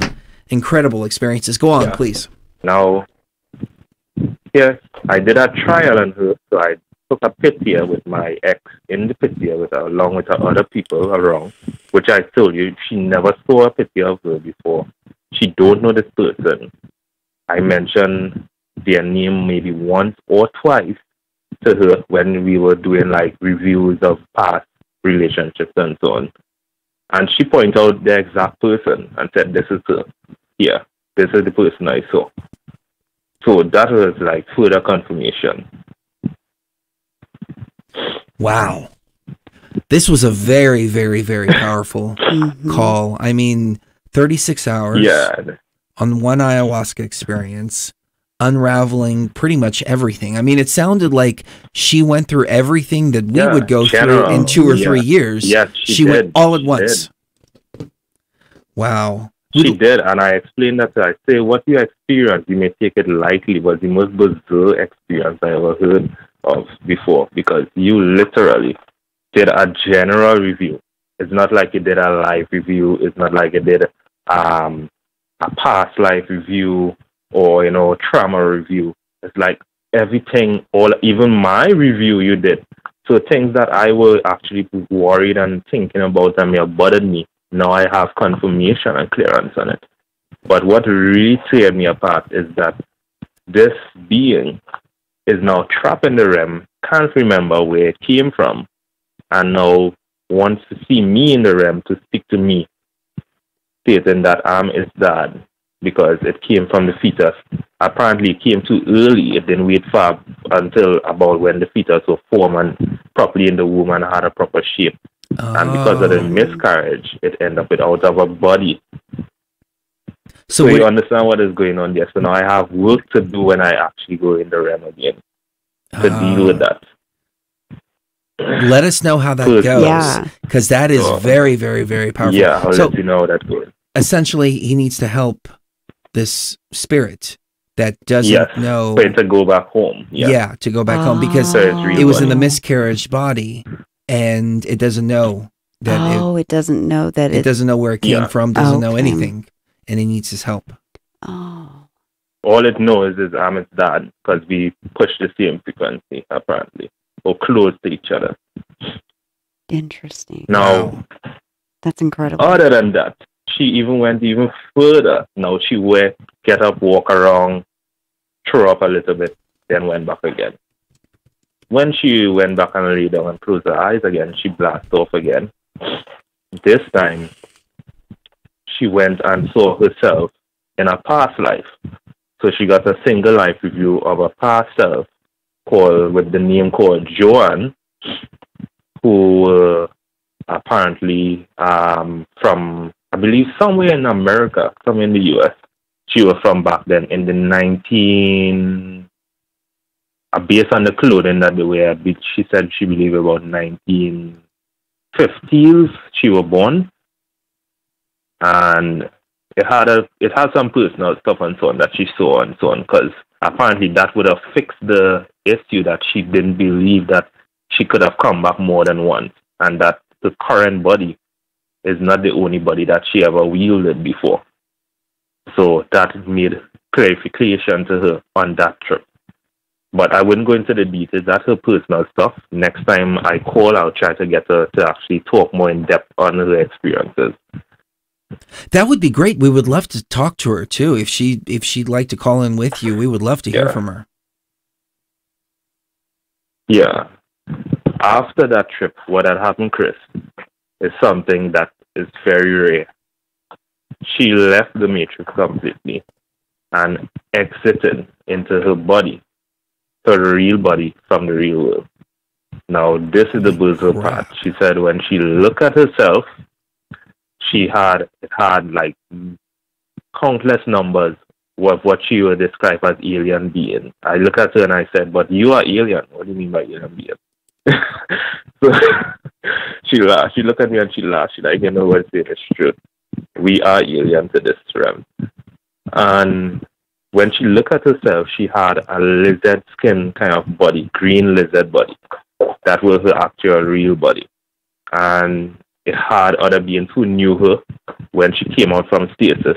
And they started walking around this huge, she said all she could describe as this huge spaceship with lights that she cannot give me the colors of the lights, because the colors are not within this realm. We don't have names for those colors and so on. And it had like trees and things all up on like on the roof, like it doesn't have any real gravity, but yet it has gravity. And it had a lot of other beings on that ship, like so much other beings, looking like her, looking like lion faces, snakes, a set. So let me ask you this. Let me ask you this, because about 3 or 4 months ago, I started talking about this. I started talking about seeing my real body, seeing the cobra head, the other beings, the boars, and other different types of animals, the lion's heads, all that. Did she hear any of those shows, or did she independently have these visions without being aware of any? She don't listen to your shows. Wow. Don't listen to your shows, apparently. Amazing. That is incredible. She listened to Ralph Smart and Ryan Cooper. Ralph Smart normally helps people within the Matrix, get terms for themselves. He's a nice guy. And Ryan Cooper more on astral projection and so on. But never listen, because she always finds too long to listen to. That is incredible, because it confirms to me, all night has been confirmation over and over again that we're on the right track, because it confirms to me that I need to explore those visions a little more, because I kind of put them off to the side because I wasn't quite sure. We're reptilian, we're cobras, we're this, we're that, I don't know. That could just be another AI trap. But if she's seeing all of this in this incredible, incredible experience, I think that's confirmation. That's amazing. Yeah. Now, that was very bizarre. I started to ask her, well, what's the design of the ship? Because I can't remember any of these things, you know. And I started asking her like detail, like, did you see the pods? She says like, yes, I saw some pods with some aliens in the pods, and so on. And then she said it had this particular alien, the kind of fort, like a shielded, invisible shielded area, and the beings that were escorting her told her that she is not allowed to talk to that particular being. It's like they have that being under, I don't know, like almost like arrest for committing quarantine, some sort of, kind of like a quarantine, yeah. Yeah, some sort of quarantine of some sort. And she was like, but I want to see, and there's like, no, you're not allowed to speak to them right now. And after about, well, she said she spent approximately outside of there, it felt like about 2 days, when in reality it wasn't really 2 days, because that was like, in terms of the span in our lifespan right now in time, maybe I would average about 15 minutes experience. But it was like 2 days she stayed on the ship. Then she like blacked out. I guess she like get zapped back into the matrix. Her consciousness went back into the machine. She like blacked out, and then she came back to her body. Now the lingering stages after that was like when she was like eating like the fruits and so on, had a lot of eyes, and they were like speaking to her, and the plants were speaking to her, and so on. She could have talked with the plants, and the plants were telling her back about the environment around them. And when she looked at meat in the fridge, the meat was looking horrid, and she could actually feel the pain from the animal that was killed before. It was kind of like really disturbing after that, for the lingering off period, which lasts about 8 hours after. Yeah, so to make a very long experience, because she still has a lot of things that she hasn't told me as yet, and I try to make this very short but understandable of what exactly happened. That's why. That is amazing. Thank you so much for sharing all that. You know, I went through the same thing with meat for a while. I went through this awakening. I could feel the pain. I could feel all of that. But then a new perspective came in that it's essentially all just energy, and it's energy exchanges, and this is what the Matrix does. It has energy sources that move around, which are the animals, other energy sources which grow from the ground, and everything consumes everything in order to keep things new. So, yeah, I eat meat these days, but I know exactly the feeling, though. I've been there, I've seen it, and yeah, it's incredible, man. I mean, the whole experience is just blowing my mind. I don't know what to say. Yeah, it's even blowing my mind. And as I said, there's still a lot more that she hasn't told me. She said she'll tell me as time goes by. Oh, Chris, I forgot. She even saw her own death. Now, that was very traumatizing to me. She didn't want to tell me at all. What had happened, we moved from where we are now. Remember, I told you that in the near future, I would be moving from where I am now, and I'll be going across to Canada. She saw where we were in Canada. We made a kid. That kid was about 4 years old. And apparently some jealous people, because what we're doing some great work and helping the conscious beings and communities like ourselves, you know, come together and understand what's going on. Had a bunch of jealous entities based on what they're seeing is going on, thinking that we're trying to pull attention and they are not getting enough attention, whatever they have and so on. Run into the home after I left and came in to kill her and the child, which she came in front to protect the child, and she was killed in the process. She would age, she said that it will happen in about 12 years' time. So I was asking her if there's a way for us to change that, or if it's a concrete thing within all the timeline. No, there's a way to change it. Yeah. Absolutely. That's I why. can't speak it normal now, but I was really traumatized about it. Well, I mean, that's why I consult Cherie with pretty much anything I do, because the stars will let us know, astrology will let us know. We can either be aware of it and go with it if it's a positive, or we can be aware of it and go against it if it's a negative. So if you change up a few things, if you're aware of the situation, you can definitely change it. It's not etched in stone. I think it was more of a warning than something that was set in stone. Okay. You can change it. All right. It's so up to you. I really wanted that answer. Yeah, I really wanted that answer because it's something that I think we have so much more to do, and with her not being around at that stage could really cause a lot of damage. Mm-hmm. Have you moved to Canada already? It's nice to hear that. Not as yet. See, hopefully, it may be something thinking about this year. Maybe you don't want to move to Canada. Maybe that's the key right there. I'm just throwing an idea out there. Or move somewhere else besides Canada. And that changes the whole dynamic right there. Oh, okay.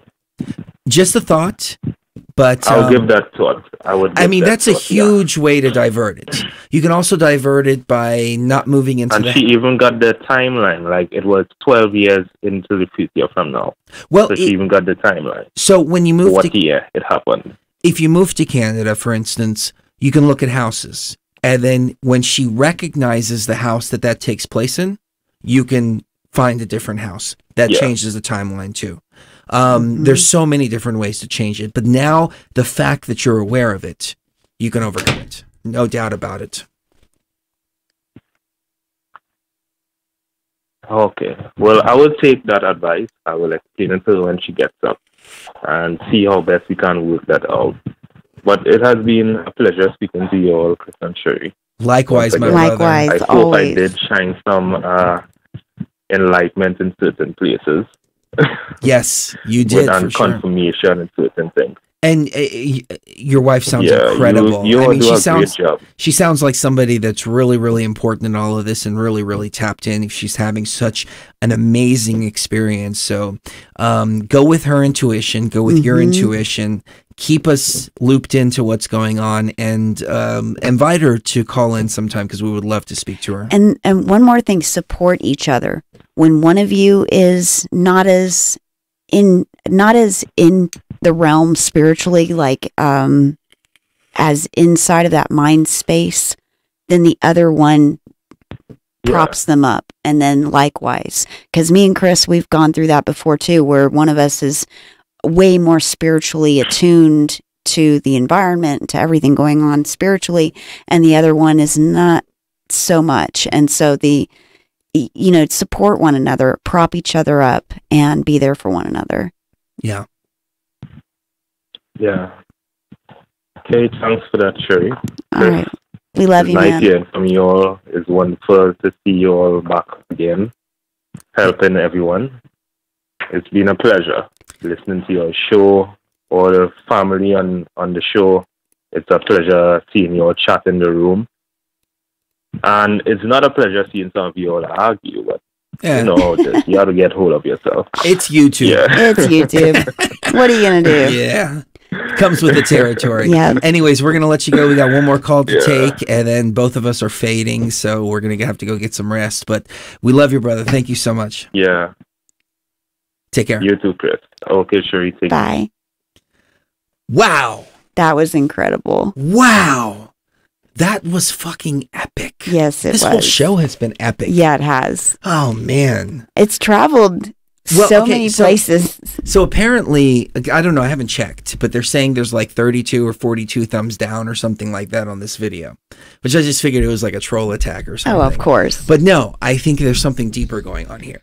We were getting into some heavy shit. Yeah, we were. In the last 2 hours, 3 hours of the show. And so like it happened right when we went on air. Thumbs down, thumbs down, thumbs down, thumbs down. Yeah. I think it was the AI reacting to what was about to go down. Oh, I mean, because we've cracked barriers that tonight, for me personally, the confirmation. I mean, he's telling us that she's remembering having a choice of the reincarnation cycle, which is exactly what we're talking about. I've never heard of anybody saying, hey, I remember having a choice in the reincarnation cycle. After Egypt, after resetting the goddamn matrix, boom, there we go. Yep, exactly. It's working. Well, We're doing it. And most, it's not just an elaborate psychedelic experience. There are some people who do shows and they'll talk about ayahuasca and things like that, but they refuse to talk about Molly, MDMA, you know, those kind of drugs. Then you have people who are more than willing to talk about Molly, and they might talk a little bit about DMT, but they don't talk about ayahuasca, and they've never tried ayahuasca. Never had that experience, and I don't want to talk about it. But put those two together and all of the other things that we talk about, I don't think anybody has covered as much ground as we cover. And so, of course, the AI is going to throw a freaking fit. Yep. Over this. Let's go to one more caller, and I forgot there's a live show on TFR right now, and we're taking up the call board from them. So I think we need to get a dedicated BTV call board. Yeah, I think we do. Yeah. Anyways, we need to invest in it. Let's go to California area code 951. You are on the air. What's your name and what's on your mind?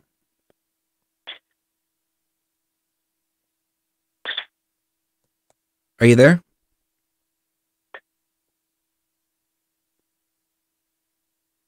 You are not coming through if you are. I can hear a small voice, but...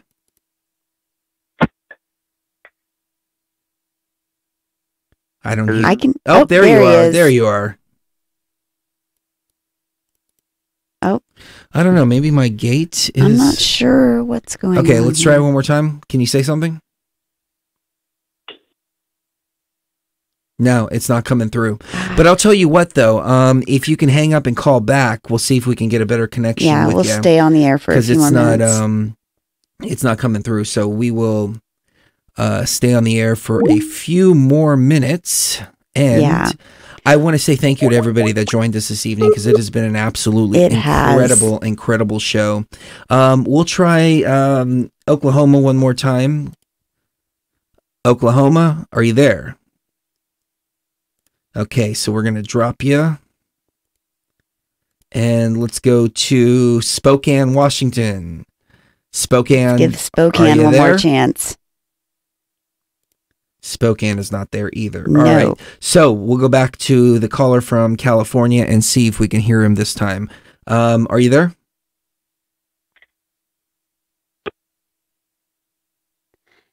This is so weird. Can't hear anything. Bizarre. I think this is an attack by the AI. You know, if you're calling on Skype or something like that, it may be a problem like that, but I can see something popping up over here and I can hear a click, but we don't hear you. We don't hear your voice at all.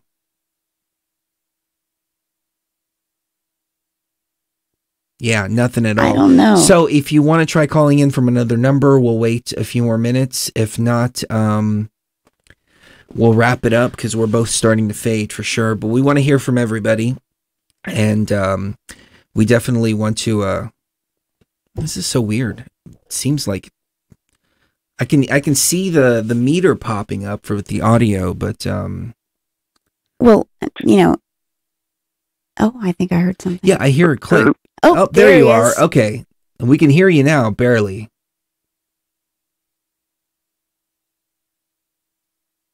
No. Are you with us? I bet you he's calling in from some kind of voice over internet. And he just has a bad connection or something. That could be it. Yeah, because... You know, my voice is fading. But I wanted to bring up one more thing. There's this music video that somebody posted in the esoteric page. Oh, poor baby, your voice is fading. Yeah, it is on Facebook. Aww. And it's called Gesafffelstein.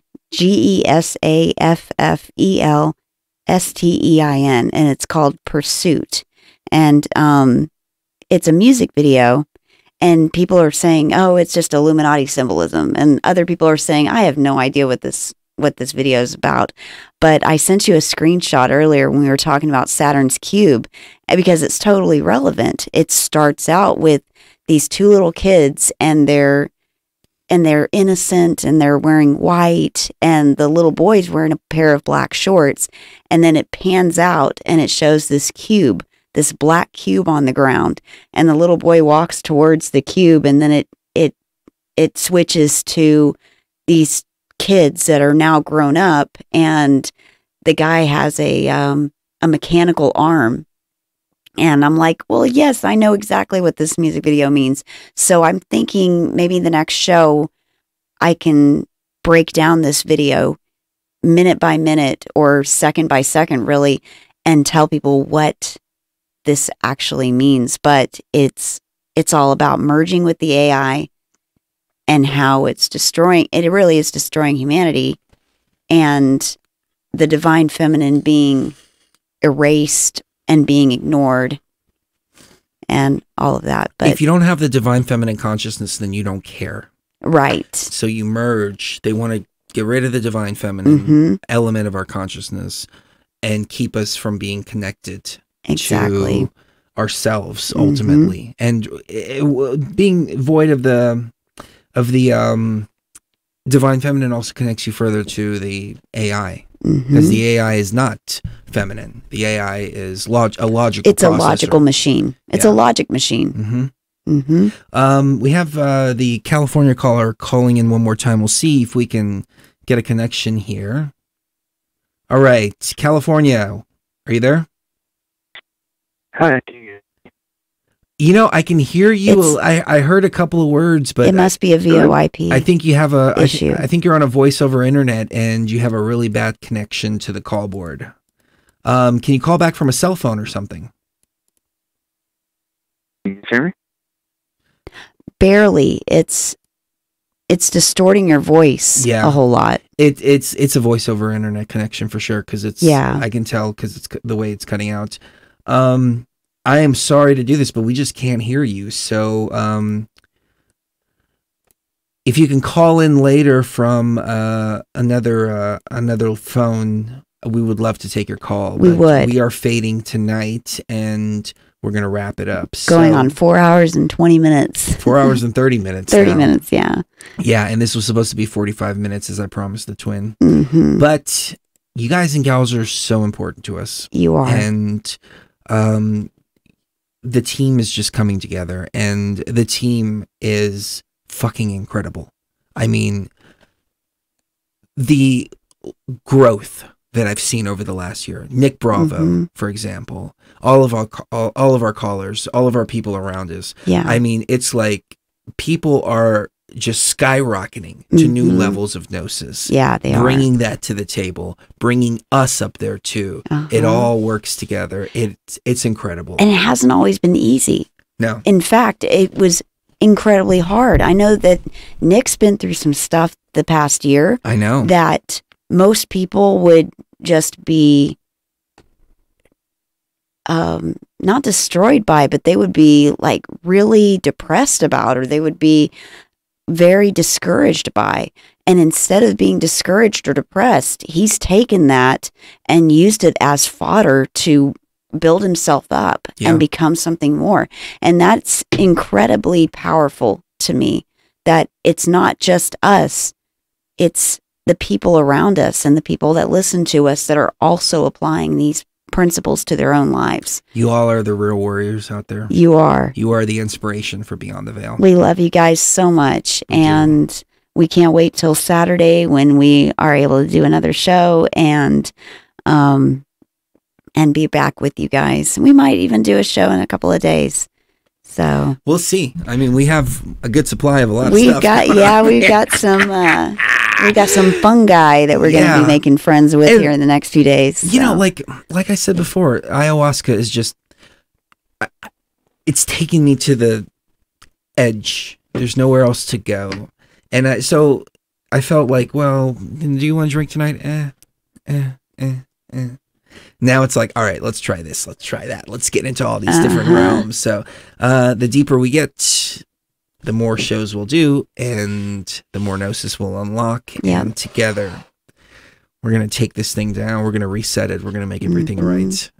I'm more confident now than I have ever been in this entire journey, especially after hearing all the callers and what kind of awesome team we have here. Yes, it starts with going beyond the veil, and then we take what's beyond the veil and bring it to the forefront for you guys. Yes, So, definitely. So, kiss the one you love right now. You never know when the last time it's going to be, and we'll see you even further. beyond the veil.